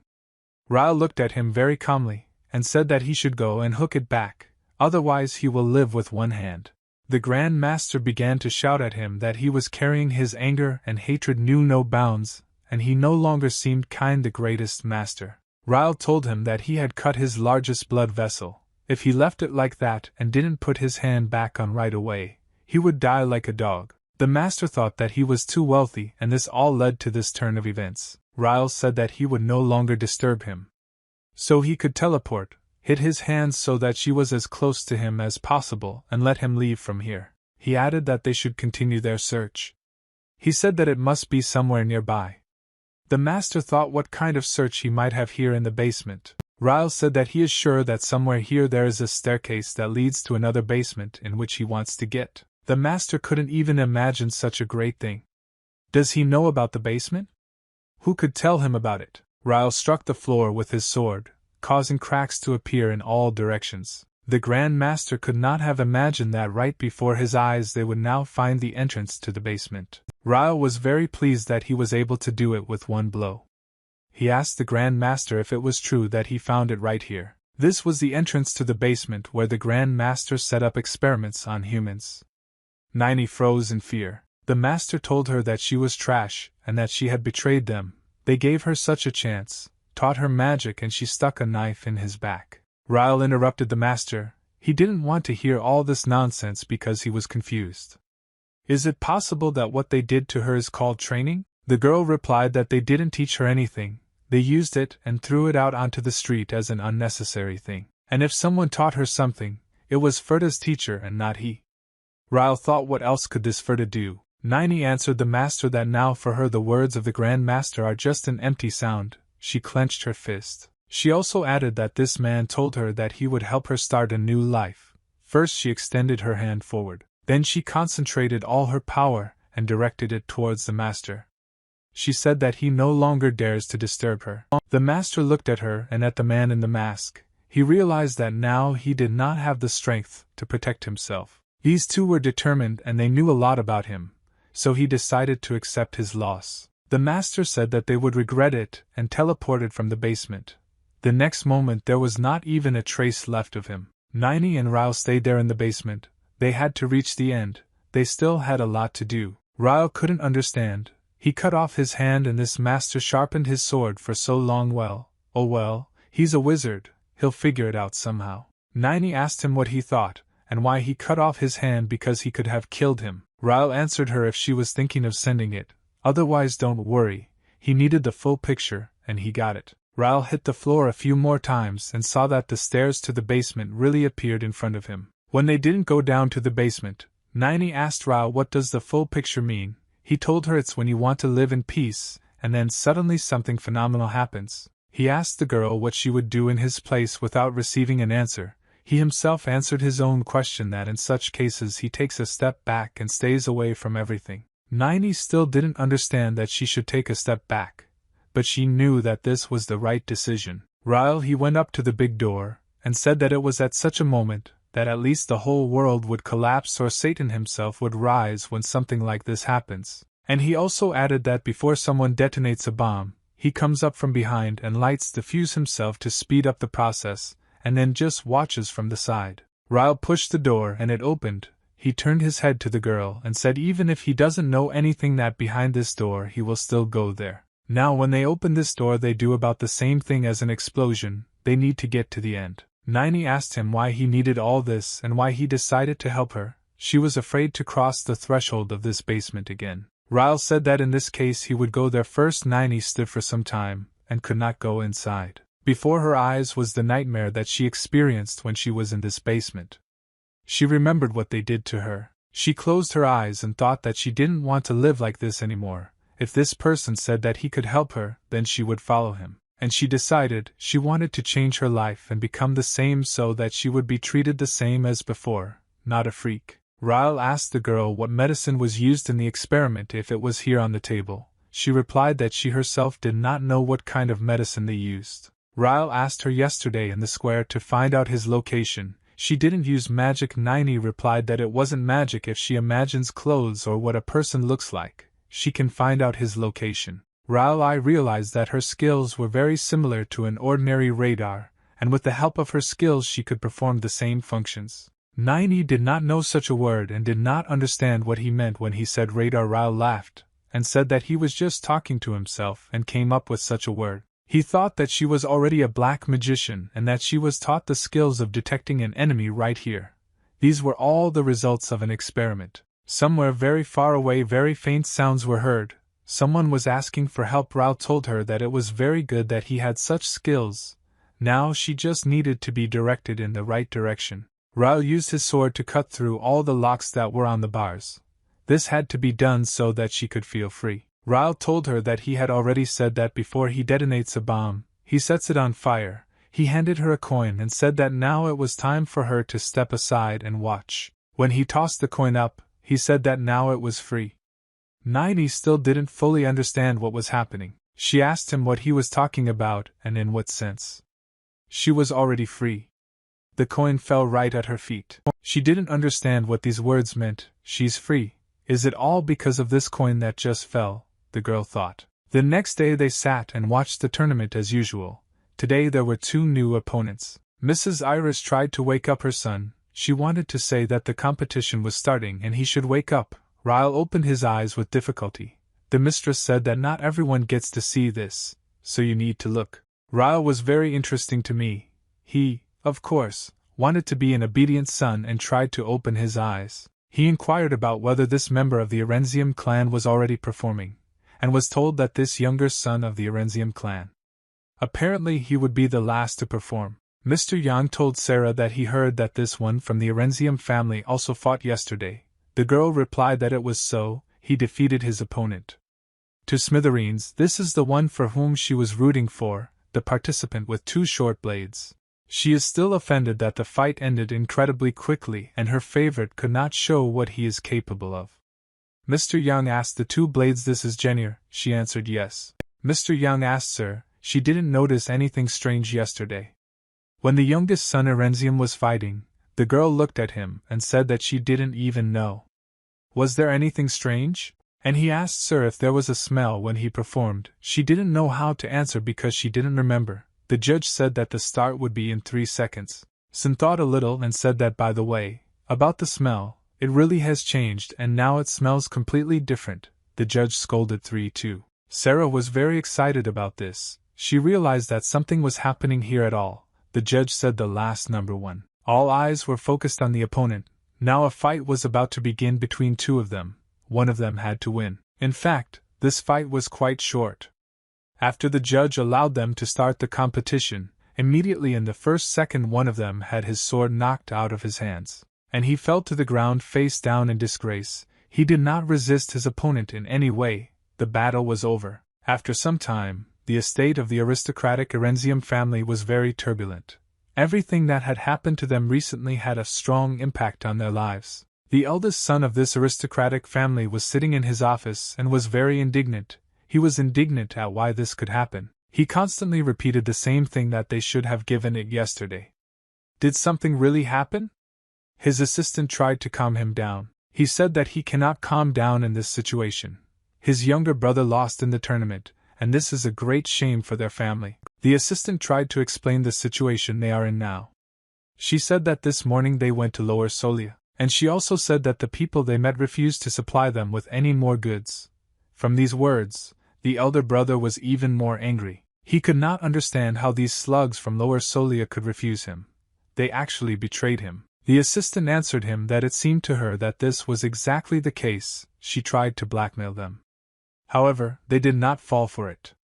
The older brother was in despair. He shouted, "How dare they!" He couldn't even imagine that these little people from Lower Solia could betray him like that in one moment. At that moment, he remembered how at the tournament, when a young gentleman from his family approached him Ippolita, what he told him to listen to him once, and very carefully. This was the first person who said that he stinks for a kilometer.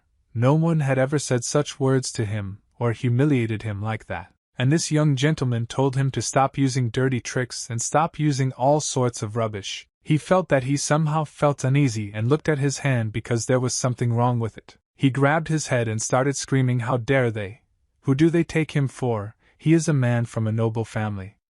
They have no right to do this to him." All these disturbances were due to the fact that he had new sensations. He had never had such sensations before. It seemed to him that an insect was running under his skin. All this was because of that drug. If you don't take it, there will be a side effect, and he got it. He said if he wasn't given it voluntarily, then he will take this drug himself. Without thinking twice, he walked up and took his sword. The gentleman was serious. He wanted, no matter what, to get the very drug that always calmed him down. He no longer looked like a noble aristocrat. His thoughts were not at all noble. He thought that of course he could cope with a couple of idiots, and from Lower Solia he convinced himself that he was from the Orenzium family, and everything was allowed to him.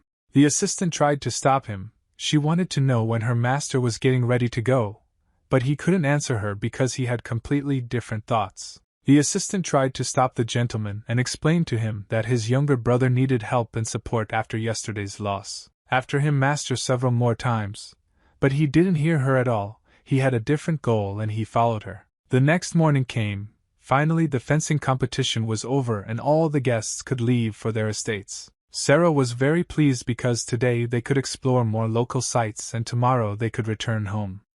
Mrs. Iris told her that in fact it's even a pity that they are already returning. Ryle, his thoughts were about something completely different. He wanted to know if Nini had already reached the temple and what happened to her now. When they said goodbye, he explained to her in detail what she needed to do. He said that in 10 minutes, no, he specified.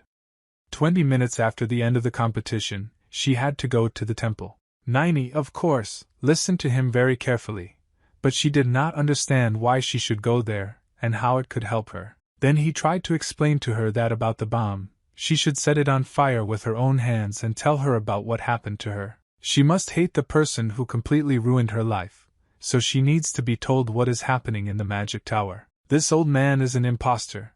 There can be no master of him. He was disgusted even to hear about it. Nini was afraid. After all, he had great power. And she was also scared that even her mother had renounced her. She thought that the people from the temple wouldn't listen to her either. Ryle tried to calm her down. He said that everything would be fine, she just had to do what he told her, and she was not alone now. She really was not alone now. She was one of them all. They were all very similar, they were the same freaks as she. Moment came when it was necessary to go to the temple, and now it was necessary to throw bait. Just a bait, and such that they cannot pass by it. Only then the job will be done. Nini, I thought that she could definitely handle this. She took into her hands the very herb that they found in the basement, and went to the temple. All her friends took hands and walked with her. The pain they went through cannot happen again, and many more people suffered. Of them thought that he did not want to go through this again, and they hated the person who took their life from them. Nini, I realized that she had a lot of support, and she could cope with everything. Now they just had to get to the temple. They had to tightly grasp this chance by hook or by crook, and never let go because they need to start living again. She asked her new friends if they were ready to go with her. They looked at her, and everyone was ready to follow her. When they arrived at the door of the Nini temple, she said that they needed to take the last step. They were almost at the goal and told them to follow her. When they went inside, one of the monks told them to stop, and he asked who they were and why they came to this temple. He was interested in what they were doing and why they were in such a terrible condition. They were all in bad clothes and none of them had shoes. Nini remembered Ryle's words all the time. He said that they should go specifically to the temple or to some castle there. They should definitely be listened to. This man from the temple said that judging by their clothes, they were all from Lower Solia and therefore he asked them to leave. Nini didn't want to give up so easily. She had to finish this job to the end despite the fact that no one accepted her right away. She had no intention of going out with her friends, despite the fact that they were surrounded by the knights who guarded this temple. Nini asked them to wait and not kick her out along with her new friends. They can't do this only because she is one of the Lower Solia and everyone else was from the left, and someone from the right Solia, and they all barely survived. The man from the temple thought about her words because he couldn't kick out people who once belonged to noble families. Nini, she said that she needed to tell the people at the temple something. This was very important to her. She came to tell me that in the magic tower they were conducting brutal experiments on people. She wanted to tell what they were doing there, and showed the grass that was in her hands. When the man with the temple saw this grass, he realized that this is the grass with which drugs are made. All these people wanted to be listened to. Nini heard someone else's voice. This voice asked what her name was. She raised her head and saw that the saint was approaching her. The man who served in this temple turned his head to the side and saw that the saint was descending towards them. Nini stood and was afraid to move. In her hands it was the same grass. She wanted only one thing, to be listened to. She was even more scared because the saint was coming to talk to her. They were so different. The saint who was dressed all in white and was so clean, and these people who came with beads on their feet and were in dirty, torn clothes. The girl was not at a loss, and she said that her name is Nini, and she came here to tell the whole truth. The saint came so close to her, and said it was she then there in the square. The saint also wanted to know if she was the Estel girl and replied that it was she who was there in the square. Then the saint turned and asked her subordinates how many free people they have in the temple now. At this time, the eldest son of the aristocratic family Erenzium was walking along the city street in the direction of the very people who refused him. He walked and did not notice the people around him, pushing them away with his shoulder. He believed that they were all bothering him here. He was out of his mind because he offended passers-by. He believed that they all had to give way to him because none of them were worthy of him. He didn't understand how they dared to abandon him. After all, they came from the noble Erenzium family. He thought that no one should do this to them. He walked down the street and thought only about one thing: he would kill all these bastards who abandoned him. Behind him he heard laughter, and someone's voice said what kind of people were walking along the streets of this city. He turned his head to see who it was. Behind him stood the greatest master of Astroya. He pointed his finger at him, and said that it was him he was looking for, and he also called him an arrogant asshole. The eldest son of the Erenzium family was very surprised that he saw Astro here, but he thought that it was even for the better. The gentleman said that they really met on time, because Astroya ordered the people from Lower Solia not to give them the goods. He attacked the master loudly, shouting that he told them not to sell him that very herb, and because of this stupid herb he feels bad. Astro did not listen and struck him with a blow so that he would come to his senses. The master told him to shut up immediately and not shout throughout the street. He also had questions and wanted to ask them. The master said that he wanted to ask him something. He needed to find out. The master answered what exactly he wanted to know. Master Astroya raised his hand in which he held some of the same herb that was found in the basement today. He said that he gave him everything no matter what he asked for, and he repaid him like this and betrayed him. The eldest son of the aristocratic family, Erenzium, did not know how to react to him and what to answer, because he really framed the master. But he didn't understand what we were talking about, and what this herb had to do with it. He didn't even know how to correctly answer the master to his accusation. The master held this herb in his hands and shook it. He said that the master really wanted to get this herb, so he ran away in a mask like a vile rat. The gentleman could not object to anything because he knew for sure that it was not him, but he did not have a single excuse. The master said if he nods his head, it means that he completely agrees, in which case he has nothing more to say. he clenched his fist and crushed all this grass. However, there was nothing to be done. The master took out the badge of the Arenzium family and said that he had lost it in his basement. The master could not object to anything. Everything that the master was telling him now seemed to him like some kind of madness, because he knew for sure that he was not there. The gentleman looked at his jacket and realized that he really was missing that badge that was always pinned on. But how did he end up there? Master Astroya told the gentleman to stop making a joke. He already understood everything and drew conclusions for himself. And it was still very late. The master decided that with the help of a fireball he could teach this idiot a lesson. The master burned all the grass that was in his hands and threw the ashes towards the master. When the ashes of this grass fell to the ground, the gentleman fell to his knees and began to collect this grass. He was very upset. He knelt down and cried about the fact that it was not necessary. No, it was not necessary. Please do not destroy it. Magister Astroya looked at him and realized that something was wrong here. This whole situation was very strange. The master even thought that he was most likely going crazy. Was he really so weak that he was holding on to this grass? While Master Astroya was thinking about what happened yesterday and what happened today, people from the temple approached him completely unnoticed. It was the saint with her assistants. She came here to talk with him because they recently received information that he was involved in a crime. The saint said that she came here so that he would answer her a couple of questions. Master Astroya turned his head and asked what the saint was doing here. The saint did not stand on ceremony for long and immediately got down to business.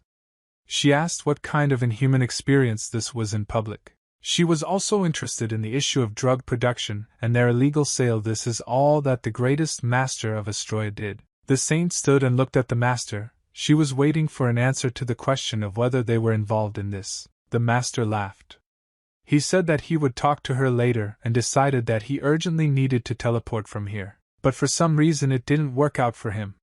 He tried again, but he again had the spell cancelled. The masters looked at his hand and didn't understand how this could be the first time in his life it was cancelled by a spell.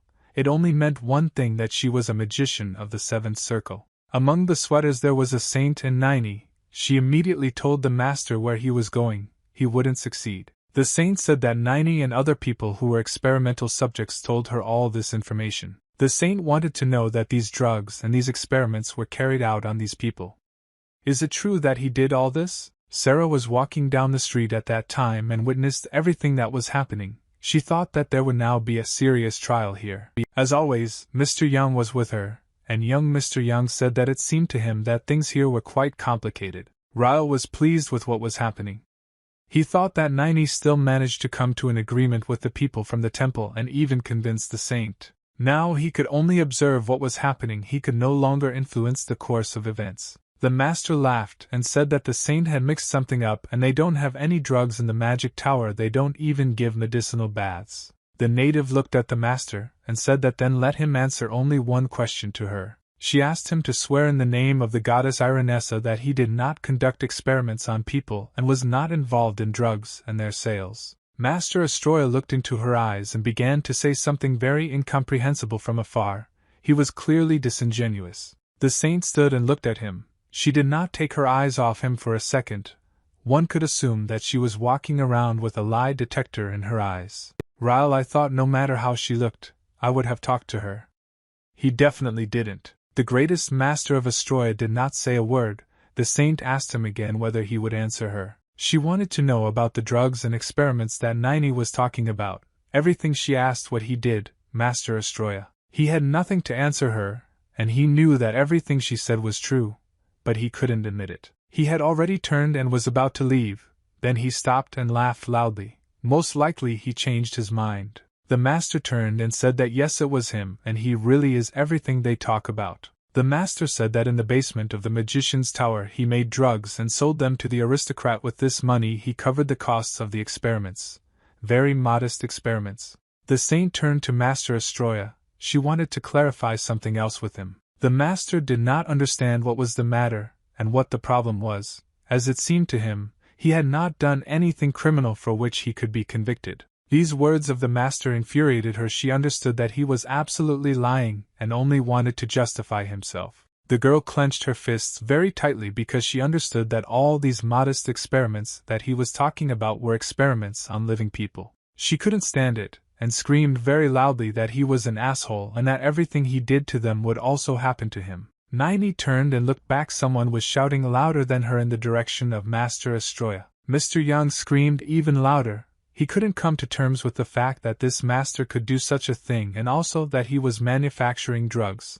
Mr. was so angry that he was ready to tear this greatest master with his own hands. He was burning with anger. Mr. Young couldn't figure out if he had gone completely crazy and the Great War had started because of these fucking drugs. He wanted to ask this master if he knew how many tears and blood were shed in this war, and how he dared to do this. Mr. Young said that for a long time he did not like these wizards who sat in the Tower of Magicians. He clenched his fist and was ready to fight with this master. And Mr. Young also said that he especially doesn't like assholes like this greatest Master Astroya who is ready to make money from people's lives. Rao thought that in this situation we won't even have to do anything. The saint told the master that while in Solia he was engaged in the production of drugs there, and he also treated people cruelly. Therefore, she asked him to go with them to the ministry of Solia. The master could not resist in any way because the saint was with her knights. Magister Astroya tried to create a fog. He wanted to somehow get out of this situation, but he didn't have a plan yet. The master asked the saint, does she really want to arrest him right here and immediately put him in jail? The master cast another spell and said that she had probably forgotten that she was dealing with a magician of the seventh circle. The magistra looked at her and said that she should not become his enemy, and it was better for her not to cross his path. The saint said that she really shouldn't have crossed paths with him. The master thought that she had calmed down and given up. That's why he said that the trash that stands next to the saint is his mistake, and he suggested that he would sort it out himself. Naini was very indignant at his words, but the saint said that God's revelation had recently descended on her, and she would do as she deemed necessary. The master did not understand what she was talking about, and what she would do in relation to him now. The saint said that she had a revelation from God, which said that the one who would save them all had arrived in this world. The next thing the saint did, she ordered her knights to do, was to arrest Master Astroya. She was determined. Master Astroya did not expect this. He decided that now was the time to use magic. He told her to leave, that it was just self-defense. The magister used a spell that summoned the sands of Greece, and they were supposed to block the opportunity to arrest him. The knights in their armor felt that they could not move. It was difficult for them to take at least a step forward. The master did not stop. He cast another spell, and this spell was connected with the swamp. Now the feet of all these knights were immersed in a swamp, or rather in a quagmire, and none of them could move. They stood and could not understand what was wrong with their legs when they realized that it was spoiling them, and then decided that they needed to leave quickly. Contacted him, many people would die. Saint Frisia looked at him, but she had already made her choice, and she was not going to step back. Healing spell on her knights, and they were all able to get back on their feet. After this, she told her knights that they must evacuate all residents in this city and in the surrounding area. She said if here and now she doesn't stop Master Astroya, then many more innocent people could die. The knights said that they had accepted the order, and were ready to carry it out immediately. They also added that the saint would take care of herself. Master of Astroya realized that his plan did not work, and that the saint would leave. Until the end, he decided that he should cast a fire spell. He told her to take a risk and come to him. While he stood aside, he watched everything that was happening. He felt like a spectator. He was interested in watching this battle. The master collected a magical fireball above his head. He directed it towards the people who were there. He wanted them all to go to hell and at the same time blamed their saint. This time he decided that he would use the meteorite spell. It was one of the very powerful spells and was subject only to magicians of the 7th degree. Master Astroya threw this meteorite to the side where the saint and all the retinue that came with her were. Saint Frisia also possessed a certain magical power, and therefore she used a sanctuary spell that was supposed to protect them from the meteorite. When these two forces crossed, a very strong explosion occurred. These forces actually smashed one another. The knights managed to cover themselves with shields and cover their saint with a shield so that the fragments of this force would not injure her. The saint stood with her head down. She was not going to give up and wanted to see this matter through to the end. She knew what she was getting into. After his attack was repulsed, the master said to the saint that it turns out that she was not amiss at all, but he was preparing another attack for her. This time he fired thousands of arrows towards her. He told her to be careful because death was very close. He wanted to see if they would be able to repel the attack this time. The saint heard that everyone was turning to her and telling them to leave him, and they need to request reinforcements from the castle of Solia. Many arrows flew towards where Saint Frisia and her retinue stood. Just a few more seconds and they will be able to reach their goal. The saint cast the following spell and it was a barrier. All these arrows will have to break against this barrier. There were so many arrows that it became clear that the barrier would not last long. It was slowly cracking. Saint Frisia asked Nini to cancel the spell that was cast by the master. This had to be done because the protective barrier had already cracked. Nini immediately got to work. It took her some time to concentrate and undo the spell of the person she hated the most. Nini raised her hands and cancelled the spell.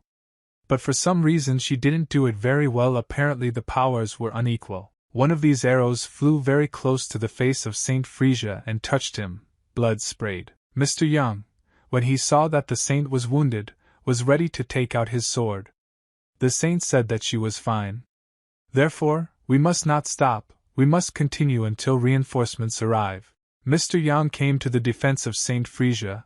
He was always ready to come to the rescue, and in this case he had to help the saint. The saint saw Mr. Yang. She was a little surprised and asked him if she had seen him at the fencing competition. Mr. Yang didn't have any time to answer these questions. He managed to use his sword to beat off one arrow after another so that they would no longer hit any target. Mr. Yang acted with such speed and such skill that all those arrows that were supposed to hit the saint and her entourage were repelled. Master Astroya was very surprised how it was possible. This man could cut all the arrows he sent. Ryle, I thought it was very good that Mr. Yang finally could not stand it and intervened. Sarah called the young master. She wanted to say that now it was time to run. Ryle told her that she should see his mother off first. And he wants to watch for another 5 minutes. Magister Astroya rose above the square and said that he found it very funny and laughed out loud.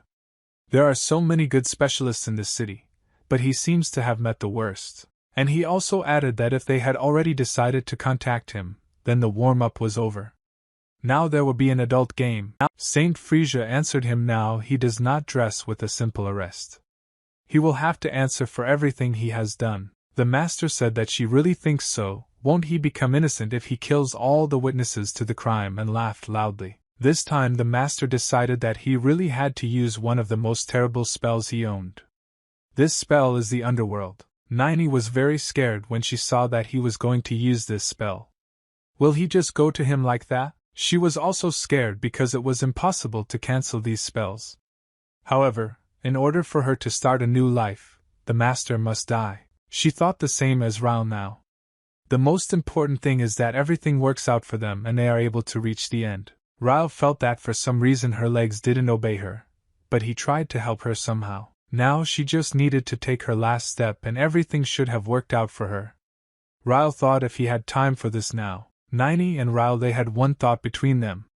They were thinking about whether they wanted to die so stupidly right now and at this very moment. Ryle walked and thought that the heroes who were destined to save this world and that he wanted to start a new life. In the end he would have to pass the test that befell them. So, just like last time, he took out a mask and put it on his face. Nini turned her head. She wanted to know where she heard this voice from. Mr. Yang asked what this spell was from the underworld.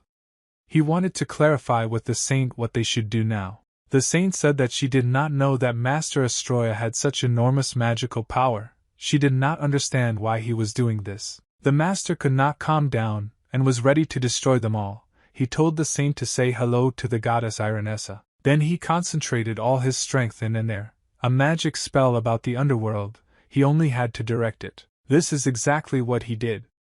The next moment the saint and everyone who was near her stood, and did not know how they could resist this spell. Nini shouted for everyone to save themselves.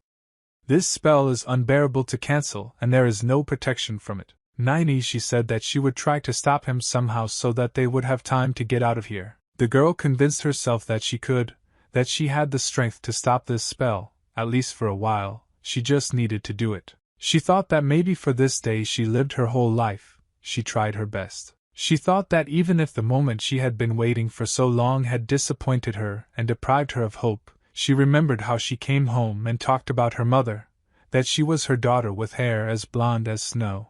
And she also remembered this man who said that he could help her when she was completely desperate, and no longer believed in anyone at all. It was this man who showed her that there is still hope, and if she wants, she can start all over again. She decided that if she died now, she would not regret it because her life was not only about bad people. Nini felt that someone was helping her, and this someone said that she was talking some nonsense. She shouldn't even think about it. All his efforts will be in vain if she dies now, and this is where Ryle came here to help her. Nini realized how much power he had if he could break this spell about the underworld with one blow of his sword. Mr. Yang was also surprised no less than everyone else. He thought how to break the underworld spell with one blow. Saint Frisia was also surprised. She understood that this is the very person who is in this city and must save them all. The only one who was shocked was Master Astroya. He used the most powerful spell that was in his capabilities, and it was broken. When he saw the man in the mask again, he shouted that it was again the same idiot he saw in his basement. Ryle looked to the side and said, "Why is Sarah so slow? It doesn't fit into any framework. If you're saving yourself, you need to move your legs faster." Ryle told the so-called greatest master that he really pisses him off, and now more than usual. Ryle turned to the saint and asked her that she had some kind of divine power, and couldn't she stop? He was actually surprised because it seemed like she didn't have much of this power. So he said that this is a spell about the underworld or whatever they call it. He removed it.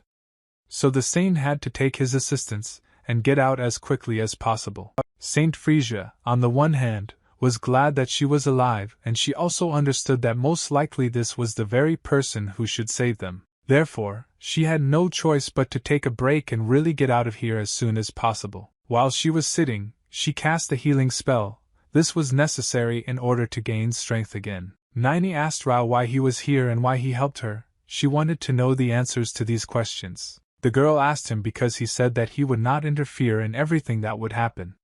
Ryle replied that he remembered everything he said well and he did not plan to interfere at all. Master Astroya was surprised. He also wanted to find out from the man in the mask why it was so easy for him to dispel the spell in the underwear. Ryle answered the master that he had been busy for a long time, and he was tired of watching all this circus that was happening here. Ryle replied that she was busy for a long time, and he was tired of watching all this circus that was happening here. Nini, she was surprised by his answer.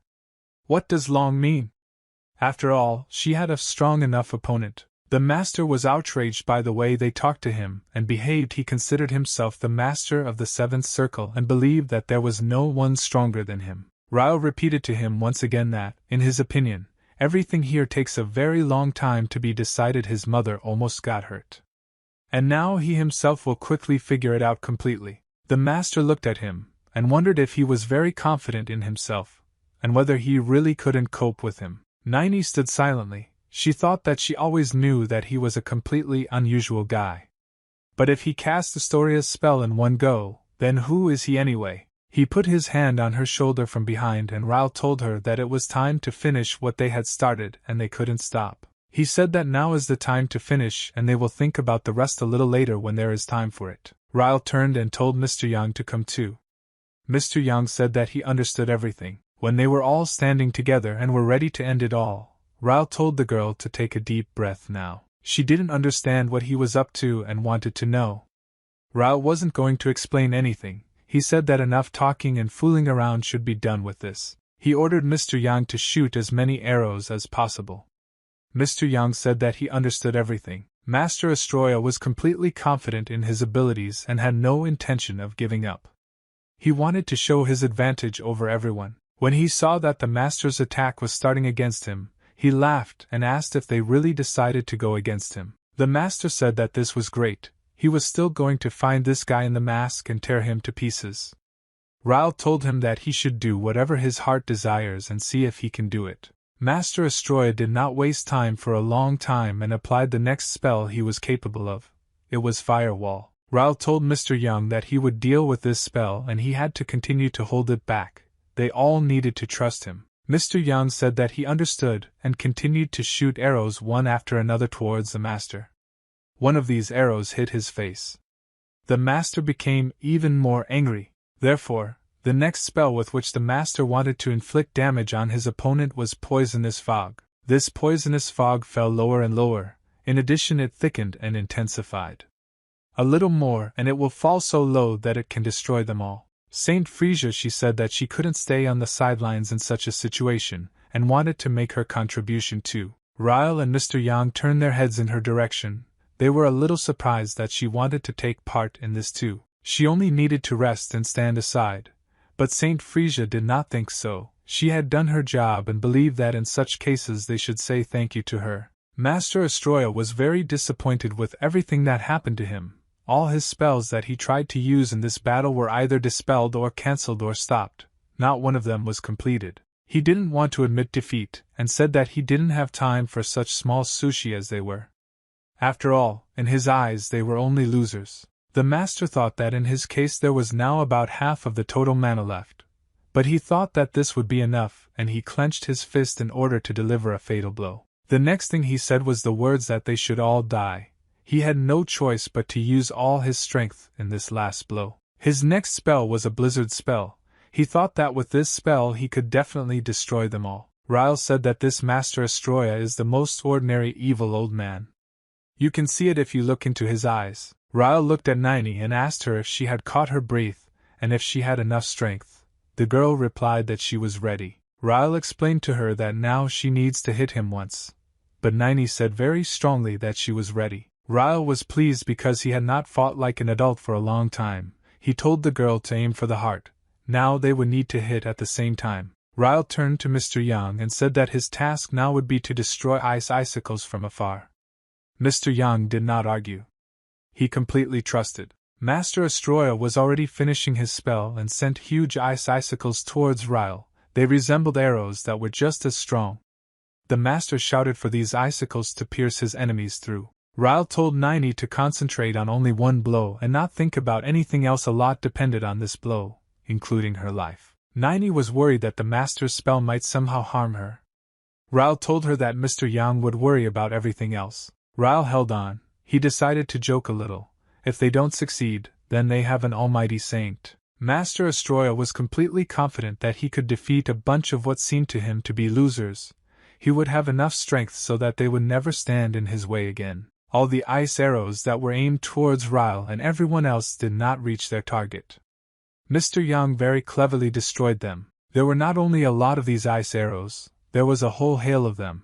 But Mr. Yang dealt with them and not a single one of them reached its goal. Mr. Yang was very skillful with a bow. He launched one arrow after another with such speed that it seemed that it was not a person doing it, but an automatic machine. Each of his arrows reached the target, and knocked down the ice icicles so that they broke into small pieces and fell down. As soon as these ice icicles came closer to them, they were immediately destroyed by Mr. Yang. The ice icicles became less and less, and after some time it seemed that there was not a single ice icicle that was intact and that reached the goal. Saint Frisia did not want to stay on the sidelines.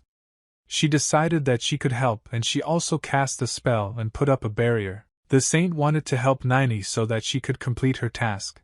The girl needed just a little more, and then the job would be done. Nini was concentrated and directed all her strength towards her enemy. She needed to destroy him with one blow. Ryle told Saint Frisia to look at the ground. Right in the middle of the square you could see a crack appearing. The master's attack did not stop, he only intensified it. Ryle managed to warn the saint to be careful. The ground under his feet began to crack and disperse. Ryle was very dissatisfied and even cursed because they were putting on a show here with their attacks. Ryle managed to grab Saint Frisia in time so that she would not fall into the abyss and stumble upon one of the ice blocks. She opened her eyes and asked if the young master was alive and answered that yes. The mask that covered Ryle's face flew off to the side. He asked the saint if she was okay. Saint Frisia saw his face and was very surprised. She said to the young master, was it really him last time too? Ryle looked towards Nini and asked her if she was ready. The girl replied that she was ready. The saint thought that she was sure that she was talking about this guy in the temple of the goddess Ironessa. Nini was ready and she was waiting for the command. The young master said that as soon as he gave the signal she would have to open fire. The girl did not understand what kind of fire she should open. He tried to explain to her that when he gives the command, she must hit the master of her magic. This is called fire. Nini looked at the young master. She thought that now she would have to use the last remnants of mana that she had, but she did not want to let him down. Thought that she was able to live up to this moment thanks to the common efforts, and she also thought that maybe she would not be able to kill Master Astro herself. Astro once again and realized that she was doing everything right. Now the moment of truth had to come for her. She understood that after this blow she would not have a single drop of regret left, and she gathered all her strength and struck this blow. After Rao gave the command to fire, they had to act as a team. The result depended on each of them. Nini did not just strike, she dealt a super blow that should have caused maximum damage to Master Astroya. Nini concentrated and held this blow with all her might. Her mana became less and less, but she could not give up. The girl thought that her body could now be torn into pieces. This blow was so hard for her. The master looked at her and laughed. He said that he was not at all afraid of her blow, and all this was for the chickens to laugh. The greatest master immediately cast a spell and tried to parry the blow that Nini was delivering. It was very difficult for her to withstand the blow. At some point she even despaired. She thought that this was not enough at all, and she would not be able to cope with the enemy. She thought that she didn't have a single drop of regret left, that she was now do it. But she was hoping for some miracle. Ryle said that everything would work if he launched his sword right now. The master did not expect such a turn of events. He thought that the attack would only come from Nini. The efforts of Ryle and Nini were crowned with success. They achieved their goal when they combined their powers. The master received a very strong blow right in the heart. The master did not immediately understand what had happened to him. For some time he tried to resist everything that was happening to him. But the very next moment his strength was so small and he had no mana left to recover and resist. Therefore, there was a very loud explosion from the greatest master Astroya. Nothing was left. It was only thanks to the strength and perseverance of Nini and thanks to Ryle. And you, this greatest master, were left with only snowflakes that fell to the ground. It looked like the snow that fell in the summer. Well, when the sun came out after dark, all these snowflakes melted in the air. Some still fell to the ground. But it was not for long. All this snow, the snowflakes should have melted in a matter of seconds, and not a trace of them should remain. This white snow fell on Nini's head when she was licking on the earth, completely exhausted. She still didn't understand that it was all over and she won this fight. This snow that was falling now was in honor of her. Nini lay there for some time. She didn't have the strength to even open her eyes and see that it was all over. Nini became the winner in this battle, but she didn't know anything about it yet. She continued to lie exhausted on the earth. To the side, not far from her, there was the body of the master. It was pierced through in the area of the heart. The blood spread in all directions. He was no longer so terrible and majestic. Mr. Yang and Saint Frisia walked towards where Nini was. They wanted to find out what was wrong with her. The saint approached the girl and tried to bring her to her senses, but for some reason it didn't work. Mr. Yang asked the saint if she was okay. The saint looked at the girl and cried loudly. She said that she couldn't just die now. Nini was lying on the ground and did not react in any way to her words. The saint asked her to please open her eyes. This went on for some time. The girl lay on the ground and did not react in any way to the fact that her name was Saint. She asked only one thing, that she open her eyes. The saint decided that she should help her somehow, so she moved her body to the temple where she led the service and lived. She laid her on the bed and did not leave her for a single second. The saint hoped for a miracle. She wanted Nini to survive. The saint understood that Nini used all the powers she had to destroy the man who had brought a lot of grief to everyone. The saint also thought about Ryle. She wanted to know where he disappeared. Mr. Young said that he saw that wizard fall from the tower. And after that, he didn't see this guy anymore. He was far away, so he didn't even notice that he disappeared. The saint thought he suddenly appeared out of nowhere, and disappeared again in the same way. She didn't even have time to talk to him. Mr. Young said if it weren't for that guy they wouldn't have been able to stop Master Astroya. The saint completely agreed with him. Saint Frisia, when they almost brought Nini to the temple, asked Mr. Yen that she, in my opinion, saw him last time in the temple. This was true. After some time, a miracle happened. Nini opened her eyes and when she saw that the saint was sitting next to her, she asked what was wrong with her. The saint was very glad that the girl came to her senses and Nini wanted to know where she was and what happened. The saint explained that she was in the temple, and she was very glad that now everything was okay with her. Nini asked again what okay means. The saint asked the girl for forgiveness, looked at her, and she needed to explain something. Therefore, the saint said that she did everything she could and even more to save her life. And she also added that her condition is worse than she expected, and this is all due to the fact that they experimented on her. That magic that accumulated in her after the experiment in the tower led to some changes in her body, and therefore she began to develop a mutation. Most likely this will lead to her life being much shorter. The saint said that the verse of the experiments that were carried out for days had passed a lot of time, so she threw up her hands. The girl realized that nothing could be corrected. The saint did not know what to answer because she already knew the whole truth and understood that now she would have to live with it. Therefore, she did not pretend and told Nini that nothing really could be done, and it was true. The saint said that the girl mustered all her courage and told the master, but she really couldn't help her. So she asked her for forgiveness. Nini smiled and said that everything was fine and the saint should not worry about this topic because she was ready for it. Saint Frisia, she said that she didn't even know how to thank her and how to ask her for forgiveness for not being able to help her. She was grateful to Nini for the fact that she managed to stop Master Astro, and he would no longer be able to sell drugs and conduct experiments. Nini replied that everything was fine. In fact, she didn't really help as much as she thought. But Nini is tormented by one question, despite the fact that she understood everything perfectly well what was connected with her and her life. So she asked the saint how long she had to live. She wanted to know the whole truth about herself. This was not a very simple question. Even for Saint Frisia, she did not know how to answer this question correctly. For a few more minutes she sat and was silent. She only thought about how to tell this girl who just saved them all how long she has left to live. Therefore, the saint said that it is impossible to cure her illness at midnight, but they can slightly increase her life expectancy. In the worst case, she has time until the end of summer, and if they succeed, she can live all winter. The saint said that the most realistic forecast would be that this would happen at the end of autumn. Nini thought that she would have to live until autumn, and so the girl thought. It's autumn. It's quite a long time. She decided that this time would be enough for her. She tried to get out of bed and thought that she was concentrating too much on one place. She needed to go. When she sat opposite the saint, she said that she was grateful to her for everything that happened in her life. The saint told her that there was no need to thank her, and tears flowed from her eyes. These tears were due to the fact that she could not do anything for this girl, so she cannot look her in the eyes after this. Nini told her that in this case they need to agree that her feat never happened officially. The saint asked the girl what she was talking about.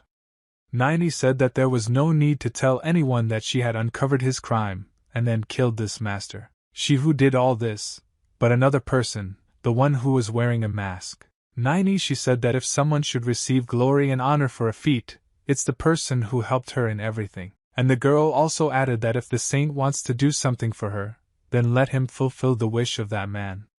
The saint asked who she meant. And does she really know who he is? Nini answered sacredly that she really knows who this person is. At the mere mention of him she glowed with happiness. The next day, the decisive battle of the tournament took place where the winner of this year's tournament was to be determined. The fighters became finalists, suggested good results in fencing, and each of them hoped that he would become the winner. Ra watched the fencing competition today and tried to comment on everything that was happening. He said to Sarah if she saw them fighting with swords. Sarah was not in the mood at all today. She answered the young master about what she saw, but all this did not make any impression on her. The young master didn't understand. Did she really not like something? Sarah said that one of the fighters' legs weren't working at all. The young master looked at her and said, "Did she really understand? Did she really notice that the fighter doesn't use his legs at all?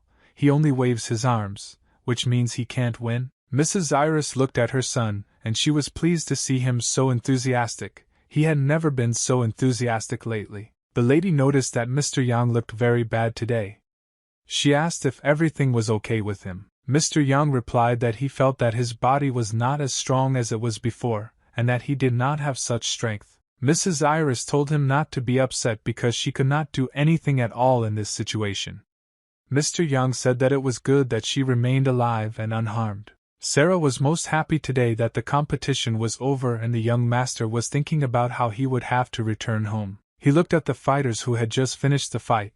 They bowed to each other and went their separate ways. Sarah said that it was very good that the young master returned so quickly and was not hurt at all. Ryle said that he just looked at the spectacle and quickly returned. The girls said that the award ceremony would begin soon and the main award would be presented by Prince Celia. Sarah wanted to ask the young master why he went there because it was dangerous there. A young man came on stage. He said his name was Daniel before presenting the award. He wanted to say something. Daniel said that recently one person revealed a terrible crime that happened in the Tower of Mages, and this is a member of a family of aristocrats. This young man also said that the person they are talking about is here today as a spectator. Mrs. Iris asked who it is. Daniel said that this man from the Ippolita family, the young master, did not expect such a turn of events. He could not even imagine it. Mr. Young, Sarah and Mrs. Iris did not understand what was happening. Now their last name was pronounced. A young man stood on the stage. He said that today this gentleman is present at the competition. He knows for sure. He asked him to give a sign where he is sitting. Mr. Yem guessed that we were talking about his young lord, but he didn't know how to react correctly. Sarah told the young master that Prince Daniel was talking about him. She turned her head and saw that he was not in his place. Everyone was looking for the young master, but he decided that he needed to get out of there very quickly, and he didn't understand one more thing. How did it happen that they all knew who he was and how they could find out? Ryle sat and remembered how the prince said that he had uncovered the atrocities that were happening in the tower, and he helped Ramu and averted the danger, and most importantly, that they figured out that he was from the Ippolit family. He hid for so long and didn't want everyone to know who he was. Did he really think it would all end like this? The young gentleman couldn't understand how they could recognize him because he was wearing a mask and had a cloak on. It seemed to him that he was well disguised and even changed his voice. He did everything impeccably. He even calculated the force so that the sword would melt from Nine's magic so that no one would have evidence. There was only one thing he didn't understand. Then why did everyone find out about it? The people who found him were standing outside the door of the restroom where he was hiding. Ryle didn't make a sound. These people were sure that he was behind these doors. One of them asked if they were really sure that he was there, and if so then you just need to open the door, and it was Nine. The girl didn't wait long and told the doors to open. For this she used a little force that she had. Ryle couldn't understand why she was here. And was she really crazy about opening the door to the restroom without permission? Saint Frisia closed her eyes in shame. She was not ready to look at him, but Nine was sure that they had something to talk about. Ryle looked at the fact that he would sue them for sexual harassment if they didn't close the door right now. He had no reason to interrupt their communication. Ryle asked the girl how they could even find him, and why they needed him. Nine said that she used her eye that can see through. Ryle was very upset. He completely forgot that she had this eye. He didn't want to be public, he just wanted to live. He remembered that when they first met. When he asked how she was using something other than magic, the girl replied that it really wasn't magic, and if she remembered the person's face, she could find out his whereabouts. Ryle was very angry because it was unfair to use the radar. As he told Nine, I asked what radar is, and he also yelled at the saint. He said that the saint walks through the men's restrooms as if it were her own room and she has no shame at all. And he also added that it seemed to him that there were no more saints left in the world. Saint Frisia answered him that he should remember that he himself said that she was not his type. Ryle stayed in the toilet and came out. He asked what they needed from him. The saint said that it was a little embarrassing to talk about such a men's toilet, so they needed to leave. Saint Frisia, she said when they left. She wanted to say something else about the fact that he was blessed by the goddess Ironessa. Thought to himself that he had already heard all this before, that the sacred sword had chosen him. He was no longer going to buy into this. The saint did not stop and continued to say that this is why Mr. Ryle, the young master, told her to stop and not say anything more. He wanted to clarify with her that she wasn't trying to tell him that he had to destroy some kind of evil, or something like that. Saint Frisia asked him what he was talking about, and she could not understand how he knew that she wanted to say exactly this. Now he understood that everything was repeating itself again, and he had the same fate that would repeat itself one after another. He didn't want this to happen to him again. He didn't want to be a sword warrior, All this had already happened in his past life. He understood that they were all now trying to make a knight out of him again, and nothing more. Saint Frisia said that according to Revelation, the Lord received power and the person who has such power received it because of the dragon. Ryle thought that all of her coloring books that she is now saying are all in order to whack someone else, or expose some other villain. But he didn't understand why she said that all his strength was because of the dragon. Is this really so? The saint said that very soon a dragon will appear because of which not only Solia, but also the whole world will be in trouble. It will be a catastrophe. Ryle did not understand what now. Nini intervened in the conversation. She said, as has already been said, that the goddess Ironessa made her prediction. She said the person who would have to catch the dragon, this person must be he. Ryle was very indignant. Ryle thought if she said that this is Ironessa the goddess, isn't she all-powerful, then why can't she stop this dragon? And he also thought that there are so many planets in the universe, and it is the goddess who has clung to this stupid earth, and makes her own predictions all the time. Moreover, they force him to strain just to save a couple of provincial towns. Ryle was silent for a bit, and then said, do they know what he was called? If they don't know, then he's ready to tell them. He's called a lazy sword. The main word here is lazy. He said that for the rest of his life he planned to live in a high and do nothing. He did not understand why they came to him with this question, asking him to catch some dragon. By the way, he looked at the saint and told her to remember what she told him last time. If she forgot, then he is ready to remind her. She called him gay. Well, just for a second. Nini did not understand how this could be Saint Frisia, who seemed to her to be a very good person, and called him gay. The saint said that it was better for her not to know this. Ryle turned around and began to leave for the last time. He said that after such words he should not cooperate. It's unrealistic. Let her look for another fool. The saint told him to stop because she wasn't finished. But he didn't want to listen to her and hear. He decided that their conversation was already over, and he no longer had anything to do with them. The saint had no chance to stop him, so she decided to try to stop him in any way. She screamed with all her might, Astroya. This name really sobered up the young master a little, and he stopped. The saint tried to explain to him that she knew that in fact it was he who stopped the master. Ryle never thought that she could guess this, and she knows it. The saint tried with all her might to say that she had heard that he found out all this about drugs and experiments in the Tower of Magicians. Ryle was very indignant that she had guessed, or maybe someone had told her, so he asked who could have told her that. He was only interested in one question: who told him all this nonsense? He turned and looked towards Nini. She stood silently. He looked at the girl. He only wanted to get an answer to one single question that tormented him most of all. Was it she who was silent? The young gentleman told the girl that he asked her not to tell anyone what really happened. He had almost left them. The saint screamed for him to stop, but he didn't want to hear her, and he was very tired of listening to them. He thought that they should both get out of the way and not disturb him. He lived a wonderful life on them. Therefore, the young master decided that their conversation was already over and he could leave these two beautiful ladies. But before leaving, he approached Nini and put his hand on her shoulder.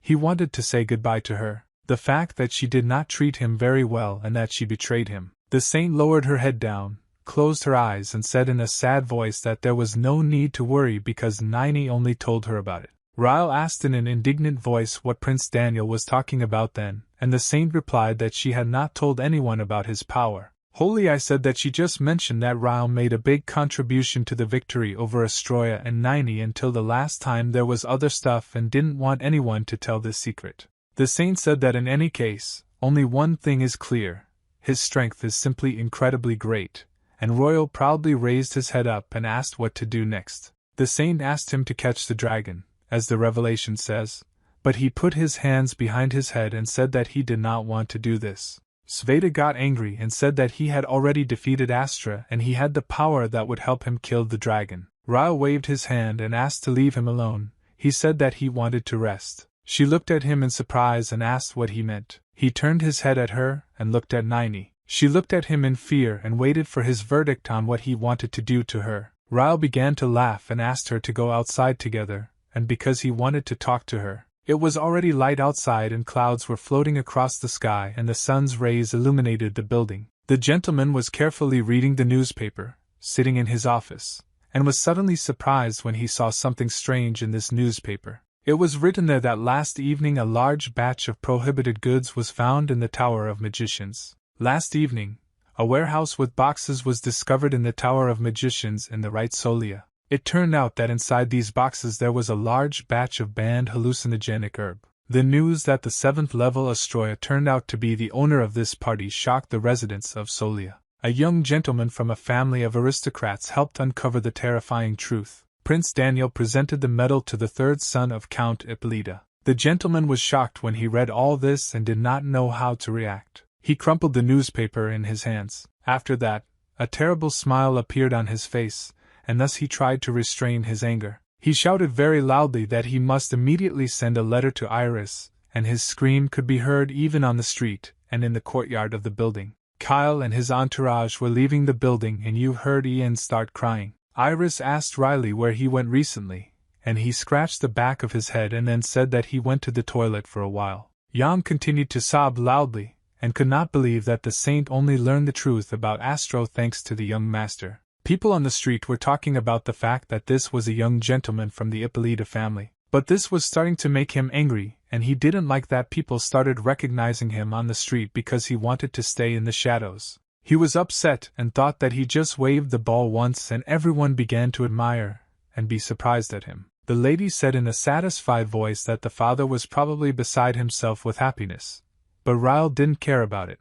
But nevertheless he said that he just needed to come to terms with it. She smiled and looked at him with an admiring look. She noticed that a girl was walking during the day and decided to ask what kind of girl was walking behind him. Ryle lowered his head, frowned, and thought that this would be hard to explain. Yang and the maid were waiting for an explanation from him, but they didn't understand why he was taking so long to collect his thoughts. Ryle scratched his head and said that the fact is that while he was going to the toilet, he saw this girl and decided to take her with him. Sarah approached the mistress and said in a whisper that the girls had a problem with one eye and she probably couldn't see anything with her right eye. Ryle said he saw this girl use magic yesterday, and it was just amazing. He looked at the lady and said that after they measured his mana in the tower, he also wanted to learn magic, but the lady asked what he was going to do with it. Ryle explained that he thinks that during the rest, another extra maid will definitely not hurt him. Learning magic will not hurt him. But at that moment Ian ran up to him and told the gentleman that he was talking some nonsense because this girl was not who she said she was. But Ryle replied that he knew everything and she suffered. It was an experiment in the tower. He said that he knows what situation she's in. He can't just leave her, and besides, why did he receive medals then asked to remind him. Ian immediately fell silent and didn't know what to answer.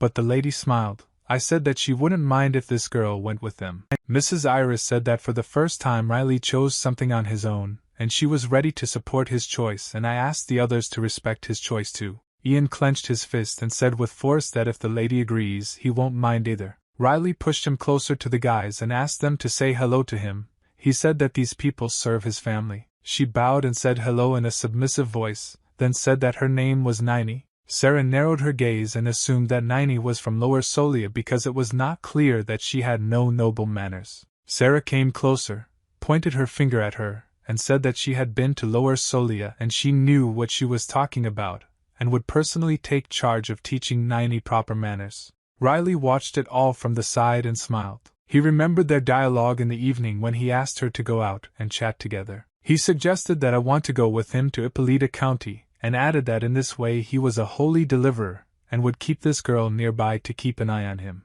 But the saint shielded Nini with her back and said that he was talking some nonsense. Riley raised his hand up and said that if she had kept her mouth shut, he wouldn't have had to take her away and he didn't need to put on a show here now. Riley looked at this girl again and asked her what she thought about this. If she didn't want to, then they just ended here and now. Nini replied that she would go with him. She still had some matters with him that needed to be settled. She remembered the moment when he extended his hand to her and for the first time decided to help her. She thought that she had not yet heard an answer from him. She said that if she was around, she could find out how I could start living a clean slate, and her path would become at least a little clearer. Sarah happily began to clap her hands and smile. She asked everyone if they were ready to go back to the county. She looked into the distance, and said that a letter had recently arrived saying that the Count wanted to see each other as soon as possible. Ian suggested that the Count had probably read the newspaper, and that's why they needed to return. The sun slowly began to slide down, and closer to the horizon, and evening came. Nini lowered her head to Misha and asked if she would now have to call him master.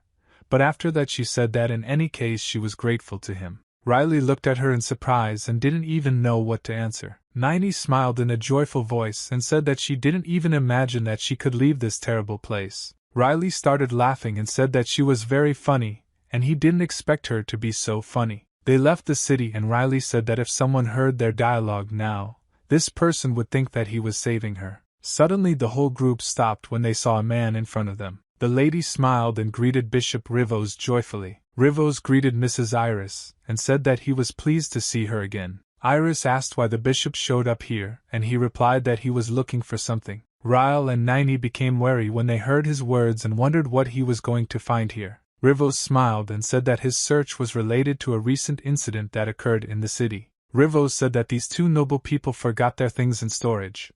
But Ryle and his new companion looked at the bishop incredulously. They extended their hands and greeted them. Nini will also extend my hand to greet them. But at that moment the services gave them some things and the bishop said that these were trophies. Ryle took the box and asked why he needed these trophies, why the bishop asked them to give them to him. Ryle looked inside the box and saw purple fabric. He decided to lift it with his hand to see what was there. On the floor of this cloth there were two objects, a silver ring and a gold hoop. Rivos said in a whisper that these were his things and the staff was unfortunately broken, so he could only give these two items. Nini asked if they had to take these things. She said that for her he is an insignificant person, and she does not want to take these things. But Rivos smiled when he heard her words and said that he still wants her to accept it, and the Temple of Solia wants to give these things to them. They looked at these objects with dissatisfaction and did not want to accept them. Rivos said he swears to God that these things are clean, and they are absolutely safe. The saint watched their reactions all this time,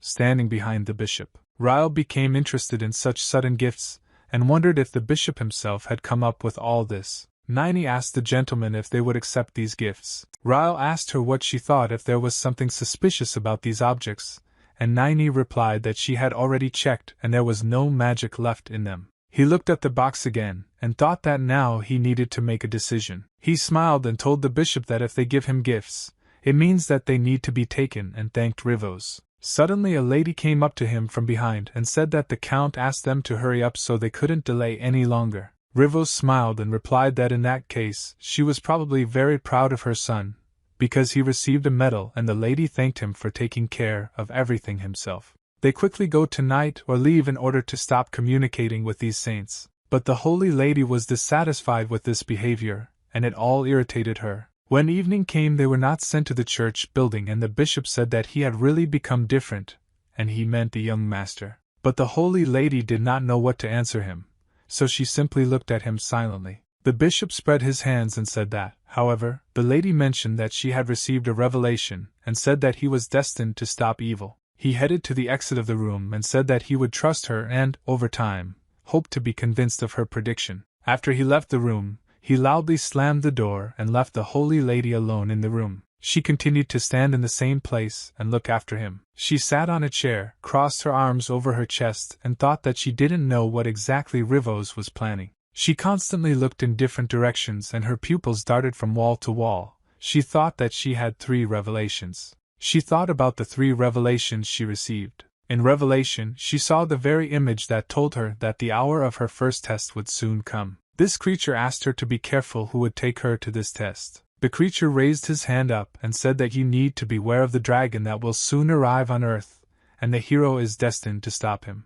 She began to get angry and nervous and thought that her first test was definitely connected with Rivos. The hood on her head, along with her hair, covered her eyes and her face was not visible. But suddenly she raised her head and said that the young master could ruin Rivos's insidious plans, and that's why she didn't tell him about the existence of the first revelation. But at that moment a servant came into her room and asked the holy lady to hurry up. He smiled and said that everyone was already waiting for her. She got up from the chair and headed towards the door. She said that she was already on her way. When the team returned to the county they were met by a gentleman who was very dissatisfied with something. Ryle looked at his father's appearance, and did not understand what was happening to him. He asked why he was still not sleeping. But the Count cleared his throat several times and then in an angry voice asked where the medal was now. Ryle immediately took out the gold glowing medal and his shorts and showed it to. This medal glowed very brightly as if it were a new sun. The Count could not believe that it was Prince Daniel himself who presented him with the medal. But the lady at that moment began to giggle quietly and said that the Count was worried whether his son was hurt, and this is his flaw because he is always completely honest with people. But the Count cleared his throat again and after that said that they could have been inconvenienced by the fact that only Ian and Sarah from the servants were with them.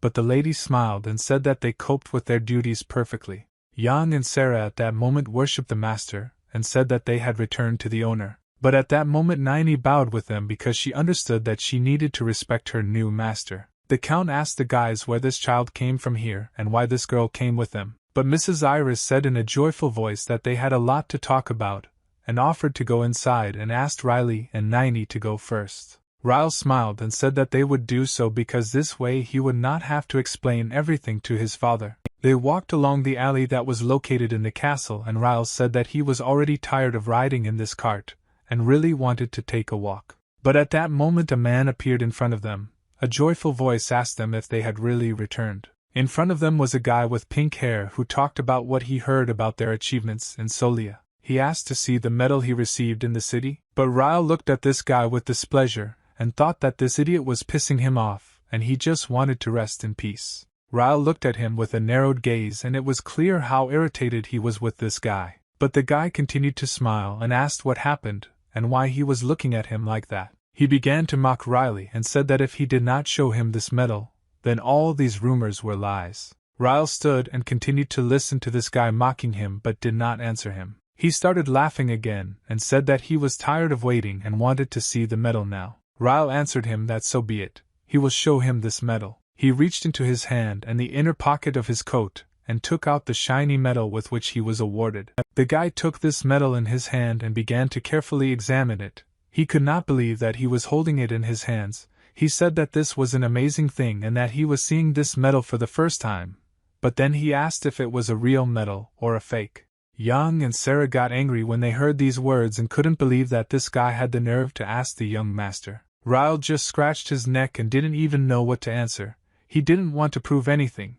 It could have been a fool. He held this medal in his hand and said that he could not believe that Ryle was able to receive such a valuable medal. But Ryle simply smiled and turned to his brother. He raised his hand up and said that if he liked this medal so much, he could take it for himself. My brother at that moment didn't understand what was happening, and it was all very strange for him because he didn't understand how he could just give away such a valuable thing. Ryle scratched his beard and after that said that it seemed to him that his brother really liked this thing and he didn't really need it anyway, and it only got on his nerves. He put his hands behind his head and said that it would be better if the heir of the family kept it. But my brother only got angry when he heard these words because it sounded as if he was being bullied now. He looked at this medal again, and it shone so brightly and beautifully that he could not take his eyes off it. He wanted to give this medal back, but it was hard for him to say goodbye to it, and he continued to look at it and hold it in his hands. The brother asked if he really wanted to give this medal to him, but Ryle suddenly snatched it from his hands and said that if he did not want to take the medal then he would not give it to him. These words were incredibly strong for his brother, and he didn't understand how to react to it. He ran closer to him, grabbed him by the collar, and said that Ryle has the right to mock him. But suddenly their father intervened in their conflict, and asked Lloyd to stop this farce and unhook from his brother. Lloyd was forced to let him go, and calm down because his father's word was law in this house. The lady approached Lloyd and asked him how they had been chewing all this time and Lloyd replied that everything was fine with them and asked how the trip was. Iris replied that everything was fine with them too and thanked them for their concern. She said that with their prayers they got home without incident. She turned her head and looked at Ryle and Nini. Iris said in a whisper that they should now go about their business, and she would distract Lloyd for now. Ryle at that moment couldn't believe his eyes. But couldn't Mother be so kind and ready to make such a sacrifice so that they could leave here calmly? Ryle bowed to the mistress along with his new friend and thanked her. Before moving, Nini noticed this guy and looked at him with disbelief. Iris smiled and said that she had not been to the capital of the kingdom for so long that she was very excited about this trip and Lloyd began to laugh and said that he was very glad that they had a great time and had fun there. He said that having fun is good, You shouldn't be lazy and skip training, and this especially applies to him and his older brother, and now they need to think about their future. Sarah and Ian couldn't believe that this impudent guy continued to talk about this so calmly. Niney heard Lloyd say that if his brother gets into any danger, he might not even ask for his help. She was very angry at these words and she stopped for a moment to look at him again. Lloyd spread his hands and said that he didn't even know how his brother got this medal, but that didn't interest him anymore. Niney was so angry at all these words that she decided to use magic to calm this idiot down a little. Using magic, she created a stone that fell under Lloyd's foot, and thanks to this he had to stumble. A few seconds later, this is exactly what happened. He did not notice this stone and fell after tripping over it. The maids were confused. They did not understand what happened to the master, and how they could help him. Niney felt a little better after she saw that you were the idiot who fell to the ground and hit himself. In the evening he was sitting in his living room and there was a bandage on his head that covered the wound after the fall. His brother told him that he was very clumsy, but Lloyd defended himself by saying that it wasn't him, and there was something on the floor. He was sure that it happened magically. But my brother didn't believe it, and said that he didn't want to listen to all this nonsense any longer. Lloyd was angry and shouted that he didn't understand how it all happened and the wound on his forehead was starting to irritate him and even a 10-year-old child wouldn't have hit himself like he did after a fall. But his brother said that at the age of 10 he felt just like now. He scratched his beard and asked in a calm voice what was happening with Riley now. Lloyd said that their brother is still the same as he was and nothing special has changed about him. Lloyd thought about it after that, and added that his brother brought some strange woman with him, and jerked off he never saw her. He said that Navid, this girl is very disgusting and by her gait and manners you can understand that she is definitely not an aristocrat. At that moment the brother became wary and thought about it, after which he said that all this was very strangely doubtful. Lloyd said that it was different, and not as usual, and he had never seen such a smell and his brother thought that this asshole was up to something. He crossed his arms over his chest and said that different people come to Solia and it's surprising. And in any case, it looks like this idiot Riley is planning something evil. He continued to say that he had never seen Riley interested in women, but Lloyd told him that their brother always lies in a tree all day long and looks at the sky. One of them said that we need to pay special attention to this and keep an eye on her in any case. He said that he would also try to find out something about her, but now they had to go to different rooms. When Lloyd left, the older brother was left standing alone in the room. All this time he was thinking that he couldn't believe that this idiot was able to get that very medal. He looked out the window and thought about what and how it was that their lazy sword even achieved this medal, and he didn't even participate in the competitions, he was just watching them. He opened his mouth and breathed through it, looked out the window, but suddenly he clenched his teeth and got angry. He thought that he didn't know how and why he got this medal. All he wanted was to just ruin his plans and do everything so that this idiot would stop enjoying everyone's love. The next morning, Niney came out of the room and she was dressed in new clothes that Sarah had given her. The maid was pleased with her new appearance. She said that even if she was picked up from the street, in order for you to teach the master magic, in any case you need to look good. Sarah came closer and said that she had responsibilities and she must fulfill them properly and asked the girl if she remembered what they told her before coming here. Niney replied that she remembers how Sarah said that she would take good care of her upon arrival. Sarah looked at her, smiled and said that Niney has a very good memory. She turned in different directions and after that said that the rules in Ippolit's house are very harsh, so she needs to forget everything that she was taught in Lower Solia. She looked at the girl again, smiled slyly and said that it was time to work together. Niney shuddered when she heard this but answered in a submissive voice that she was ready to start work. But unlike Sarah, Niney herself felt very awkward and uncomfortable here, and she thought that she was beginning to fear this campaigner more than Betu. Ryle at that moment was sitting on an armchair in her room and said that he didn't understand what these two were doing in his room. Ian said that Sarah had not had fun with the newcomers for a long time and was thinking of establishing order and discipline. But Ryle replied that that was why she smiled so maliciously when they arrived home. Ian looked at the guy and said that he wanted to ask him something else. Ian asked what they should do with these things that were given to them before they left the city. Ryle held the purple cloth in Alfie's hand and said that it was a trophy that they gave them. He carefully looked at this fabric and said that I don't even know how to actually use it. Ryle suggested a funny idea to just take and sell all this junk because it was used by a great magician, But Ian said that this was a bad idea and that it shouldn't be done. Ryle looked at this purple fabric again and said that he needed to think about what to do with these things, but Ian said that he would try to help him with this matter and find out what he could do with these things.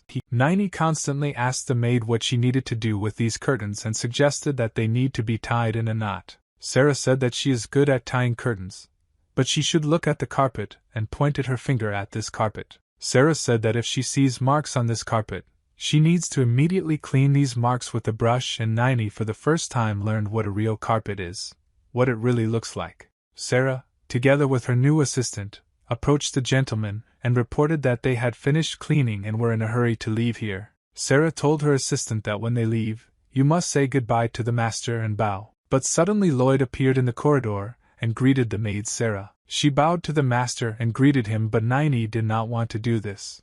Sarah understood that her assistant was too stupid and did not yet understand that she needed to greet the master, so she bowed her head with her own hand. Sarah whispered said that this gentleman has a very bad character, but nevertheless they should bow to him. Sarah also added that she needs to make her face simpler.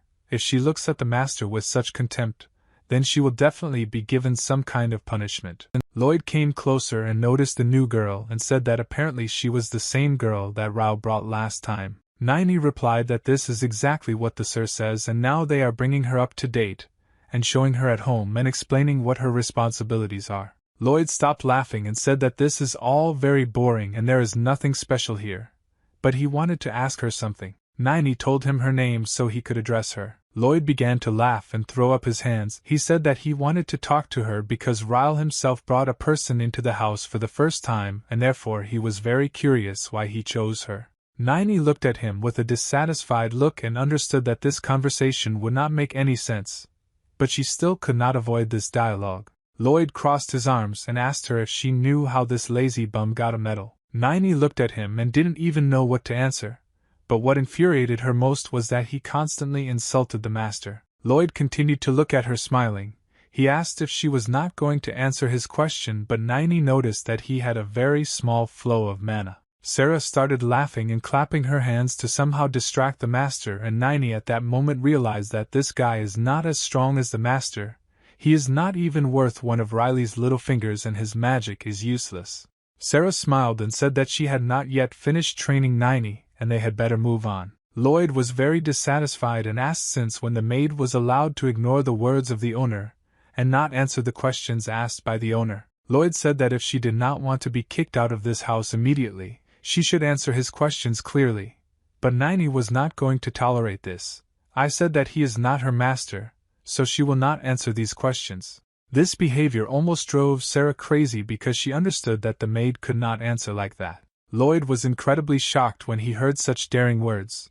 These are ordinary maids who recently came to their house. Nini at that moment exploded like a nuclear bomb. She said that Mr. Rao brought her here and only he is her owner. She showed the weight of her character and her perseverance at that moment. Lloyd started laughing and covered his face with his hand. He said that her behavior was not befitting of a maid of her status. Nini simply continued to stand in place with the cross in her hands on her chest, and was not going to give back. But Lloyd at that moment closed his hand and the ball began to insult him, and he said that she had completely lost her mind and decided not to argue with him. But Nini at that moment decided to use her magic to calm this idiot down a little. She used a spell that allows you to put the subscriber to sleep, and after the effect of this spell, Lloyd fell to the floor. Sarah couldn't believe that all this had just happened before her eyes, and she didn't know how to get out of this situation. Nini calmed the maid down and explained that he would sleep for only 30 minutes, and after that he would wake up as if nothing had happened. Sarah asked her why she did it herself, and Nini replied that everything was like that, and he was truly the son of an outstanding family because when she cast a spell he resisted. But she admitted that her magic had reached the 6th circle, and for her this guy is not some kind of obstacle or threat because he is too weak. At that moment Sarah realized that the gentleman had brought a very strange man to their house, and she was a little scared. Sarah sighed heavily and said that she didn't understand how to deal with all this now. But Nini replied that it didn't matter and you could put him on the bed and he would wake up and think that he had all this as a bad dream. She took the dress with her hand and told Mrs. Sarah that she herself had told him that the most important task of a maid is to serve the master. Nini cleared her throat and said that if it were the old her, she would simply start insulting him with obscenities and would not skimp on bad words. Nini suddenly felt a little awkward. I said that she thought that she would be scolded again because of this situation. She looked at Mrs. Sarah and said that is why you can use magic just a little. At that moment Mr. Rao came out of the room and asked why Lloyd was sleeping here on the floor. Sarah didn't know what to answer him and was confused. But Rao said that to be honest, it doesn't matter, and he asked if they had finished their business, and if he could take Nini. Sarah replied that the training was completed and Ryle immediately grabbed the girl and began to drag her along with him. He kept her harnessed and said that he was very glad that I didn't finish because now it's time for magic. Sarah narrowed her eyes and promised herself that this time she would forgive her. But next time this girl wouldn't get away with it just like that. Riley and Nini went together to the place where they were going to train magic. Nini asked Riley if he wanted her to make him tea, but he replied that he didn't want to. Ryle said that he does not understand why she is offering him tea because she is a sorceress. But Nini reminded him that she is here at the moment in the role of a servant, and he should remember this, and called him a fool. But then she hit her lips with her fingers because I insulted Mr. Ryle looked at her with a dissatisfied look and said that someday the impudent sorceresses from Lower Solia will start to make me very angry, and she immediately apologized. Ryle showed her the items that had been given as trophies and asked her to come closer and look at them. Ryle said that I looked at these things better and saw something, but he still didn't understand how to use them. Nini replied that they only know that these items can contain mana or a trap, but she doesn't know how to use them. Ryle picked up the gold hoop and said that he hoped that he would know how to use it. Nini said that in those days when she was still in his laboratory, he wore a cloak, but she did not see that he used a ring or bracelet at that time. He did not yet have them. Ryle pointed his finger at the golden hoop and asked her to keep these things with her, and said that he had a friend who understood all this and he wanted to ask him about these things. Nini was surprised when she heard that the owner has an acquaintance who understands magic. She asked why he began to learn magic from her, but he wanted to learn from her from his friend, and why he needed her. But Ryle looked at her like she was a stupid girl, and it was all obvious to him, and he didn't think about the fact that he needed to answer such questions. Nini said that she reached the sixth circle of magic with the help of medicines, and she also has no ability compared to other wizards, and she does not understand why he chose her. Ryle replied that it didn't have to be her, and then started laughing. She got a little angry when she heard these words and once again asked him why he chose her. Ryle replied that she herself wanted to find freedom, and she trusted just anyone. Then she was abandoned every time, and it seemed to him that she should have gotten tired of it by now. He explained what someone thought was actually a magical masterpiece, and someone is a completely useless girl who can be thrown away at any moment like garbage. Ryle said that absolutely none of them thought about her feelings and no one perceived her as a living person, and the further this happened, the more attached she became to the person. He explained that in order to be around you don't need a reason, and you don't have to be useful. He said that to be a free person means to do what his heart tells him, and he should know about it too. He said that he wanted her to remember this, and she just reminded him of all this last time. Ryle said that I shouldn't ask questions and try to figure it all out, but should just live and enjoy life. And at that moment I felt incredible lightness. Nini realized that the moment had finally come that allows her to do what her heart tells her. She began to smile and she felt incredibly warm inside. She said that it was the first time she had heard such words. But Ryle after that said that the reason he chose her was his friends who, even on pain of death, would not want to teach him magic. Nini at that moment felt like a little yellow chicken who was ready to follow her mother hen all day long and peck grains. Ryle again began waving her arms and talking about her friend who told him in response that if he also mastered magic in addition to the ball, he would become Satan. Now everything finally became clear to her, and she finally figured out all the reasons why she was here. But she thought that he was a fool because he ruined such a touching moment. A black cart with Mr. Ryle and Nini was driving into the streets. She explained that if he wanted to use magic, he needed a circle first, and he asked what kind of circle she meant, but she explained that it was something like a ring. Nini said that if his heart is surrounded by one ring, then he has one circle. If 6 rings, then he is Masha of the 6th circle. Nini explained that she now has 6 circles and the source of all that exists is light, and Ryle explained that this is exactly how everything works in this world. Nini asked him if he was in another world, but Ryle turned his head away and said that he just assumed and gathered that he was not in another world.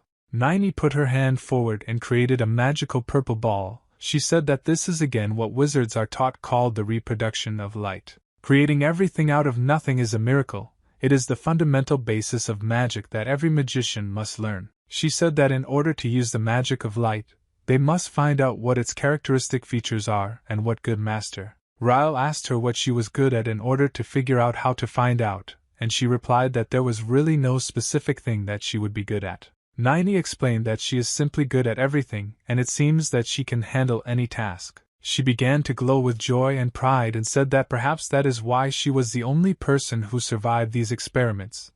But Ryle did not understand why she was bragging to him. Ryle said that at the same time they will ask the wizard. He explained that they still need to ask about the ring and bracelet Vidya.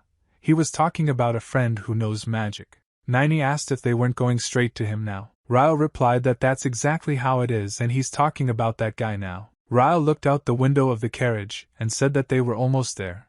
Another 5 minutes ride and they would be there. Nini thought that he most likely had very distinguished friends. She became interested in what kind of person he was who knew magic. She held her fist tightly and said that she didn't have much time left, and yet she had the sixth circle of magic and was also no worse than him. Exactly 5 minutes later, as the gentleman said, the carriage stopped. They got out of the cart and went straight to this very friend about whom the gentleman had been talking all the way. Nini could no longer wait with this outstanding wizard about whom Mr. When they entered the building, she couldn't believe that he would act so carefree in this wizard's building. Ryle constantly screamed from this guy. He constantly called him a bum and asked where he was hanging around all this time. Suddenly, a guy with slippers on his feet came out of one of the rooms, and this guy said in a lazy voice that the store was closed today. He scratched his head and said that he didn't understand what kind of asshole could be yelling in his store today, because he even hung a sign saying that the store was closed.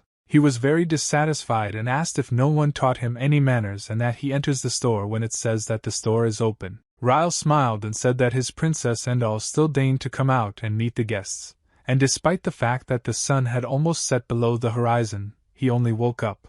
Endall smiled at his beard and said that the laziest sword that humanity had ever seen came to visit him and asked him if he wanted a medal. But then he saw the girl who was standing next to him and asked who she was. But Ryle replied that I didn't want to ask him something and that's why we came together. Nini couldn't understand why this creature was here, and how he could even walk around the house so calmly. Riley raised his index finger up and said that he recently went to a city and they whispered very interesting information to him in the temple. Endall poked his little finger in his ear and asked what kind of interesting information this was. Ryle said that when they didn't look at him, they immediately had predictions and he wants to share them. All these monks were talking about how Ryle had to catch a dragon and this dragon was Endall himself. He smiled and asked him to repeat what he just said. Ryle smiled and said that in Haram Saliya he was asked to catch a dragon, and this phrase made them laugh even more. He pointed his finger at his friend and said that besides him he does not know other dragons. Endall smiled with his sharp teeth and began to laugh. He laughed louder and louder and could not stop his laughter. He hit the table with his fists in order to calm down a little, but he could not. Nini, I don't understand why this guy is laughing so loudly, and why this whole situation seems so funny to him. He wiped the tears from his eyes and said that he had not heard anything like this for a long time. This was the funniest joke he had ever heard. Ryle waved his hand and said that he, too, was surprised when he heard this, and the dragon replied that they had gone completely crazy there. He scratched his chin and said that he didn't understand why they decided to ask the lazy swordsman for this job, but Ryle himself didn't know why they didn't choose him. Endall asked if he was really going to become a dragon slayer, but Ryle stepped back and said that he under no circumstances wanted to do that, and he didn't like that stupid nickname. Endall said that he knew that they were going to catch the dragon and apparently he was sitting here too quietly, so I didn't accept his simpleton. Ryle asked him if there were other dragons in these parts besides him, but Endall replied that here in Solia he was the only dragon. Endall replied that he had not seen the rest of the guys for a long time and did not even remember exactly how much time had passed. Something like 3,000 years had passed, and at that moment he put 2 glasses of drinks on the table for the guests. Endall offered them a drink and said that it was not alcohol and that these drinks would not interfere with their work. Ryle took a glass of drink and began to drink it, and straws, and asked the dragon if he was going to go to Solia. Nini also took a glass of drinks and started drinking it. Endall replied that he considers himself an idiot, and does not understand why he should do this because he has no benefit from it. But suddenly he came closer to the girls and said that she was an ordinary maid. Riley should not keep her mouth shut despite the fact that she did not say anything. His eyes at that moment began to blaze with fire and turned into the eyes of a dragon. Nini saw for the first time that a person's eyes can turn into the eyes of a dragon. Riley asked him to immediately stop being rich and better look at the things that were not brought. He said that recently he was given these things but he does not know how to use them, and they came to help him. Endall smiled and told him that he himself knows that here an ordinary tavern sells alcohol, but not valuable trinkets. Ryle didn't understand what the idiot was saying and said that everyone knows that this is a paradise for an alcoholic, but the dragon got angry and told him not to talk so rudely to him. Endall said that he would look at these items, but next time he asked to communicate more respectfully and ask about the money.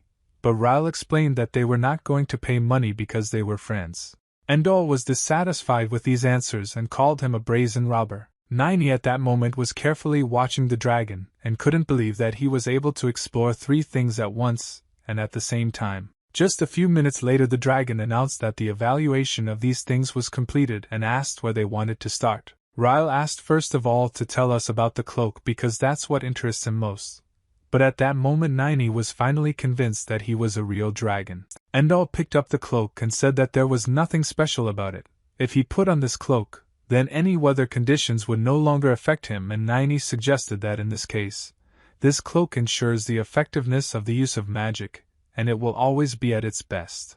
Endall said that this bracelet is something like a storage room. After a few seconds it activated it, and said that if you use a little magic, the bracelets will open a whole warehouse in one item, and it looks like an inventory. He took the bracelet off his hand and said that there was nothing there now, and Ryle immediately asked what would happen if something happened to this bracelet, or it broke. Endall answered him that in this case, he also lost all the things that were inside this bracelet, and if this thing breaks, it is almost impossible to fix it. Nini suddenly realized that this was the equipment of a 7th circle magician, and he did not understand how the dragon could understand all this so easily. But Endall, with a lightness of voice and a smile on her face, answered that he was a dragon, so it was not worth anything for him to recognize such trinkets. He threw the last artifact's ring to these girls and asked her to put this ring on her finger. He listened obediently and did what he asked, but did not put a ring on the index finger of his right hand. After the ring was on her finger,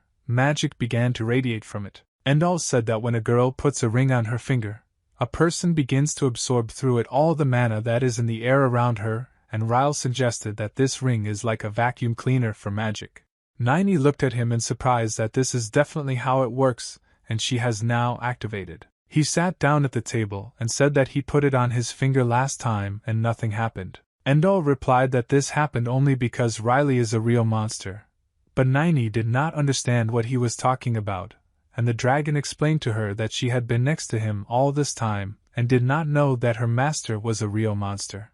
Riley asked him to stop immediately, said that if he told anyone about this, no one would feel better, and told her that she could take all these things for herself because he didn't need. But Nini just threw up her hands and said that she cannot accept all these things. He scratched his neck and said that in that case she should just keep them because he doesn't want to carry them around all the time. Riley asked the dragon if he could accidentally measure the amount of mana. He scratched his head, thought a little, and said that recently one of the keeper fitted him with a measuring stone but asked the guy what he was going to put up with. Riley replied that he didn't understand everything correctly, and he would now try to explain everything. Riley said that she needed this fabric first of all so that she could measure magic. The dragon came closer to her, looked at her eyes and examined her carefully before answering. After that, he thought for a few more seconds and pressed his lips. He looked at her carefully, and said that he was really an unusual girl. He would look at her right eye and say that especially in this place it looks like there was a lot of things mixed in it.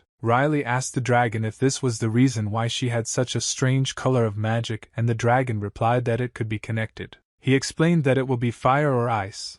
All her magic becomes some kind of brown dark purple. Endall said that his friend found some very interesting ones, and he rarely met such wizards. After that, he looked at her carefully again. And I wonder if Riley knows that this girl didn't have long to live. She seemed to understand what he was thinking about now, and because of this she began to feel sad. She lowered her head down and sighed heavily. Riley said that at the same time he wanted to measure his magic with her, but the dragon asked him why he needed it. He explained that last time he said that he does not need to study magic. This is contraindicated, because if he studies magic, he can conquer the whole world. Rile hit the table with his fist and said that he was not interested at all. But the dragon had a question. Why should he measure his magic? Rile explained that the reasons are quite banal and he just needs to pick apples himself and do stupid things. He would like to learn magic to do this without his participation. This answer actually surprised them both, and they didn't understand if anyone was ready to learn magic for such a stupid reason. They went outside and approached a large stone that stood in the yard. Rile, with his hand to this stone, asked what it was and why he reacted so late. Endall said that he had not seen this for a long time, and it all seemed very strange to him. Rile said that the dragon has some kind of very low-quality magic meter, but Endall got angry and said that this is a high-quality meter. He takes care of it every day. Nini was thinking about something and suddenly said the word time. Rile asked what she meant, and why she just said that word. Nini explained that his superpower is connected with time, and at that moment some strange magic appeared that raised stones up. Nini said that the stone cracks and breaks down over time, and that is why it collapsed under its influence. Endall explained that Rile can only use time magic but cannot use other magic. Rile got angry when he heard because he wanted to study a completely different magic. Endall said that instead of explaining, he could better show him this with a visual example, and fire appeared in his hand. He said that this, of course, is not his element, but here in front of him is a fireball that an ordinary average wizard can use. But if Rile uses it, this fireball will look exactly like this, and it will turn into a small flame. A second later, this light fell to the ground and began to smolder. Rile said it was very similar to fire from a match, but not real magic. Nini lowered her head down and began to nod her head.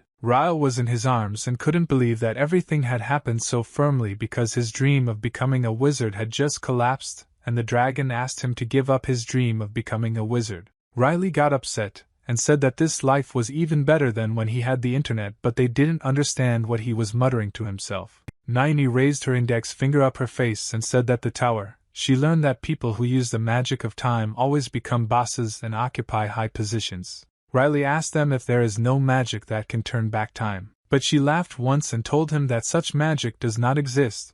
But if the apple tree is subjected to time acceleration, the apples will ripen earlier and then begin to fall and can be eaten. But this didn't make the guy very happy, and he became even more upset. Nini continued to rejoice and clap her hands and said that this is a real gift because she won't have to wait for another season to eat apples. But Riley didn't understand why she was so happy and where she got such delight from. Riley scratched his head and said that in that case she would pick all these apples because he was not going to do that. And they went back to the palace, and by this time evening had come and it was dark. Riley used his magic and looked carefully, and he was very upset and thought that he did not have anything outstanding. Nini the head is very pleased with the progress of his student, and said that he is already able to create light. Riley clenched his hand into a fist and the light disappeared. He said that this color lasts only half a second. Nini explained that it didn't matter to her at all, that they couldn't identify her special features. She was glad that she would no longer have to use such a large amount of magic as before. Suddenly 2 brothers appeared in the corridor,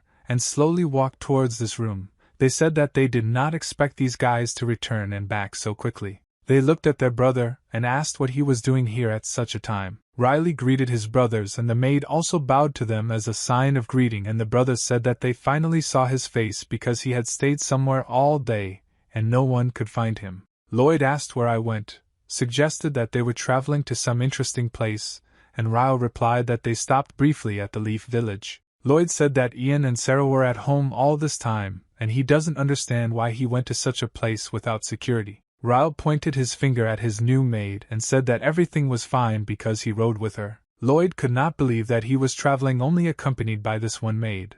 But suddenly the lady came into the room and said that she was very glad that everyone was here. The lady reported that while they were away, a guest came to see them. Riley and Niney were surprised when they heard that some guest had arrived.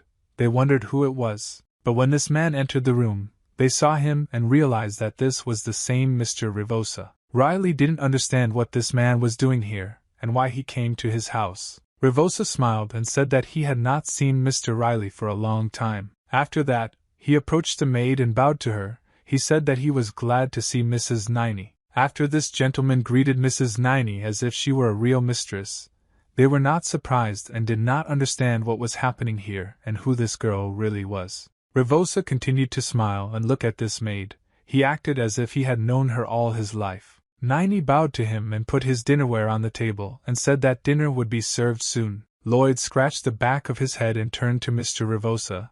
He asked why he addressed the maid like that as if she were some kind of mistress, but Ravosa explained that the guys probably just didn't know. He looked at Riley and assumed that this young master had not told his brothers anything about this girl. Lloyd asked him what exactly he meant and what he had to say. Ravosa didn't really want to tell the guy all this, but he had no choice but to tell it from afar. He looked at how Mrs. Niney nodded her head and allowed him to tell it. He caught fire and very actively told the story of how last time Mr. Riley together caught the great magician Astra and burned him to the ground. The brothers at that moment were shocked and couldn't believe that this maid was actually Masha of the Sixth Circle. But they still couldn't understand why this girl works for them as a maid. Riley looked at her and thought that it didn't matter that her identity had just been revealed. He was interested in why the bishop decided to come here and pay them such an unexpected visit. Riley understood that this person looks very friendly in the end turns out to be the final boss or villain, and it always works like that.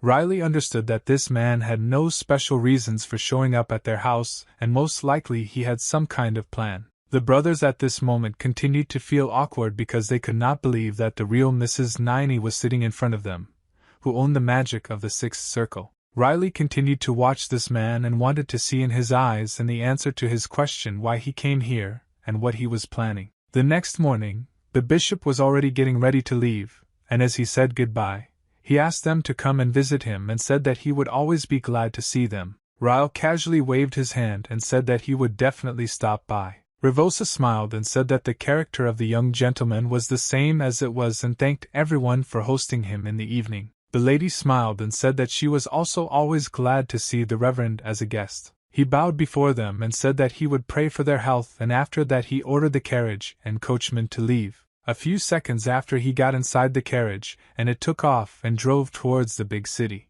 They looked at this priest and waited for this moment when the carriage would go as far as possible. This is their estate. Ryle said he sees right through this fake lighting guy and hates his nasty smile. Riley turned to look at her and said that formally he came to check on how his mother was doing with a clinical illness.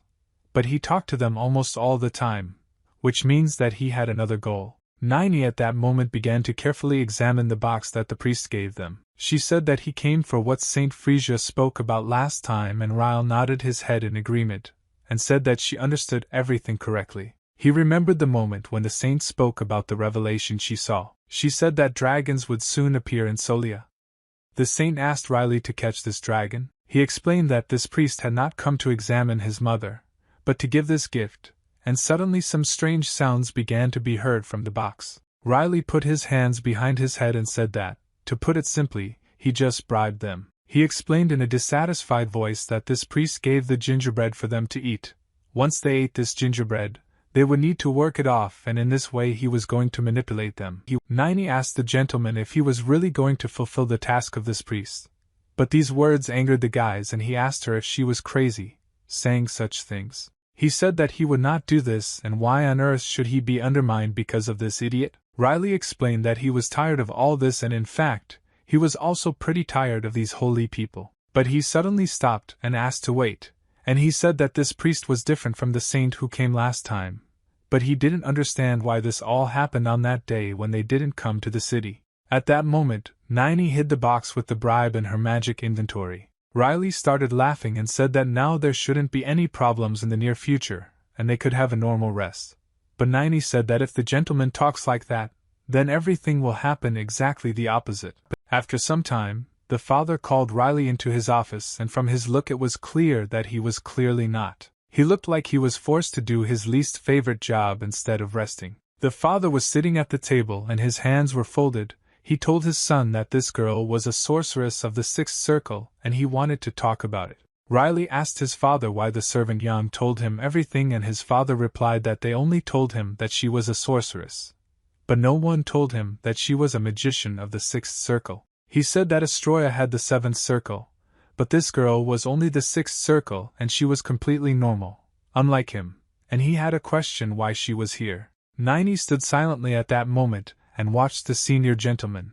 I don't know what to answer him. The father continued to ask why the sorceress of the sixth circle would work as a maid on their estate. He began to get angry and said that an outstanding wizard who managed to stop Astra with his level of magic.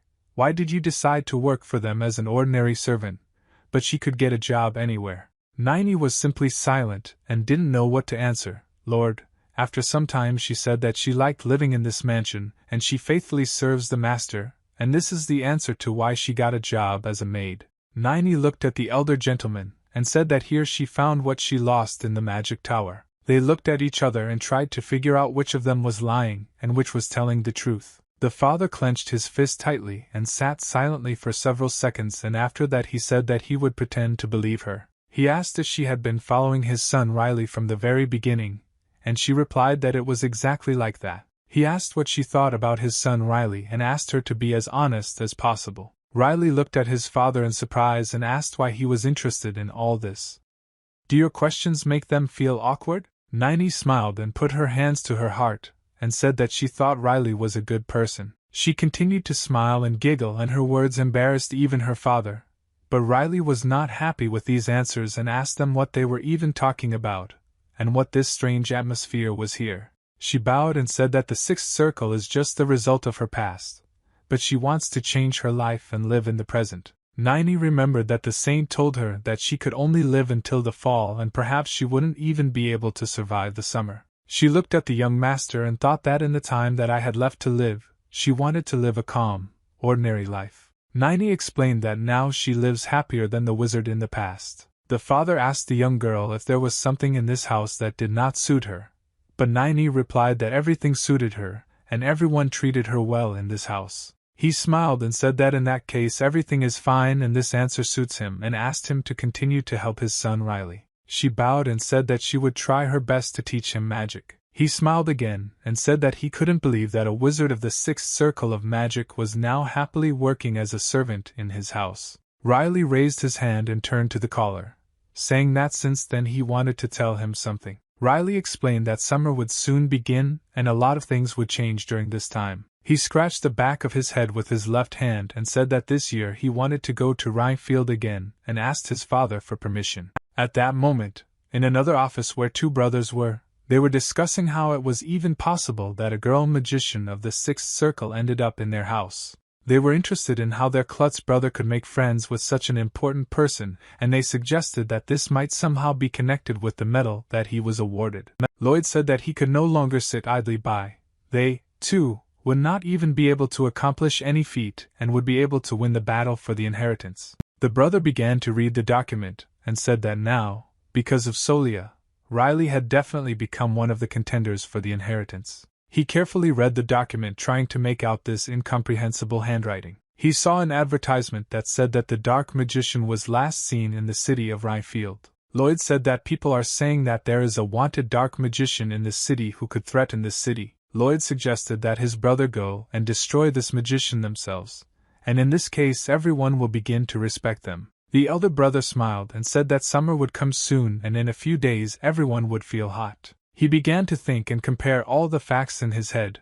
He realized that their brother was leaving for Rhinefield as soon as summer came. Instead, the action is again transferred to the father's office, who tells his son that he allows him to go to this city. He smiled and said that after he found out everything, he was ready to let his son and this girl go to Rhinefield. Riley was incredibly happy when he heard this. Otherwise, I have to thank my father. Yang met his young master and asked how long he was going to leave for the city. Riley sometimes shook his chin and didn't even know how to respond to his favor, and suggested that he could leave for a week, or even 3 weeks. These new ones shocked the poor old man, and he didn't know how to react to this because the young gentlemen were leaving for such a long time. Riley put his hand on the old man's shoulder, smiled and said that he had nothing to worry about because he wouldn't return safe and sound. Niney said that she installed a communication channel on Mrs. Iris's hand mirror using magic.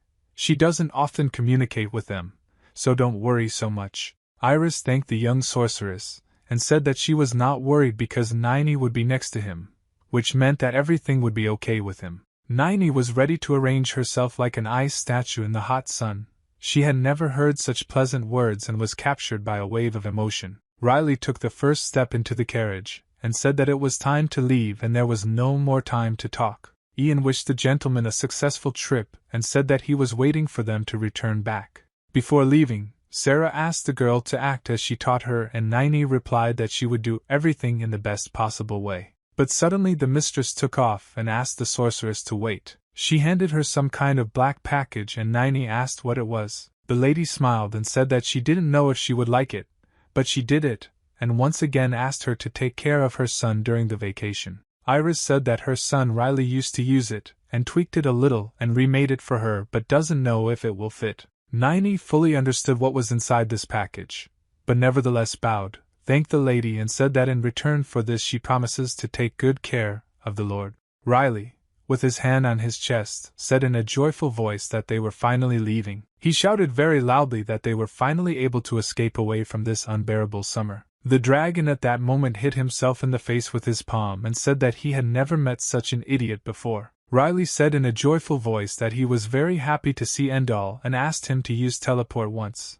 It cost him nothing. Endall and used fire magic. He said that such vile behavior towards him makes him feel like a beast. But Riley easily returned from this fireball and didn't even blink an eye. The fireball hit the tree behind him and a small fire started. Endall told him that he could teleport him wherever he wanted, but for this service he would have to give him something. At that moment Niney was petting the horses and communicating with them. Riley told the dragon in a loud voice that a person is not a thing, and he should be easier with his desires and he will never give him Niney because she is somewhat similar to him. At that moment they didn't start laughing and Riley looked like a boy who fell in love with her. Riley said that he had one reason why he couldn't give it to anyone, but the dragon didn't insist on it, he just wanted to laugh at the words. Endall said that in any case, if they appear out of nowhere in the middle of Ryefield, they will immediately be arrested as illegal wizards, so he will send them somewhere into the forest. Riley smiled and said that he was happy with it,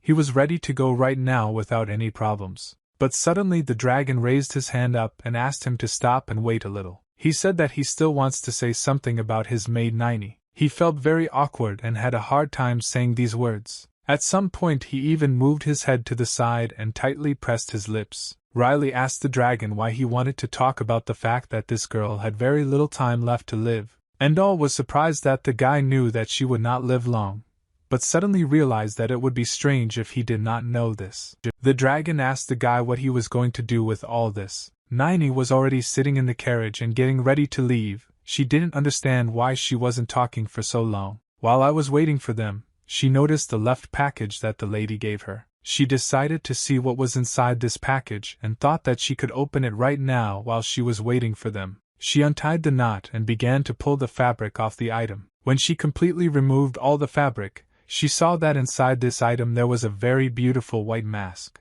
She was very surprised when I saw the mask because she didn't expect such a gift from Mrs. She took this mask and began to carefully examine it from all sides. This mask was very beautiful, and she liked all the patterns that were on it. Tears began to appear in her eyes and she thanked Mrs. Iris for giving her this mask. But the cough did not suddenly start, and she felt very bad.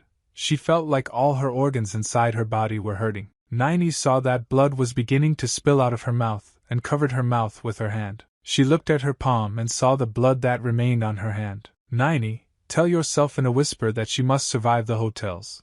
If she is lucky, she will also have time to see autumn. She also remembered a conversation with the saint who told her that most likely this would happen somewhere in the early autumn. Niney smiled despite the fact that drops of blood were dripping from her mouth. She took this mask and said that despite the fact that her life was very short, she was still very happy about it, and everything that was happening to her now. Rao raised his hand, smiled and told her that if she was ready, she could come to them. Riley told the dragon that they were counting on him, and hoped that everything would go well. The dragon said that if they are ready to leave, he will immediately use teleport to move them. A few seconds later a very heavy downpour began and the weather immediately turned bad. Riley was very angry, and I don't understand why this idiotic dragon decided to move them here. He saw a huge monster in front of him and asked Niney if this was the law. He thought it was a real ogre. Niney said in a frightened voice that this is exactly what I'm not thinking about right now. He started screaming very loudly and showing his big sharp teeth.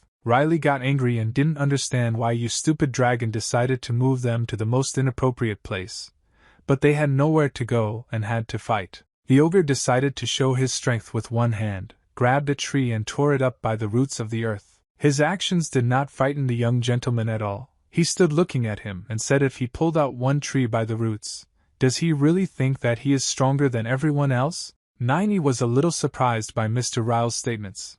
He still believed that he was alone, and he told her that she better put up a protective screen from the rain, otherwise it's pouring on him like a bucket. Niney did not object to him. She said that she understood everything and now she would do what he asked. The girl told her master to be a little careful as she begins her spell. The young master was very pleased that Niney was worried about him. At the same moment, the tree that the ogre had uprooted, he threw it right in front of the young master. Ryle was confused and stepped on this log that lay in front of him. He asked his opponent to calm down as he was very agitated. Ryle was very confident in himself. He told this huge ogre not to do anything now. Anyway, he is no longer a tenant. When the ogre heard these words, he became even more angry.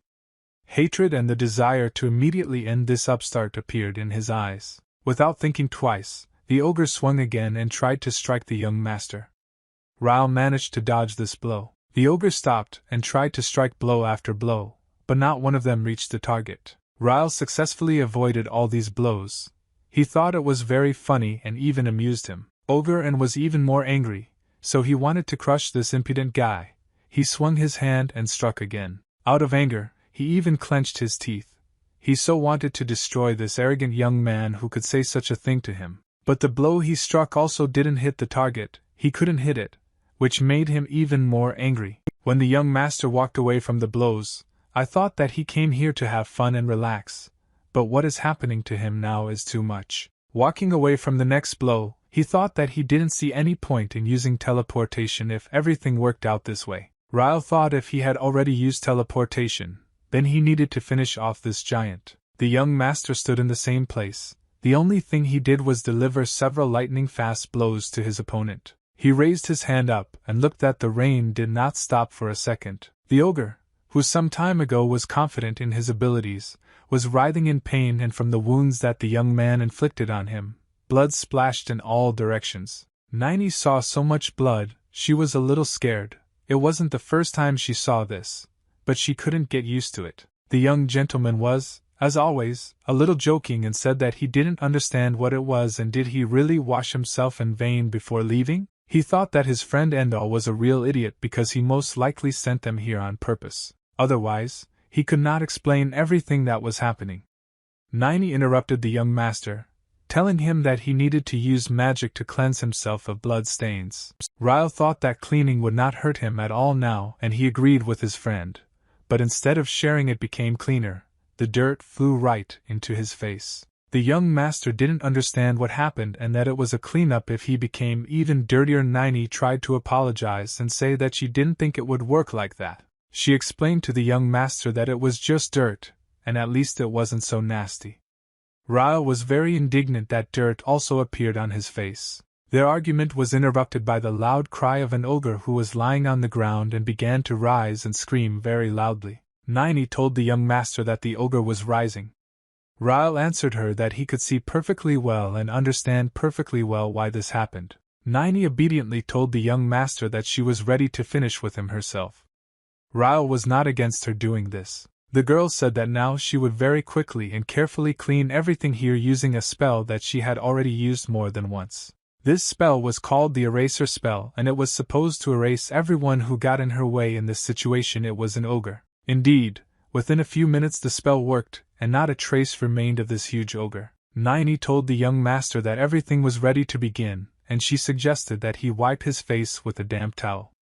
Ryle did not contradict her this time. Despite the rain that did not stop falling, Ryle and Niney were watched by a red-haired girl who was wondering how it would all end. The young master and his companion got a little lost, and so they needed to find out where they are now on the map. Nini looked at the map and said that probably somewhere in these vicinities they are now. In these places there are no signs, so it's a little difficult to say where exactly. She turned to the young master because she doubted that she had correctly determined where they were now. Nini told him that she would use search magic just in case, and there was a place nearby where she felt someone's presence. The young master was not surprised at all, and said that it was good, and did not go to where Nini felt the presence because they no longer had a choice. In their minds it should have been the same ogre as the one they just met on their way. His eyes also had to glow, and he had to be just as aggressive, and he had to be as huge as the previous ogre they met. It seemed to them that he had to growl very loudly in order to scare them as much as possible.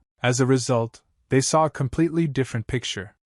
Ryle asked his companion if she really felt them. These young people who pointed arrows and their bows at them from 3 sides and did not allow them to pass further. The young gentleman asked who they were. He came to Rayfield for several years in a row and saw them here for the first time. The red-haired girl who was watching them from the tree told them not to pretend that they don't know anything because she saw everything. This girl accused Nini that the magic that came out of her hands and that she used was black magic. The red-haired girl was very aggressive towards them, and repeated once again that it was black magic. Nini was surprised. She even thought if she really was a black magician, as she says. But then Nini asked what she was talking about because she fundamentally disagreed with it. These guys who stopped the young master and his companion said that she was the black magician who had been wandering around Rainfield lately. They accused her and started telling her not to even start making excuses. The redhead said at night that she saw dark magic flowing from her hands. This is irrefutable evidence. And the red-haired woman also added that she heard that Nini used purification.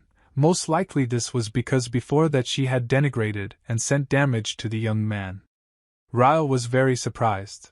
Then he pulled himself together, and realized that this couldn't have happened, and these guys got everything very mixed up because they remembered it wrong. The young master could not understand what they were all talking about, and what kind of dark magician they were talking about. The guy with green hair said that they would stop making excuses. He knows perfectly well that they are at the same time. These words angered the young master even more. He did not understand what they were talking about, and why he was accused of magic. The next moment he said that they should not dare point weapons at him. At that moment the aura behind him turned red. When the red-haired woman saw this she was a little in a hurry and scared. She didn't understand who she was dealing with. Ryle continued to say that he needs to understand what is happening here, and why they are being blamed for this. He was wondering why they came here and started accusing them of using black magic. In fact, only they should have been outraged by this. The guys didn't know what to answer him. They stood a little scared and thought only about one thing, what was happening now. The guy with green hair said that he didn't know either, but it seemed to him as if the young master's oppressive aura had pierced his entire body. Ryle wanted to find out everything completely, so he wanted an answer to the question he asked. The red-haired woman said that young master man's companion has a dark color. The young master didn't understand what was good if her mana was dark in color. The red-haired girl answered, "Doesn't he know? This is the first sign of all black magicians." Ryle turned to Nini and asked her if it was true that all black magicians had dark-colored mana. The girl shook her head. After her answer, Ryle told the bald redhead that this was not so and his companion was not a black magician. The young master tried to explain to the red-haired girl that this is just her ability, and nothing can be done about it. Nini added that this is not an innate trait, she became like this because of experiments. Ryle asked the red-haired man what else, besides mana, tells her that his companion is a black magician. The red-haired girl was very angry, tried to concentrate, but couldn't come up with anything else to justify herself. Then the young gentleman said that most likely Rezev had nothing more to say. He also added that he was ready to tell them something and should not think carefully and answer. The young master said that he could swear on the name of his family, namely the Ippolita family, that his companion was not a black magician, and asked them what they could swear on.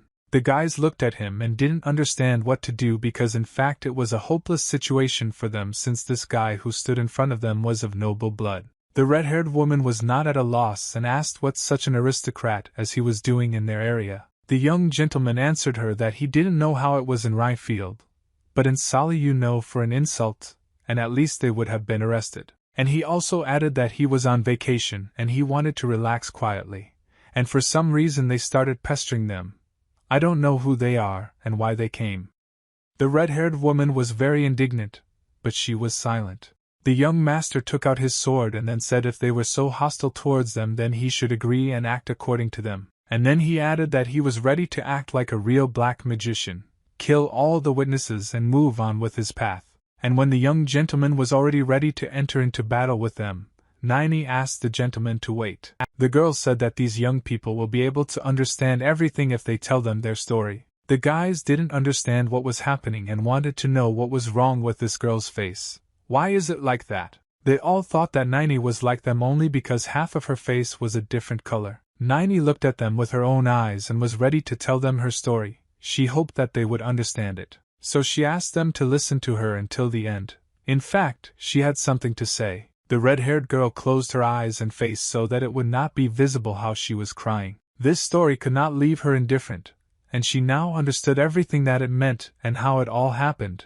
And now she understood about the Tower of Magicians and Sally. She understood that Astro was complete shit, and if she were in her place she would have been able to undress with him.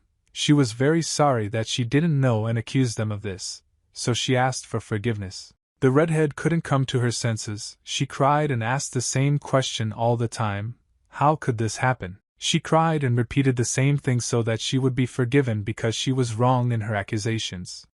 Nini gave her a handkerchief and told her to use it. When the young master saw this, he said that the red-haired woman was just about to kill them. Ryle added that what irritates him most is that her crying reminds him of a certain person. Nini immediately guessed who he meant. It was Mr. Yang, who kept saying how much pain and sadness he experienced while in Sali. The young gentleman added that, in any case, now they understand that they were mistaken. The guys told him that they were ready to ask him for forgiveness for his rudeness and ignorance. Ryle understood, because 5 minutes ago he had told them the same thing. The guy with green hair replied that their commander had never made a mistake. It was a feature of their commander. Her intuition was excellent. These guys said that the young master and his companion can be calm because they no longer suspect them of anything. Ryle asked these guys about which black magician they were talking about. The guys answered that this black one had long since acquired notoriety, and they recently discovered traces of him in the vicinity of Ryefield. And therefore their team is one of the victims of this villain. The red-haired girl thought for a while and said nothing more. Then the guys said that they had a leaflet with his description and the amount of reward for his capture. They showed this leaflet to Mr. Ryle read it. He was outraged that it was written there that the peculiarity of this black magician is dark mana and he can also control the body of a dead person or other creature. These guys said that they were actually trying to catch up with him, but this black magician can control corpses. The red-haired girl said that everything they say is absolutely true and he can really control corpses. The girl said that her father became a victim of this criminal. Ryle asked them if he really hadn't heard and this black mock can control corpses. The red-haired woman continued to say that this was really so and because of him her father interrupted her at that moment. One of the guys said, "Can't they hear anything?" as if someone huge was walking towards them. The young master heard a very loud roar behind him and the guys who stood opposite him began to shout that someone was approaching from behind. Ryle Pullet and the sword said that since they were all screaming and he would not be deaf for long, he had no choice but to deal with the one approaching him from behind. The young master turned around very quickly, swung his hand and with one blow cut the throat of the ogre approaching him from behind. The redhead didn't even have time to react and didn't immediately understand what happened. The guys who were with her opened their mouths and stood watching everything that was happening. They were also interested to know what happened now. The silhouette in a black cloak went into the depths of the forest. He wanted to remain unnoticed. This man in a black cloak did not understand whether this ogre had also died and how it happened that this was the second one today. It was not clear to him because it was an ogre, and it was not so easy to deal with him. He thought that lately it was becoming more and more difficult to find a good carcass that could be used effectively because before it was a completely different matter. He thought that he should look for a creature similar to the basilisk. With these words he went into the depths of the forest. Ryle under the umbrella thought that he felt very fresh. Nini asked the young gentleman if he could conjure a protective screen from the rain. The young gentleman replied that there was no need. It was so romantic to take shelter under an umbrella in the pouring water. The red-haired one said that it was very good that they were not saying goodbye now and that they would be with them all the time, and she also added that she was a little surprised that her Uncle Hiro was now working for the young master as a butler. After these words, Ryle understood why this mug of hair reminded him very much of Yana. She did everything exactly the same as he did. The red-haired woman said that she was now in his debt, so she asked him to take at least this and handed him a sheet of paper with something written on it. The girl added that he was here for a whole month so he could come to the address at any time. She was ready to treat him to a delicious lunch. Ryle laughed but said it was a great idea and he'd probably use it. The girl wished them a good holiday and to have as much fun as possible. The young gentleman thanked her and also wished her good luck. Ryle and Nini went under the same umbrella.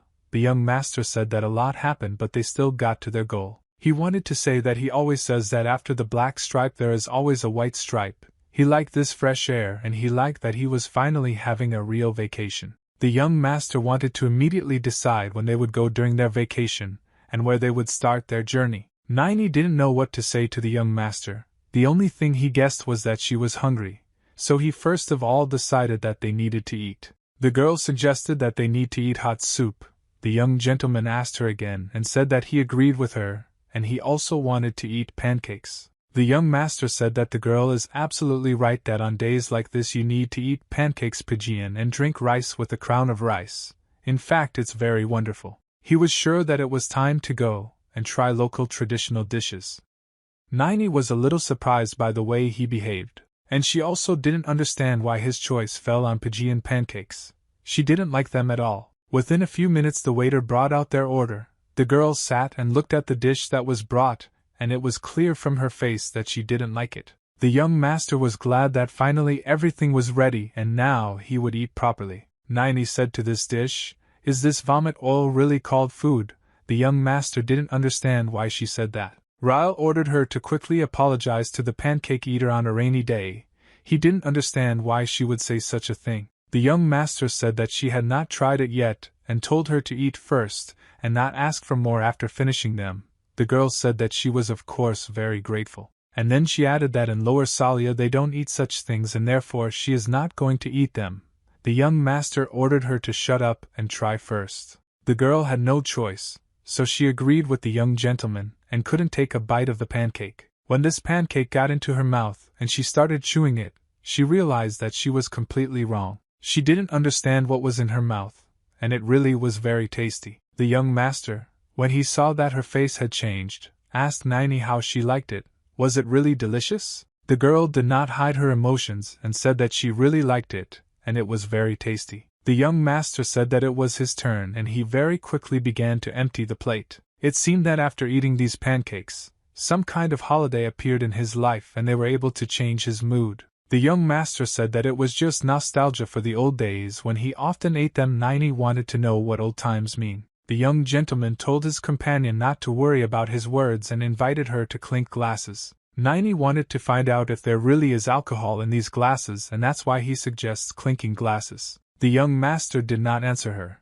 He took several sips from this glass. The girl said that Mrs. Iris, his mother, insistently asked him not to drink, so she doesn't want him to drink. She brought the contents closer to her and asked the young gentleman if it was alcohol. Ryle told her that everything was fine and if she drank, she definitely wouldn't die from it. Nini noted that the point is not that she will die or not, but the point is that Mrs. Iris categorically forbade doing this. Ryle told her to try. Nothing will happen from her if she just tries. I couldn't concentrate for about a minute to take a sip. Then she made up her mind and brought the glass closer to her mouth and took a sip, after which she exclaimed how delicious it was. The young master told her that she really liked it. The girl drank everything that was in this glass in one gulp. She had never really tried anything like this before. The young master could only watch as she drank all the contents in one gulp, finish it to the very end, put the dishes on the table.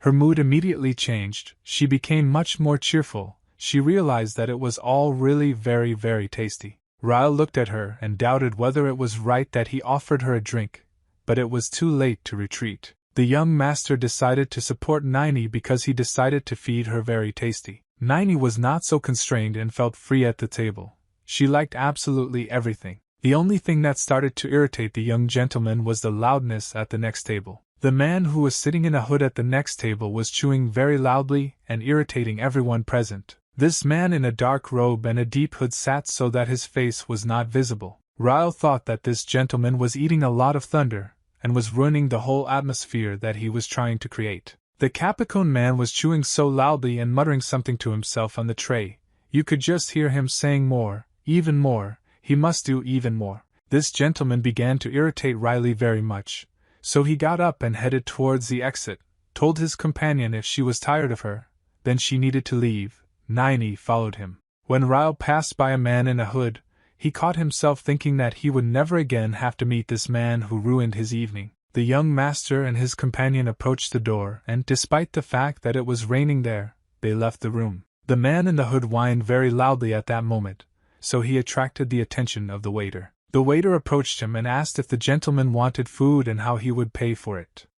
The gentleman replied that he really should pay. Of course, he had to pay the waiter, and in no case could he act ungrateful by giving him the money. The waiter asked if everything worked out for the gentleman. At that moment, the man in the hood raised his hand and hit the waiter with the club. At the same time, he said that he was very sorry because he only managed to catch one, that is, make only one puppet. The payment for the food was really peculiar, and the waiter in no way expected this. The man in black raised the waiter and said that this was his payment, so he should accept it. The next moment it splashed in all directions. This gentleman's payment was indeed peculiar. While the young gentleman and his companion were walking under an umbrella, hiding from the pouring rain, Mandu, the gentleman asked how she liked the food. The girl replied that the drink she drank was definitely alcohol, and it was not at all like the one they drank downstairs. Solely so she was a little surprised. The young master asked her because this drink that she drank today was tastier than theirs. The girl did not argue and replied that of course it was really tastier, she had never tried anything like it. Ryle told her that in this case, she now knows him, so she shouldn't tell his mom what they were drinking, it will be their secret. Niney said that she understood. The rain continued to pour like buckets. There was such a sign that if you are going to Rhinefield, it is best to wear a raincoat and not walk under an umbrella. Mr. Lotta said that it's really better for them to buy a raincoat, and even most likely too, because the second one is for her. Niney listened attentively to the young master and did not interrupt him. She agreed with everything he said. The girl said that she really likes to walk with him under the same umbrella despite the fact that it is raining. The next moment she caught herself thinking that she was drunk and talking about some kind of nonsense. She even felt ashamed in front of the young master. She just couldn't come to terms with the fact that she was talking nonsense. Anapa tried to start controlling herself. She forced her to stop talking all kinds of nonsense and come to her senses. Well, at some point she thought that she was going to die soon anyway. Two young men in white clothes stood in the temple. One of them asked the second if he knew where Mr. Rao was going. The second one replied that he found out exactly the day before yesterday that the young gentleman went on vacation. Mr. Rivosa wanted to clarify where exactly. His subordinates said that everyone was talking about the fact that the young gentleman had gone on vacation to Rhinefield. The gentleman was a little surprised. He thought that it was not very good that he went exactly there. His subordinates said that of course it was too far to go on such trips. The gentleman thought that he could only hope that he would not run into that guy, because they needed a little more time to create enough puppets, and if Rao kills this guy then things are really bad, then he will be the one in danger. The gentleman turned around and said that there was nothing he could do. His subordinate asked why he was going to go there. The gentleman replied that he had no other option. If naturally he had to go, he was the very hero whom the goddess chose. The gentleman also added that he did not have time to talk, he needed to prepare for departure. His subordinate deviated and said that he was obeying. The saint came closer to Mr. Rivosa. She wanted to clarify what he was planning. Mr. Rivosa was very pleased with her presence. Saint Frisia asked the gentleman if he was really going to meet young Mr. Riley. Golden repeated that she had already told him that he should not touch anything, good would not come of it. The gentleman laughed and asked her if this was also a prophecy. Mr. Rivosa turned to the saint. If this is not a prophecy, then he will consider that she is self-willed and he must definitely meet with the chosen one. He believes that this needs to be done because the fate of Solia depends on him. Although no, the future of the whole world depends on him. This man must save the world. So why does she constantly say that he should leave him alone? The saint did not intend to argue with him. She wanted to find out what Rivosa was up to and whether he should be feared. Without saying a word, she looked at him and lowered her brow, then turned around and began to leave. At that moment the saint said that in any case she warned him, and she did this more than once, and now she repeats to him that he should not disturb Mr. Riley. Mr. Ravosa, having listened to the saint to the end, said that he thanks her for her concern and bows to her. The saint doubted his sincerity. She turned to the goddess Ironessa. She needed to get an answer. She wanted to know what the goddess wanted to say with her revelation about Bishop Rivos. The young gentleman and his companion ended up in the library. Niney noticed that it rains here for days on end, but the condition of them is simply impeccable. The young gentleman replied that here people have developed the magic of preserving an object in its original form. The girl didn't understand how it was possible that it could rain absolutely every day, and everything was in such a state. Ryle answered her that he himself doesn't know. The young master said that he doesn't know what the rules are here, but he invited his companions to just have fun reading a book to the sound of rain. This is heavenly pleasure. Niney was a little surprised. Could this really be interesting? The young gentleman suggested that they split up, each choose a book for themselves and meet in the center of the library. Niney didn't quite agree with this because she had to protect her master and not leave his side. Now Ryle asked the girl why in her opinion he needed protection. Niney told him that of course not, but still the young gentleman answered her. If she understood, then she should go and choose a book. Whoever chose first takes a place to read for both. The girl was a little torn because she didn't know which book she would like to read. It's not an easy choice. Then she became interested in what books there were. All that she read in the Tower of Magicians were magic books with spells. She came closer and saw that there was even a book in which it was written how to cook parmesan pancakes. Find out that someone was calling her. She turned her head and saw a red-haired girl who was asking why she left one gentleman. Hey, the stupid girl's name was Mrs. Nara Basilisk, and in some strange way she appeared right here. Find 2 books behind her back. She asked her friend what kind of fate she was here. Nara answered her that she wanted to look for information about black magicians. She thought that this would somehow help her. Nara asked what kind of books Niney chose. She was very curious. Niney had a book in her hands about alcohol and magic tricks against hangovers. Nara asked her interlocutor if she really liked to drink. Niney said that it's not so simple. She thought that it would be useful to study magic that could help sober up. Suddenly it would be useful to her. Nara smiled at her new friend and said that it would be good if Tanya didn't forget about her promise, and that they would come to her sometime. Niney began to say that yes, of course they always keep their promises. At that moment her speech was interrupted by a loud cry. The girls turned to the side where this scream was coming from. None of them could imagine what happened there. Nari asked her new friend if she heard Niney's scream and told her that she heard it too. The girls hurried in the direction where this scream was coming from. They wanted to find out what happened there. Nara asked where Mr. Niney was and told her that they had agreed to meet in the central part of the library, and it seemed to her that she should look there first. Nara said that she knows where it is and is ready to show the way. The girls went exactly there. Niney wondered what kind of scream this was. She didn't understand what happened and asked her companion what she thought about it. Nara wasn't sure, but she said that she had a bad feeling. Nara stopped the next moment, and said that they were almost there and added that as soon as they checked the central hall, they should return immediately. When they entered the central hall, they saw a picture that they completely understood, but there were many young people lying on the floor, motionless, and their bodies were bleeding.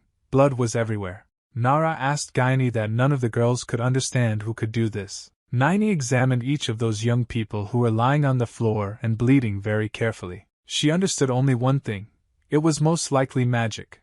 No one could cope so quickly without magic with so many people. The girls said that she sees traces of magic. Nara asked her what she meant and where she sees them. Niney thought to herself, how could this be, because she didn't hear any explosion or something like that, and most likely he was able to suppress this sound. Then what kind of scream did they hear earlier? The only thing she was sure of was that the skills of a criminal were at the highest level. Niney turned to Mrs. Nara. She asked her to think about God Riley so that she could imagine him in her mind. Nara didn't understand why she needed this. Niney asked her not to speak and to do what she asked as quickly as possible. The girl closed her eyes and introduced Mr. Riley. So she was able to determine in which part of the library he was located. Niney was able to feel that he was now in another part of the library, and was choosing a book. Niney realized that he was now on the second floor somewhere above, and she needed to hurry up as quickly as possible. Nini said told Mrs. Nara that the gentleman is now on the second floor. Nara was very surprised. Nini needed to find out where the stairs were located that could be climbed. Nara looked at the corpses and it seemed to her that she knew whose traces these were. Nara realized that it was not a coincidence that the dark spots on the pipes that she saw, and also the living corpses that had just been lying motionless stood up and began to move. Nara realized that the black poppy that she had been looking for so long was located right there in the room. It was somewhere nearby. Nini could not believe that in front of the days there was a black magician, Nara, who said that it was he who turned her father into a monster and her relatives and loved ones. She was sure that he was somewhere nearby. Nini told Mrs. Nara that it is very dangerous here and asked her first they should find the master, and then they should move to a safe place. Nara answered her nothing. She had a completely different task. She wanted to find a black magician. Nara said if there was a real hero here instead of them, he would have evacuated other people first. Her father, she is sure that he did just that. Nara told Natsuni to look for the master, and in the meantime she will look for people. Maybe someone else is still here and he is alive. Nini went up to the second floor and saw a gentleman there who was choosing a book. He didn't understand why she was looking for him here. The young gentleman asked if she had already chosen a book and didn't understand why it was here. Because they agreed to meet in the central hall, the girl said that this was the case here. Breathing a little, she began to explain that something terrible had happened in the library. The young gentleman wanted to clarify what exactly. Nini said that there was a black magician in the library. He was planning to do some nasty thing. The young master did not understand what she was talking about, and what kind of black magician. The girl began to talk about how the gentleman should remember the ogre who was chasing them in the Rhinefield forest. He also thought that he had already been killed and then he came to life again. The girl started talking about how the same thing happened in the library now. Corpses were laid out and wandering throughout the library. Urgently needed to leave here. The young gentleman didn't understand what kind of corpses they were. He walked up to the railing of the balcony to see what was really happening below. He was very surprised. Because walking corpses were looking at him from below, they couldn't be called anything else. At some point, the eyes began to glow, and it was clear that they were furious. The young gentleman held on to the lock very tightly. He didn't understand how this could be in his head. It didn't fit at all. He sent himself thinking that he felt as if he was in a movie about zombies and they were now surrounding him. The young master turned and asked the girl that amazing scream that he had heard, how it was connected with them. Nini told him that she assumed that yes, one of these outlived corpses tried to attack the young master. When he approached and was at arm's length, the young gentleman hit him with a book on his head with all his might. Ryle said that in general he understood what had happened. Only one of these zombies behaved aggressively at that moment, and the rest were in place. Ryle said that he does not think that this situation is so terrible, and does not see the fact that she was running towards him as fast as she could. Mrs. Nara, you even saw how the young master dealt with one of the zombies. She came a little closer to them because she wanted to understand in which direction she should move next. She had only one task. She needed to find a black magician. A picture from her childhood kept popping up in front of her. She remembered how her father tried to resist this black magician and called him a brat. I don't understand why he does this to them. This black magician believed that he was saving them from suffering and wanted to make them part of his army. She remembers how she told her father that they needed to run away from there as soon as she was very scared. Nara understood that he killed Uncle Theo and Sister Lana and he would never spare anyone. She was very scared at that moment, and she only thought about the fact that she couldn't just die like that. It was at that moment that her father threw her hand. He said that someone must stop this monster. Her father looked at her again and told her to run as quickly as possible. She had a chance to escape. All this time she wanted to avenge her father, and now she was only thinking that she must definitely find her father's killer and avenge him. Black magician, she was thinking about how she would deal with him. At that moment she heard a voice that said something Armada. Once in childhood she had already heard this voice, which only meant one thing. This man who killed her from her father was somewhere nearby. This man in black walked around the library and looked for a book about Rhinefield clouds. He swore at all the zombies, saying that they were of no use. The man in black said that he set their brains back and revived them, but they couldn't find one single book for him. At that moment someone handed him a book, and the man in black clothes was happy to see it. He said that finally at least someone found this book and he was great. He told him to keep it up. Lady Nara at that moment realized that this voice was the same and this person who was shining here was a black magician. This man in black said that with this book he would cause acid rain in Ryefield and began to leaf through it. The girl looked at him and thought that all this could mean. She asked this man what he just said and let him repeat it again. The man in black then said that it was then that several hundred more warriors would be added to the army. All this in order to get rid of suffering. At this time, the young master and his companion left the Niney library silently behind their master. At some point she decided to ask him, but Rael told her not to say anything, and then he reminded her that he came here to relax and not at all to catch some magician. And if she thinks that it's wrong that they avoided it, then she's deeply mistaken.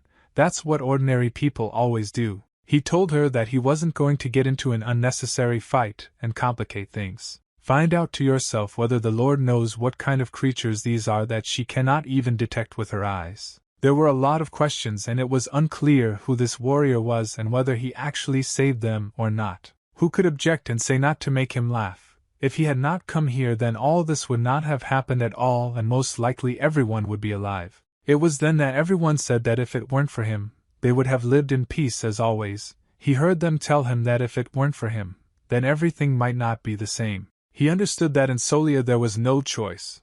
But here the situation was completely different.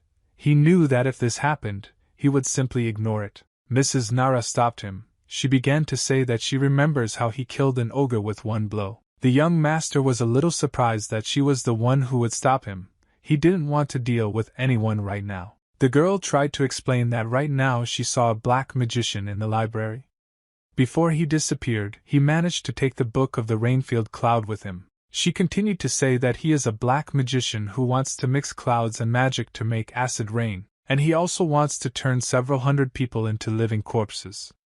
This man was talking some nonsense about praying for relief from suffering. Lady Nara told the young master that she saw that he was strong enough, and that was why she turned to him. She asked him to help them because she believed only he could cope with this man. Mrs. Nara tried to explain if the black magician manages to do his plan and acid rain comes to Ryefield, then the end will come and all people will become like those in the library. Ryle interrupted her, and said that she thought that all people would become puppets, which is exactly what she wanted to say. He thought that wherever he went and wherever he was, there were bastards who were ready to ruin the lives of others. At first he tried to brush it off and say that not even a week had passed since the start of his vacation.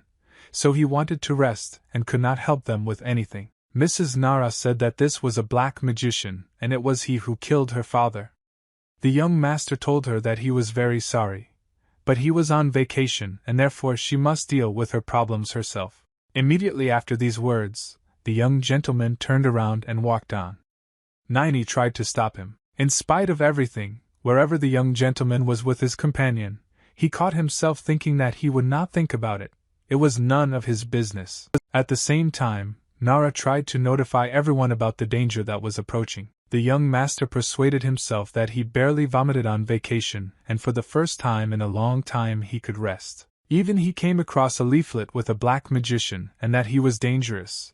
The young gentleman thought that he did not want to get involved in a murky and tedious story. He just wanted to enjoy his vacation and have fun, so he had no intention of helping Nara in any way. The next day, when they were walking in the rain again, Niney asked the gentleman how he was having fun and whether he was having a good time. Ryle didn't want to answer her. He tried to convince himself that he was doing absolutely the right thing, and it wasn't his problem. Nara was not going to sit still. She tried to tell everyone what the black magician was going to do, and her people handed out leaflets to everyone who wanted them. She tried to find this black magician and stop him. Of course she needed revenge for her entire family, so she looked for him during the day. And she was looking for alone, and at night her search did not stop for a moment. At some point she realized that she had finally found him, and now she could deal with him. The man in black could not understand who this girl was and why she was looking for him. When Nara saw him first, what she asked was apparently he had not yet finished his preparation for acid rain, and if this is so, then it's okay. She's still ready to cut off his head before he even has time to do anything. The man in black smiled. He found it funny how she was going to cut off his head. he didn't understand who she was at all. The girl was very seriously upset. She said that she came here to avenge the murder of her entire family. The black man looked at her and said that he remembered her, but rather remembered her eyes. He remembered them clearly. Nara didn't understand what he was saying and why he started talking about her eyes. Is it really true? The man in black began to talk about how he remembers the eyes of her entire family when their affairs were completely on fire. Even if he wants to, he will never forget that look. The man in black said that he didn't think that anyone could survive from this family. It was very strange to him. He was not very surprised because he understood that this was just revenge and did not understand why she was so inclined towards him. Because he gave them immortality, and they are ungrateful people. Nara couldn't stand it, and muttered with toad teeth to tell him to shut up. His words were unbearable to hear. The man in black didn't understand what was wrong with her. He invited her if she wanted to taste his fire just like her whole family. He understood that he now had a great chance to kill the only one who could escape. The girl was ready to fight him in order to avenge her family. All this time the rain kept pouring down like buckets, and it seemed like it would never stop. The girl saw a very familiar hand in front of her. She didn't understand what was happening. Then the silhouette of a man appeared whom she knew very well, but he was not at all the same as she remembered him. This man did not utter a single word, he only made some sounds. Nara was very surprised. She didn't expect to see this. The next moment she realized that this person who is now standing in front of her is her father. Mr. Black told the girl that she was finally waiting to meet after so many years, and it was very touching. He was even ready to cry. The only thing is that her father's appearance had deteriorated considerably during this time,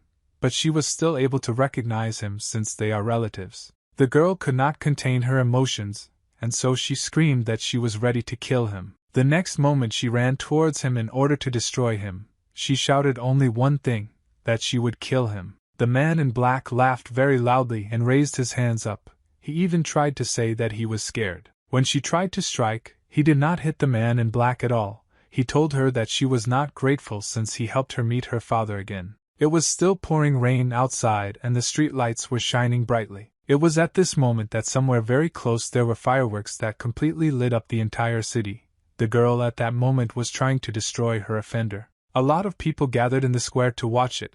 It was beautiful. Everyone loved watching the fireworks. For some reason the young master was not at all joyful at that moment. It seemed that he was thinking about something. He asked his companion whether she was having fun or not.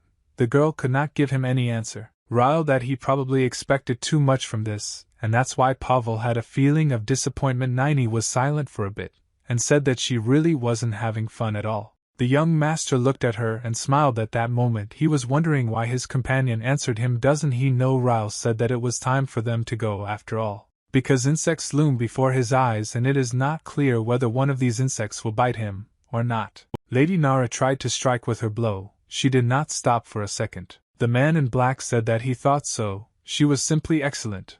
Like her whole family. He wanted to look at her after adding people. Nara no longer noticed anything. She tried to move forward in order to achieve her goal and destroy the main one. For this she removed everyone who stood in her way. She knew that the man in black was an insignificant bastard and wanted him to die as soon as possible. When she came very close, the man in black said whether she would regret it when she did it. When she swung, she saw in front of her that same zombie who looked very much like her father. The girl did not stop and struck the next blow at the last moment. She realized that she had struck her father. Nara stopped at the last moment. Her father stood in front of her. The man in black said that she was ready to take revenge. But could she harm her father? The arrow hit her father's hand. Her assistant told the man in black not to talk nonsense. The guy came out of his hiding place and told the commander to come to her senses since her father had long since died. The man in black was happy because he now understood where her assistant was hiding. He could easily deal with him, launch hundreds of arrows at him that should have reached their target. But the young man managed to dodge. The man in black laughed as always and said that he was so scared because her archer attacked him and this was a problem for him. And he also reminded that the rest of her comrades are now incredibly busy and therefore will not be able to come to her aid. The guy told his commander that these zombies could surround them, so it was better for them to retreat. The girl didn't understand because her father was standing in front of her. Nara could not come to terms with this. Despite the fact that they were really surrounded on all sides, the guy called her again. The man in black laughed sarcastically because he knew that she could not stab her own father. The girl was in a lot of pain because she couldn't do something so ungrateful. Well, she couldn't listen anymore to all this nonsense that the man in black was talking about. She told him to shut his mouth. If the next moment she started attacking him because it was unbearable to listen to everything he said. Her archer tried to stop her and said that there was no need to do this, he deserved it. But the man in black enjoyed it. Nara was about to stop, so she attacked and pierced through the one who looked very much like her father. The next moment she saw it flowing down his face, but nothing could be changed. She stood and looked. In her eyes there was only horror from everything that had just happened to her. A man in black used magic air hammer, and it was going to completely destroy her. Her assistant called her. He had to make sure that his commander was all right. He rushed to the rescue. The black man at that moment said that they had reached their limit, the point of no return, so they needed immortality, and he had just prepared everything. The guy turned and looked at the man in black. He asked him what he said. The man in black continued to say that now this city of his will also live forever, and then they will be one step closer to getting rid of suffering. Then, as always, with his smile, he began to scold and his report began with 3. Then her second assistant approached the girl and none of them understood what was happening and what this gentleman in black wanted. Despite everything that was happening, the rain also did not stop falling. It seemed that it would never end. Then in black he said too. At some point it became clear that he was planning something completely bad. Mrs. Nara screamed loudly for him to stop, then she asked him to please stop all this. But the man in black didn't hear her at all. He was already standing on a high stone and raising his hand up. He said 1 and then said that let it rain. It was at this moment that the rain that he had in mind was supposed to happen was to turn into acid. But everything didn't go at all the way he wanted. Everyone was surprised and he himself was surprised too. The raindrops that fell from the sky froze in an instant and hung in the air. Everyone looked at what was happening and did not understand how it could happen that the drops froze. At that moment the young master appeared. He said that he had finally found where he was and was ready to fight this vile asshole. At the same time, everyone in the city could not admire the fact that the raindrops were frozen in the air. Someone said that they looked carefully. These drops were not frozen. They were just falling very slowly. No one could understand what was happening. It was unclear what it was. But it really was very surprising and very beautiful. You could watch the rain in slow motion as the drops moved slowly down. And then something even more incomprehensible happened. The drops began to rise back and it was completely incomprehensible. The city was practically asleep, but raindrops continued to hang in the air. When the young master saw this, he realized that Nini had coped with her task. She had succeeded. The black man came back and turned around and asked who he was and why he suddenly appeared here and waved a ball in front of him and didn't even bother to introduce himself. The young master wanted to answer this question for him at first, but then he thought that he wasn't even worthy of it. Ryle said that he doesn't even know if the man in black should know about it because there is no need for it. Rana looked at the young master and was surprised that he was here. She did not understand what he was doing here. Ryle looked at his opponent and told him that he had been preparing for so long and all his efforts were now down the drain. He asked how much he liked it. The man in black didn't say anything. He didn't understand how it could be a downer. Did he really think so? He completely disagreed. It couldn't be that all the efforts were in vain. The man in black shouted that these clouds that had stopped now. Why did the young master dare to distance them from prayer for the sake of getting rid of suffering? The young master didn't understand why he was pretending to be offended. If he were him, he wouldn't have done this if his vacation hadn't been ruined, and what else did he tell Nini to do? At that moment, the girl made the rain come back and those raindrops that were hanging in the air began to drip again. Everything that happened now was the work of Nini, and she did it quite well. The next moment the girl did so that the rain stopped again, and the drops hung in the air again. The man in black began to shout where the rain was and that all the people around were ungrateful. The young gentleman went to ask him about the ungrateful. He wanted to know if he really dared to express himself like that after ruining his holiday. The man in black shouted at him that he was an ungrateful puppy and was ready to humiliate him, but he failed. The young master stood and looked at everything that was happening. The man in black grabbed him by the legs and tried to pull him down. The girl told him to be careful because this villain had a lot of puppets left.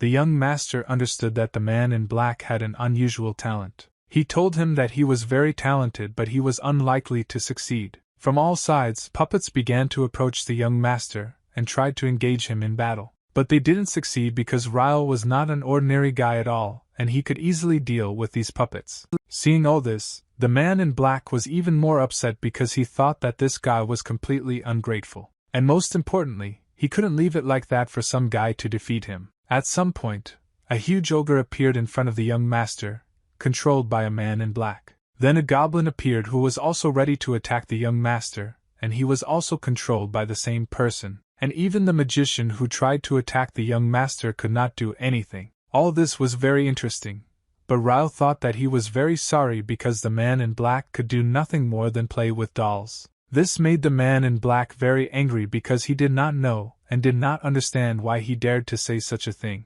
Well, the young gentleman did not stop and said if he wants to show his skills and at least what he can do, then he shouldn't have to manipulate all these zombies who are trying to attack him unsuccessfully. And he should be able to do at least something that the young master can do. Ryle then turned around and in one motion destroyed all the zombies that tried to attack him. Lady Nara and her assistants realized that now the man in black cannot control them all. The young master, without thinking twice, said that he tried to cope without mana and now it's his turn. Can he? The man in black got very scared and began to say that he had no right and he should adhere to their prayer. Immediately after this, without waiting for any answer, he decided that the man in black should just die. Nara, she didn't understand all this. Could it be that calm would finally come into her life and there would be no black magician? She thought that the bastard had finally been caught.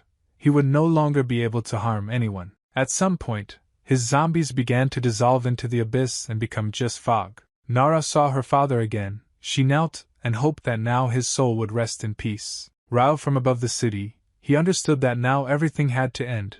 He was only worried so that Nini could cope. Nini tried her best. She thought that everything should work out for her if she held them quietly like that. She found herself thinking that she had used too much cleansing magic. The girls saw how blood began to drip from her. If everything continues like this, then her mana will run out faster than she can do all this. The girl thought that in this case she needed to move away the candy clouds in which there was still something left, and concentrate. She was pleased with her work because she barely managed to remove these clouds around. There were beautiful fireworks on the way. We really liked it because it was incredibly beautiful. Nini looked at the people and thought that she saved them all, who at that moment made life happy. Everything worked out for her right after that. It started to rain as usual here. All these events were written in the local newspaper which the young gentleman received in the morning. He read that the townspeople could observe a very strange phenomenon. The rain suddenly slowed down, and the drops began to rise. The sight that opened in the sky at night became the main topic for discussion and decoration of the headlines of many newspapers. The young master and his companion were pleased with what they had done, and they could read all this in the newspapers. Nini also wanted to read about all the events that happened to her that night. This newspaper reported that in the end they could not find the trace of the black magician, but still believe that they will soon catch him. Ryle told his companion that the Basilisk team seemed to have followed him, and it was a good job. The girl said that he should report that this was his merit. The young master did not agree with her because he was tired of it all. That's exactly what Yan did at the last moment. She fell silent and said that she would not insist. Nini said that she feels in seventh heaven after they saved people. She is very happy and it would be nice if he could feel this joy too. Ryle told her to come as close to him as possible. The girl was a little scared. She thought that he would start scolding her again because she said something wrong and began to ask him for forgiveness in advance. She thought that she would have to listen to her being scolded again. But the young master touched her shoulder, and without saying a word, he looked at her and smiled. He started talking somehow from afar. He said what it seemed to him, but he hadn't told her that yet. Then he smiled and said that she had done a very good job and he was pleased with her work. The girl was very surprised because the young master had never really said such a thing to her. He asked her to be as diligent in future as she was this time. She completely agreed with him. He took a few sips and said so that she would know that of course he was also very pleased. Well, the only thing that embarrassed him, and it seemed to him that she enjoyed this vacation more than he did, the girl lowered her head and asked him for forgiveness. The young master again noticed that she apologized every time, and he liked that too. He also added that by the way, they will have to go back soon because most likely everyone is worried. "Find your eyes and look up." She stood there for a while. The young master did not understand what was happening and asked the girl what happened to her. The girl laughed and told him that they had completely forgotten. The young gentleman did not understand what she was talking about and that they had forgotten. He tried to remember everything he promised her, but nothing worked for him. At some point he said that they had not forgotten anything and everything was going according to plan. Suddenly the girl said that there was something that they really forgot, and they forgot to call. The young master didn't understand where they didn't call and why. Nini told him that they did not call home from the moment they arrived. They never contacted the house or called them. This moment the young master realized that he really never called. He completely forgot about it. In fact, they agreed to communicate through this thing that was in his hands and resembled a mirror. For some time we didn't think about how to act and what to do, but nothing came to mind. The young gentleman began to shout at his companion that everything was her fault. She should have contacted the girl again, and began to ask for forgiveness. The young master thought that he really should contact his mother. Therefore, he ordered to stop apologizing first and turn on this thing. The girl agreed with him. On the screen they saw the face of Mrs. Iris Ryle.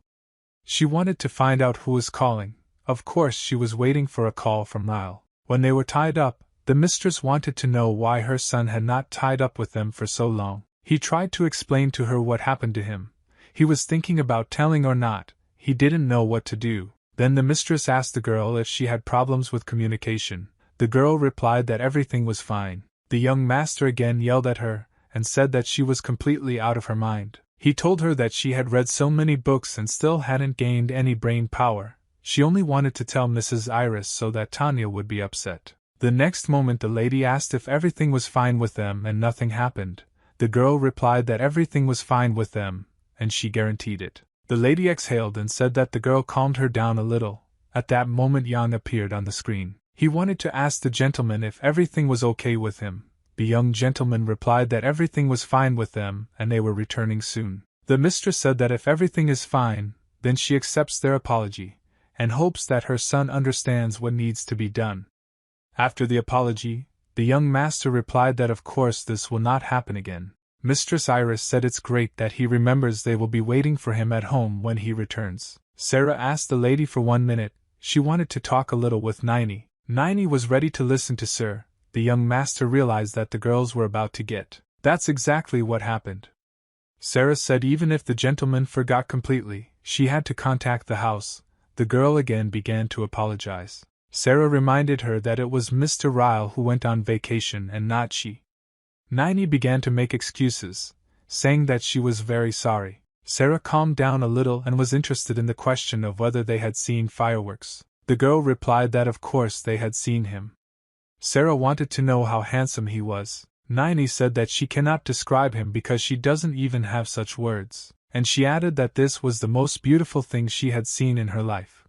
Her face began to shine. You even had the same gentleman appear in the city who was worried that he would not be able to complete his work. When he arrived here he told Uriel that he had warned him, that he shouldn't have poked his nose where he wasn't asked. He should have only done what he was told. Because this is all for the sake of prayer for deliverance from suffering and all this for the sake of a high goal. He realized that now he needs to act much more carefully so that his plans are not destroyed like this time. The door was slightly open and a bright light was falling from there. Nara went inside, looked around and took a few steps forward. She was surprised and had enough questions to which she did not know the answer. The girl came closer to the young master and said that they had not seen each other for a long time, and she was very happy about this meeting. She came here because she needed to talk to him. The young master, as always, didn't understand why this was happening all of a sudden. The girl started talking about how she looks like an ordinary person but in fact she is something else. She said that she was the only one left,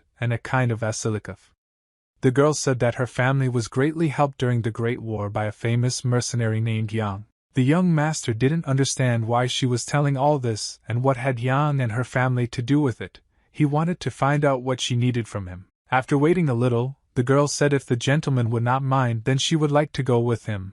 The young gentleman said a categorical no. The girl did not stop and she began to beg him because she wanted 1 rose to meet Mr. Yang. Ryle understood why she needed this. Then the girl replied that this was her father's request before he died. He always said that he would like to see Mr. Yang again. Only after this meeting she will be able to scatter her father's ashes.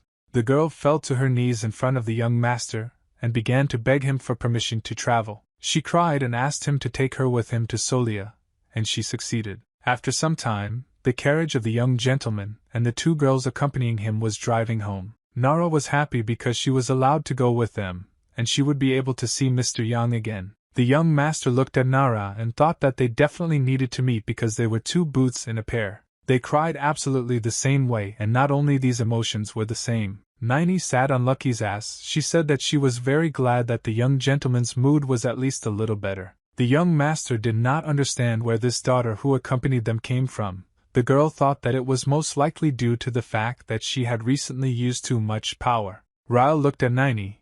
He asked if she was really unwell. The girl replied that no, everything was fine, and reminded him of yesterday's conversation with Nara. The girl said that Nara talked about her family yesterday, and he just wanted to ask her about it. He wondered if it really turns out that her mouth can recognize what kind of abilities a person has and what kind of energy he has. Most likely they determine the nature of mana or something like that. Nara heard their conversation and said that they judge a person not by his appearance, but by his inner energy. And I should also add that energy can be red, blue and white, and there is also dark purple. That black magician had just that. At this moment the light started to break sharply. No one understood what happened. The horses remained rooted to the spot and did not move further. No one understood what was happening. The thug saw the people in the carts, and said that he was glad to see them. It was Captain Thunder Rock. The captain took a few steps towards him and said that you could go crazy. How small the world is. 6 months later they met again. Nara asked him where he was going. The captain replied that they said his old friend had come to the city and that's why he was rushing there. The girl said that she knows there is a suspicious priest wandering around there. Maybe this is his friend whom he is looking for. The captain said, "What other priest? Is she really out of her mind?" The thug looked at the young master, and said that judging by his look, the boy had a sharp character and noticed that most likely this aristocrat and the Ippolet family. Nara told the thug that she advised him to curb his curiosity, and her eyes would disappear quickly. The thug was not such a fool. He laughed and said that he understood everything, so he was leaving. Maybe someday they would meet again. Nara sat and said that these are disgusting types with purple mana. The young master did not understand whether this guy also has purple mana and are they really so common. Nara said that they don't meet very often and so far she has only met 4 such people. The first time she met such a man with purple mana was in an unnamed village, and she also once saw such a mana from one priest whom she encountered in Ryefield. The third was the bald man with a mustache whom they met on the road, and the fourth was that same black magician. He also had the same purple mana. The young master wanted to clarify whether there were really only 4 such people whose purple mana. Girl replied that at least she only knew 4. Most likely there is someone else with the same mother but she has not met them yet.